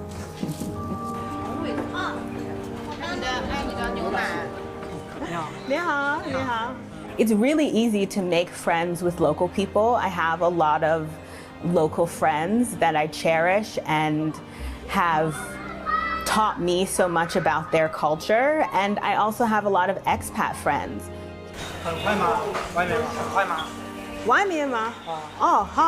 Okay.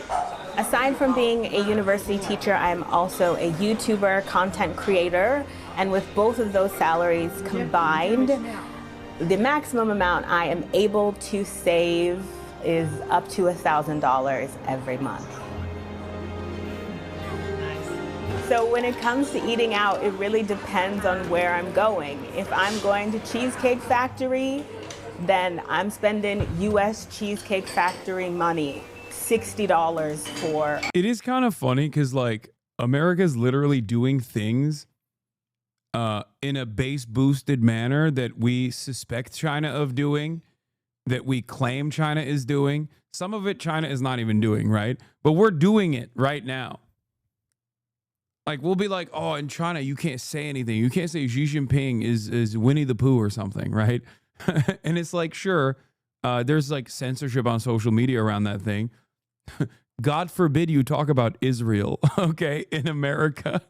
Like, what do you mean? You can't come into the country if you have a JD Vance meme that looks like a fucking porky little baby, okay? We're doing that. We're doing the things. We're doing the things right now in the United States of America that we said China was doing and laughed about for years and years and years. And we're doing a worse version of that.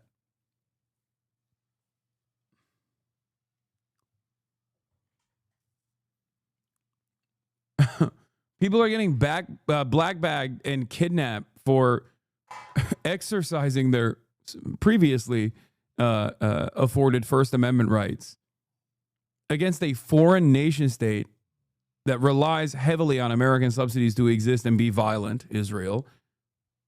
And motherfuckers are like, but China. Bitch, they also have fucking 28-cent metros that work reliably all the time.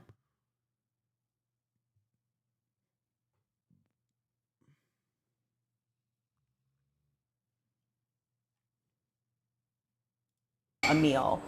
But if I'm eating local and going to my neighborhood noodle spot, I'm spending $2 on a bowl of noodles. In a month, I'm spending about $150 eating out. I feel completely safe as a woman of color. I just feel very at ease in this country. Overall crime in this country is quite low. Some of the challenges I face in China is just simply being different. China is a homogenous country, so I stick out like a sore thumb.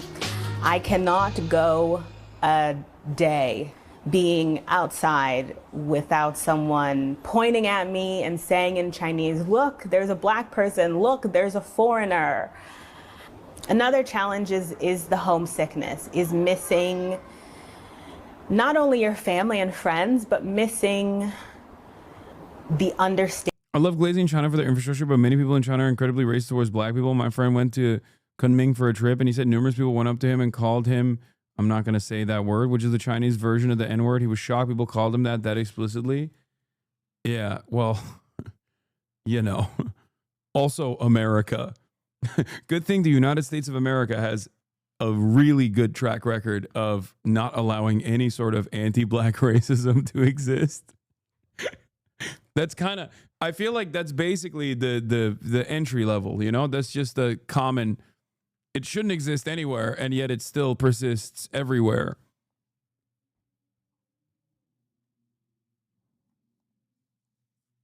You know? It's true though. Yes. Especially, there's two different kinds of racism in places like this, okay? There is that's a black person, and I've never seen a black person before style racism, which is more like fascination, born out of ignorance. And then there is the racism that you see not dissimilar to the Western world where, you know, some form of chattel slavery existed. There's both. I'm good on going to China, bro. Man, you live in fucking Canada, okay? Good luck. Disparaging China, talking about, oh man, there's anti-black racism in China. Chatter lives in fucking Canada, okay?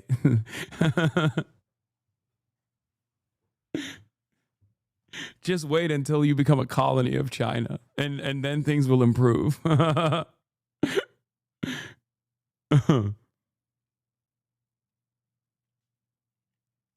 I'm saying it's cool, but it ain't for me.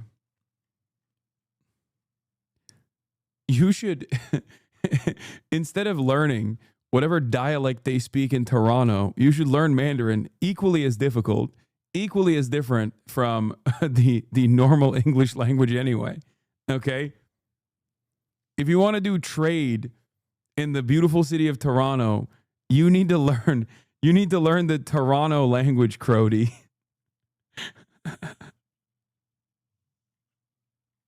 The Toronton dialect. Oh. Understanding of just how to do things. You're moving like a bucket right now, fam. See, this is what I mean. Don't know what that means at all. That is basically indecipherable, okay? That's basically Chinese to me. I don't know what either of these things, if someone were to be speaking in Mandarin, okay, right now in the chat, it would be equally as indecipherable. Don't know what that is. That was the hardest part, is that learning curve of trying to figure out how China works. Okay, tea house. With all the money I've saved in China, I plan on buying a house not in the US because can't afford that. I haven't saved enough money to buy a house in the US, but I have saved enough money to pay off a lot of my student loans. And I think I've saved enough money to buy a little casita on the beach in Mexico. Fingers crossed, that is the plan. I've learned a lot about myself living in China. I think my self-confidence has improved through the roof. I just suspect if it's anything similar to the other Asian countries that I know of and have visited, the biggest L for China, I suspect, is going to be the lack of Mexican culture and Mexican food. That's it. That's like, I feel like that's the biggest L for most countries. It's just without Latin Americans in general, without South Americans in general, it's just like the vibes are different. It shifts. So you know that saying about New York, if you can make it here, you can make it anywhere. Well, throw that away and apply it to China.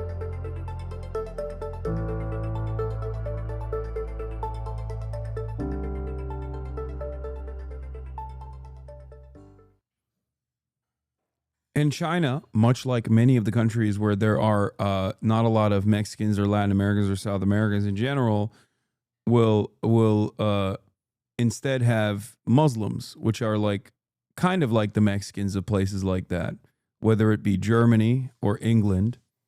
I would say that like both cuisine-wise and culturally, they make up for the lack of the global they make up for the lack of members of the global Latina belt.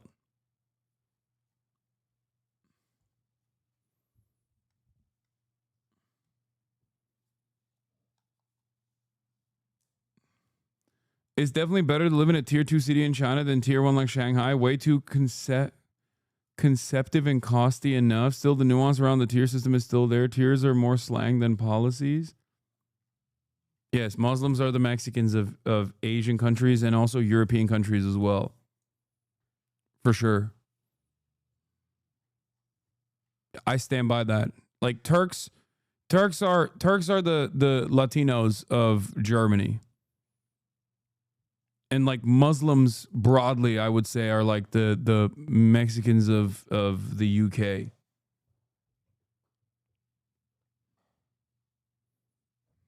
For sure. Like carrying the cuisine and culture on their backs.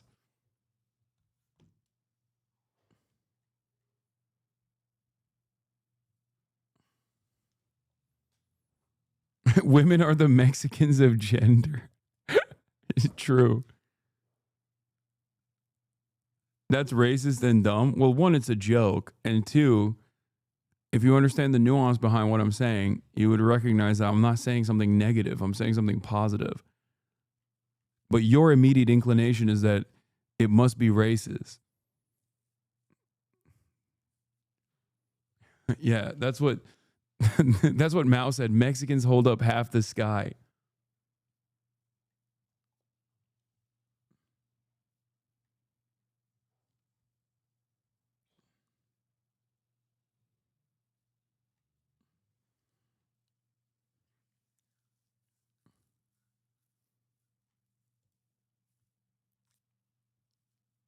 How China built its most extreme metro ever. Traveling to work on a roller coaster, riding over streets, mountains, rivers, and then blasting through the side of a building. You're looking at the most extreme the most extreme commute in the entire world. But where even is this? And how was it actually built? Hey, I'm your host Regis, and today, we'll be taking a look at this insane, record-breaking metro up close. If you visit the Chinese city of Chongqing, it feels like it... Damn, he hit that hard. He hit that a little too hard. Swagless white boy says name of Chinese city, instantly gets canceled.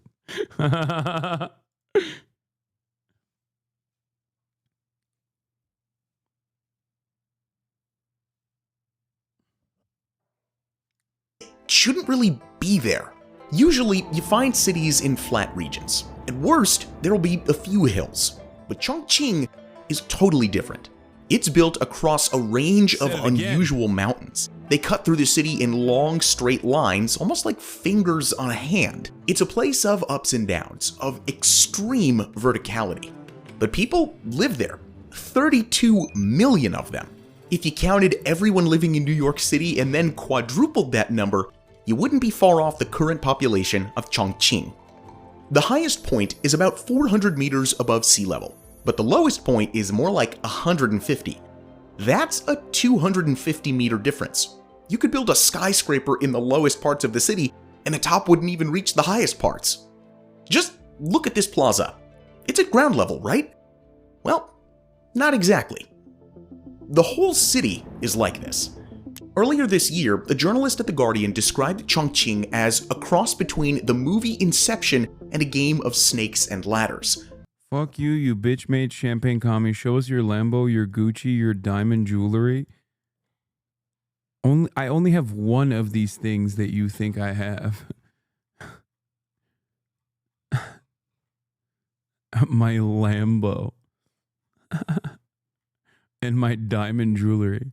Yeah, I have diamond jewelry that I just simply never wear for some reason. I just like to keep it. Like, ooh, I'm going to keep it in secret.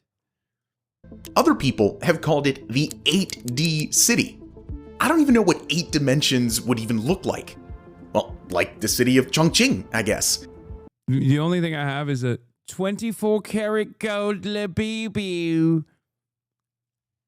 The only 24 karat gold labibu. I have the only 24 karat gold labibu.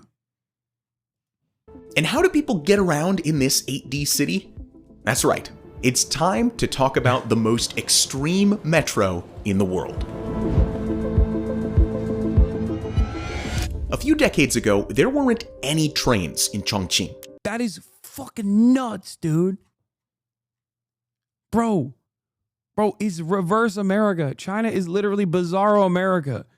This is what American cities are turning into as industry leaves. And Chinese cities that look like this, when American industry was thriving at the same time, now look insane.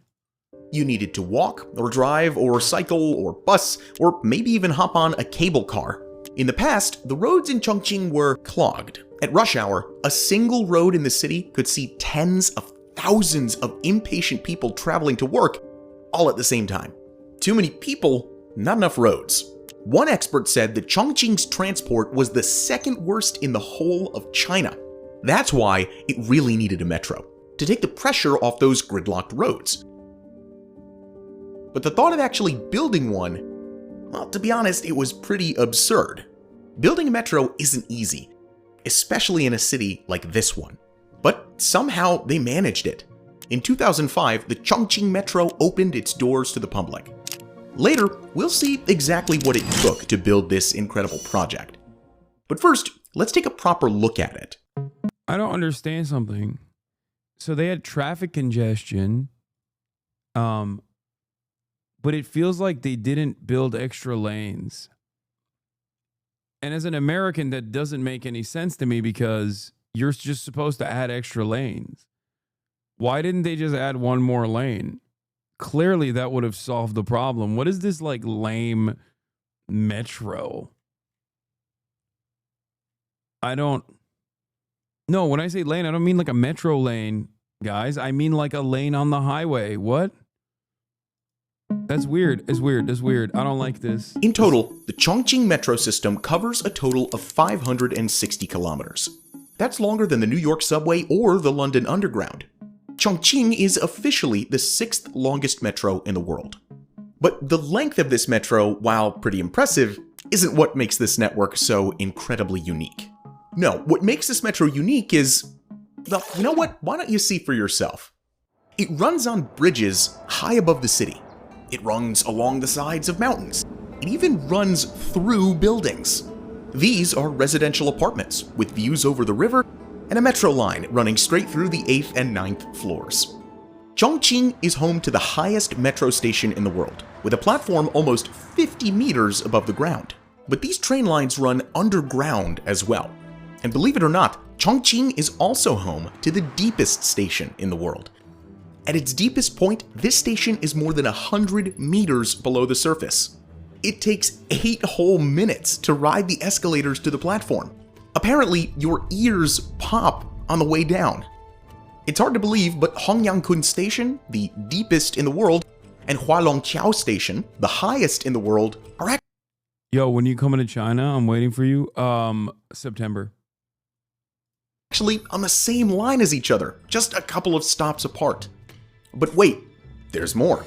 As well as these record-breaking stations, the Chongqing Metro also has record-breaking bridges. There's the Ugongyang Rail Transit Bridge with a length of 1.6 kilometers. It's the longest metro-only suspension bridge in the world. Then there's the Kaijiao Rail Transit Bridge, which That makes no sense. Building a bridge for a metro? What? What about the cars? Why is nobody talking about the cars? Does nobody think about the cars? Why does no one care about car-reliant infrastructure? Where are the parking lots? Please tell me they built more parking lots. They should probably pave some of the green areas that they have so they can make parking lots. This is, I am a Dallas enjoyer, okay? I am a Dallas enjoyer, and this is really breaking my brain. I don't like this. Carries trains across the Jialing River. At 100 meters, it's the highest metro-only bridge. Do you ever fear you'll get Paris syndrome if you visit China? No, not even a little bit. In the world. On certain days when the fog rolls in, crossing the Kaijia is like riding a train through the clouds. Elsewhere, you've got the Chaotianmen Bridge. This one holds a record too. With a total length of 1.7 kilometers, it's the longest through-arch bridge in the world. Another famous through-arch bridge is the Sydney Harbour Bridge, but that one is less than 1.2 kilometers long. I make that, let's see, 5 world records, and still, there's a couple more. It seems like China is breaking record after record lately. But Paris syndrome is most commonly experienced by Japanese tourists. Japan is very Francophile. They love French culture. And then when they inevitably visit Paris, France, they realize that it doesn't hold up to their expectations. There's just disappointment. So that chatter was asking if I would feel a similar sense of disappointment after hailing China as this beautiful pearl, but I don't think so. because when you look at the things I like about China, like, I can totally understand why someone living in like fucking Tokyo would hate Paris, because all of the amenities that you have in a place like Tokyo, you all of a sudden lose in a place like Paris. Whereas we have no such amenities here in the United States of America. And therefore, if I were to go to China, it would be, as someone who's an infrastructure nut like myself, I would most likely not experience any sort of disappointment. Unless all of these images that I've seen of China so far are just totally fake. It's CGI. It's totally fake CGI, and they don't actually have tremendous development projects. You know what I mean? Yeah, I just go there and it's all backwater. It's all just fucking undeveloped.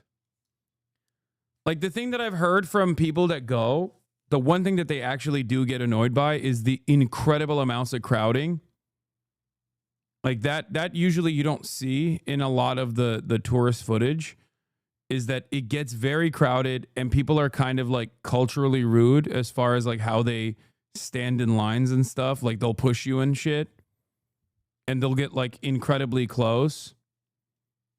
But I think that's pretty much the only thing that I would not like. Hasan doesn't get it because he hasn't seen my 24 karat gold pew pew.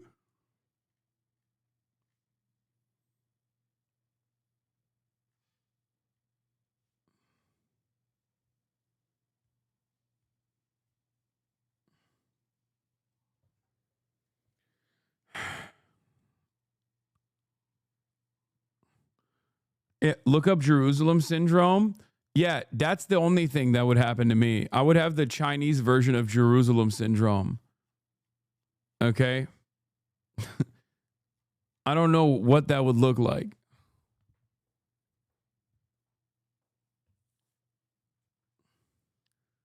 The Chinese version of Jerusalem syndrome is when you think you're reincarnated as Mao Zedong.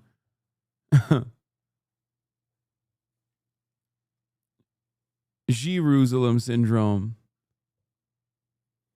What you just mentioned is 100% true. As a Westerner, you all just get a lot of staring and sometimes weird treatment. Yeah, but that exists in Japan too. The only difference from what I gather is that in Japan, people are rude to you behind your back, or will just like politely tell you that you can't go into a restaurant or whatever. There's a lot of racism in Japan.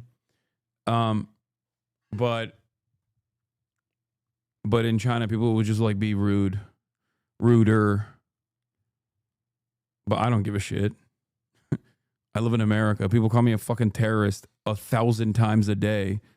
I don't give a shit. I already experienced it with regular frequency. So. But dig a little deeper into the country's economic situation, and it becomes clear. I've heard from people that said that Korea is the most racist, though, out of all of the places.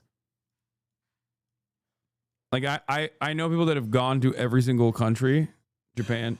I know people that have gone to a bunch of Asian countries, and they always will say that Korea is the straight up most like overtly racist country out of the three big ones.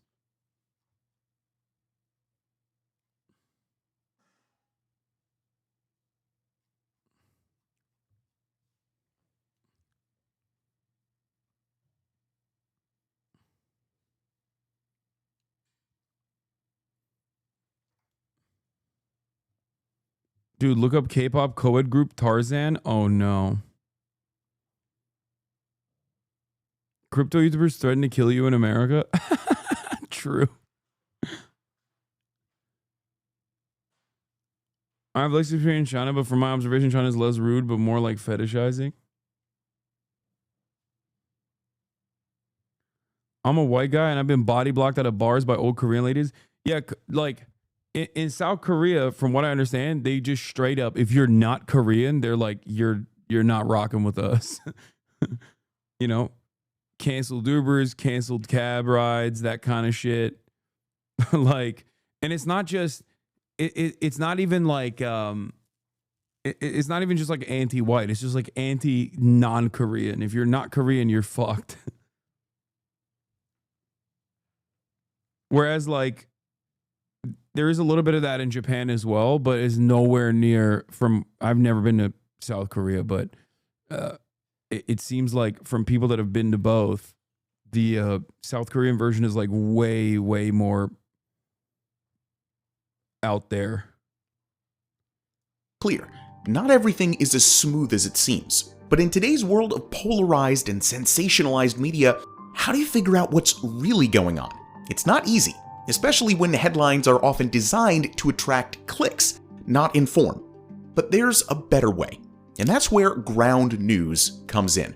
An independent platform that compares how different news outlets across the political spectrum cover the same story. For example, the right-leaning Daily Caller highlights China's economy stumbling under Trump's tariffs. Meanwhile, the left-leaning Global Times emphasizes China's resilience in the face of those same challenges.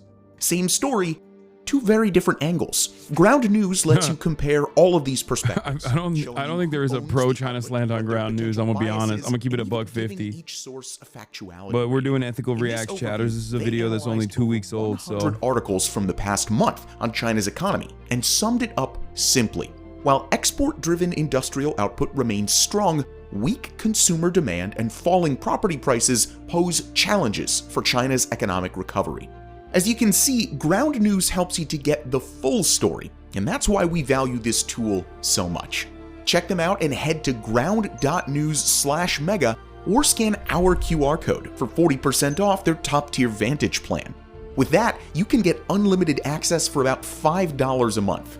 Again, that's ground.news/mega, so don't miss out. And now, let's dive into how and why the Chongqing Metro was built.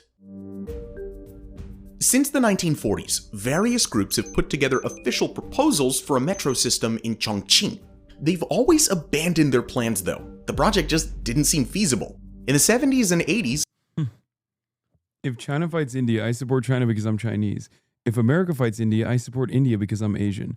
If America fights aliens, I support America because I'm human.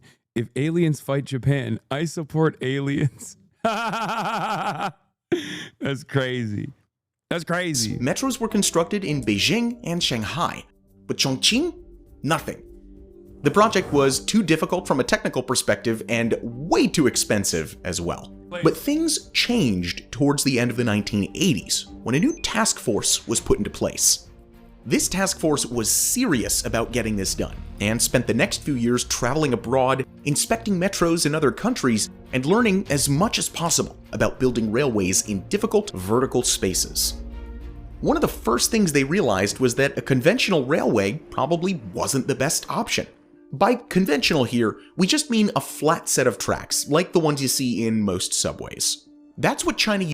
I don't understand. So they sent a task force out, and the task force actually, like, forced a task instead of simply just, like, sitting around and collecting cash and then not getting anything done. This doesn't make any sense. At what point does the private-public partnership kick in, where the private enterprise simply just uses the government as a money cannon, that they fill a pool with yuans and then they dive into the pool instead of like actually taking the money and then building the railroads? I don't get it. Used for the metro in Beijing and also the metro in Shanghai. That's what you see in the London Underground or the subway system in New York. But the task force came up with an alternative. How about using monorails? Here's the thing, a monorail track is way lighter than a conventional rail track. And if you're building lots of elevated tracks and bridges, the system needs fewer supports. The task force worked out that a conventional metro, like the one in Beijing, would cost more than $200 million per kilometer of rail. But a monorail metro would cost half as much, more like $100 million per kilometer. Monorails are also more energy efficient than conventional rails. Again, the task force worked out that a station using conventional tracks would use about 10 times as much energy as a station that used monorail tracks. monorail systems are also better at tight turns and climbing steep slopes. In other words, using monorails in Chongqing felt a bit like a no-brainer. Okay, so you're probably wondering, if monorails are so great, why doesn't everyone just use them? Well, the thing is, a monorail only really makes sense if you're building an elevated metro. If you're building an underground rail system, it is a totally different story. While a monorail is lighter than a conventional system, it actually takes up more vertical space. A conventional system uses low, flat rails with the trains just riding on top. But a monorail system uses one tall rail, which the trains can... This is making me more depressed than the BBB. Yeah, I'm really driving a fucking nail in the coffin here. This is insult to injury time, you know what I mean? I know it's messed up. Wait, hold on. My buddy's here. Straddle on both sides. Now, typically, metros use a lot of tunnels dug out beneath a city's streets. And if you're excavating tunnels, the last thing that you want is a rail that takes up more space. That means digging higher tunnels, which takes time and money. So in the majority of cases, monorail metros are actually a pretty bad idea. But not for Chongqing. In this 8D city, monorails made perfect sense.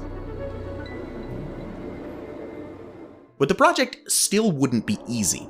Usually, when you build an elevated rail, you'd build the support columns first, and then use cranes to lower each piece of monorail into position.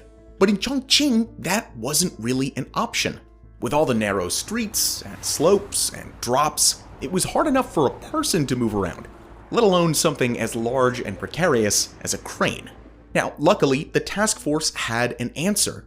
They developed a specialist beam transport machine, carefully designed for this specific task. The machine would hug a piece of rail to its belly, crawl onto the support columns, and then lay the rail. Oh, I'm nutting. Bro, this is fucking crazy. Oh, that's so sick. What the fuck? Into place. It was a long time coming, but in December of 2000, these machines were put into action. Just 5 years later, the first line of the metro was officially open to the public. Line 2, as it's known, was mostly elevated above the city streets, although a couple kilometers did run underground at one end. This very first line is actually the one that passes through those apartment buildings from earlier in the video. When this line was being built, this piece of land was actually owned by a construction company. They hadn't built anything yet, but they were planning to, and that building was going to get in the way of the rail. In the end, the company worked with the metro to design a building with which the metro could safely intersect. To do this, the designers needed to make sure that the vibrations passing through the monorail line didn't damage the rest of the building. That is quite a bit of engineering. We'll see exactly how they did it in a second. But real quick first, if you're enjoying this video and you want to see similar content in the future, don't forget to subscribe to Megabills. Anyways, back to the metro. So how did they make sure that— Dude, I don't care what system makes this, I want it, okay? You can call it whatever you want. Call it socialism, call it omega capitalism. I don't give a shit. I want it, dude. I fucking want it. I want it so fucking bad. Dude, think about that. Like, we could have this, dude. We could have this. We could have this in the United States of America. Fuck. The vibrating monorail didn't damage the building that it was going through. The construction team put these vertical tubes within the inner structure of the building. The monorail stood on pillars, each one at the center of these tubes. And the tubes were wide enough that when the pillars vibrated, there was no chance of them touching the sides. By the way, in case you were wondering, monorails are also much quieter than conventional rails. For the people living in the apartment block, the sound— I'm sorry, whatever system that allows this to happen is superior. I'll say it. I don't give a fuck. Oh, one party rule. I don't care. Okay. Oh, eminent domain. This is crazy. This is like, no, it's superior. Okay. No, Fiona. No, what are you doing? Why do you always do this? Here, chill out. She's just like pushing the gate.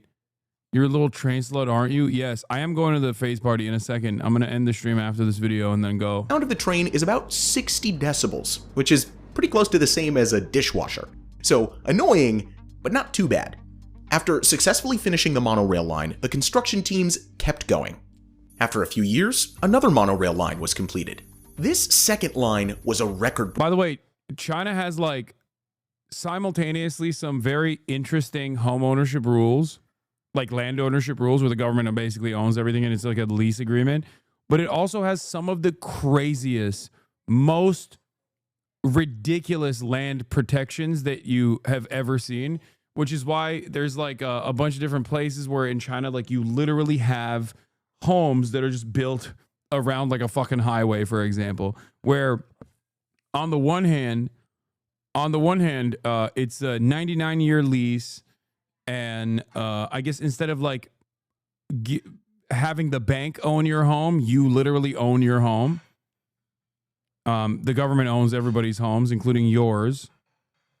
And you can, and you go through this process where they just like give it back to you by the end of it if you're ever near the end of it. But it's not the home built around the highway. It's the highway built around the home. Yeah, that's what I'm talking about. But also at the same time, like, the way it works, from what I understand, is like the government comes to you and they're like, we're going to build a massive project here. And this requires us to move you to a different place. They will offer a higher price than market rate for the house. And on top of that, price you into like price relocation fees into it as well. And if the person still says no, then they just literally build around it. They're like, all right, fuck it. We'll just build around it. Yeah, you get a better upgrade if the government has to take your house.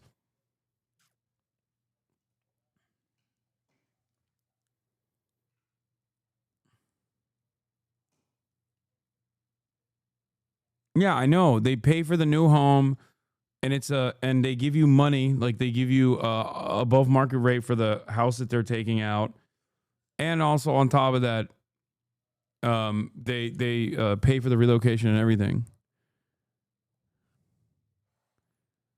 Chinese man defies demolition orders to build 10-story Ghibli nail house.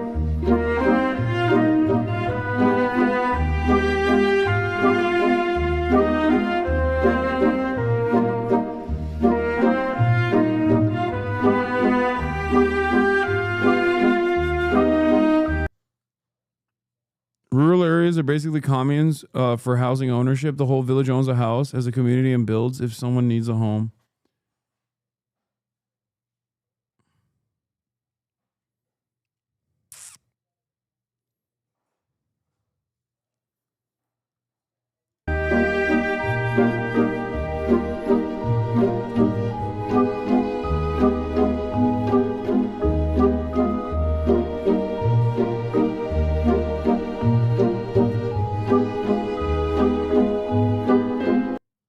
It's 70 years. They offer a renew of the lease for a further 70 years. If you pay 1% of the land value, there's no annual land tax in China. Yeah.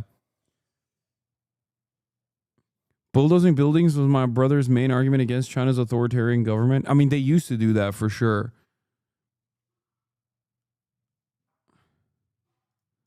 Breaker. As things stand, it's the single longest monorail line in the entire world.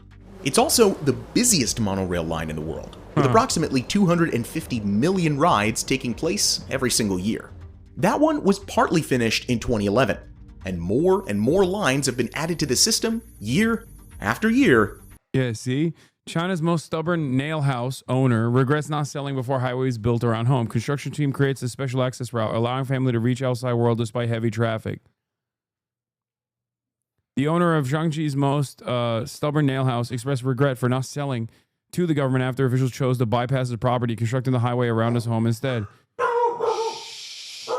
Hey, Fiona, chill out. After a year, there are now 12 lines in total, with 3 more being built as we speak. Now, unlike the first 2 lines, all the others have actually used conventional rails, not monorails. Basically, people realized that this up and down city needed a combination of the 2 types of lines. Some to be elevated high in the sky, others to be dug through the mountains. That's why the city has ended up with a mixed network of lines. As you'd expect, building these conventional lines wasn't easy. Remember Hongyangkun Station, the deepest subway in the world? That one single station took 3 years to complete.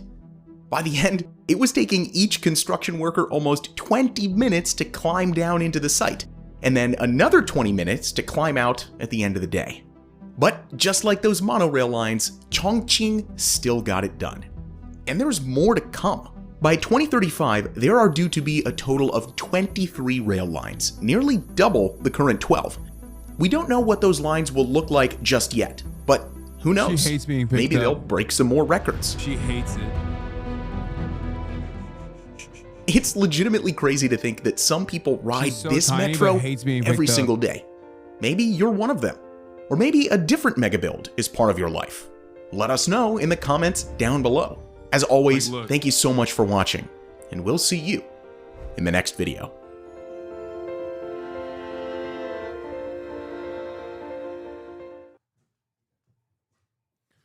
All right, everybody. That'll be all for today because I am going to the FaZe 4th of July party. I'm going to be phasing the frick up, as you guys know. Catch me on any number of different streams that they have on over there. And that is all I got. Quiet quitting, 5 hours. What the fuck is going on? That's a real half day, baby. Real half day time. Phasing the fuck up. Happy 4th of July. And I'll see you tomorrow. Tomorrow we are going to most likely go to Anime Expo, hopefully, if I can figure some stuff out. But that's it. Love you all, and I'll see you tomorrow. We'll do some regular news as well, and then I'll do the Anime Expo. Peace, everybody.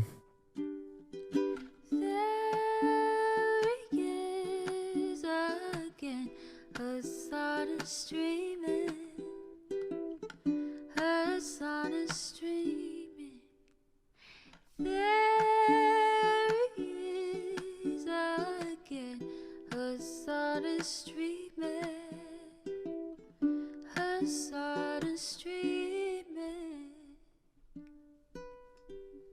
Review in the P.O. box. Uncle Uger's face.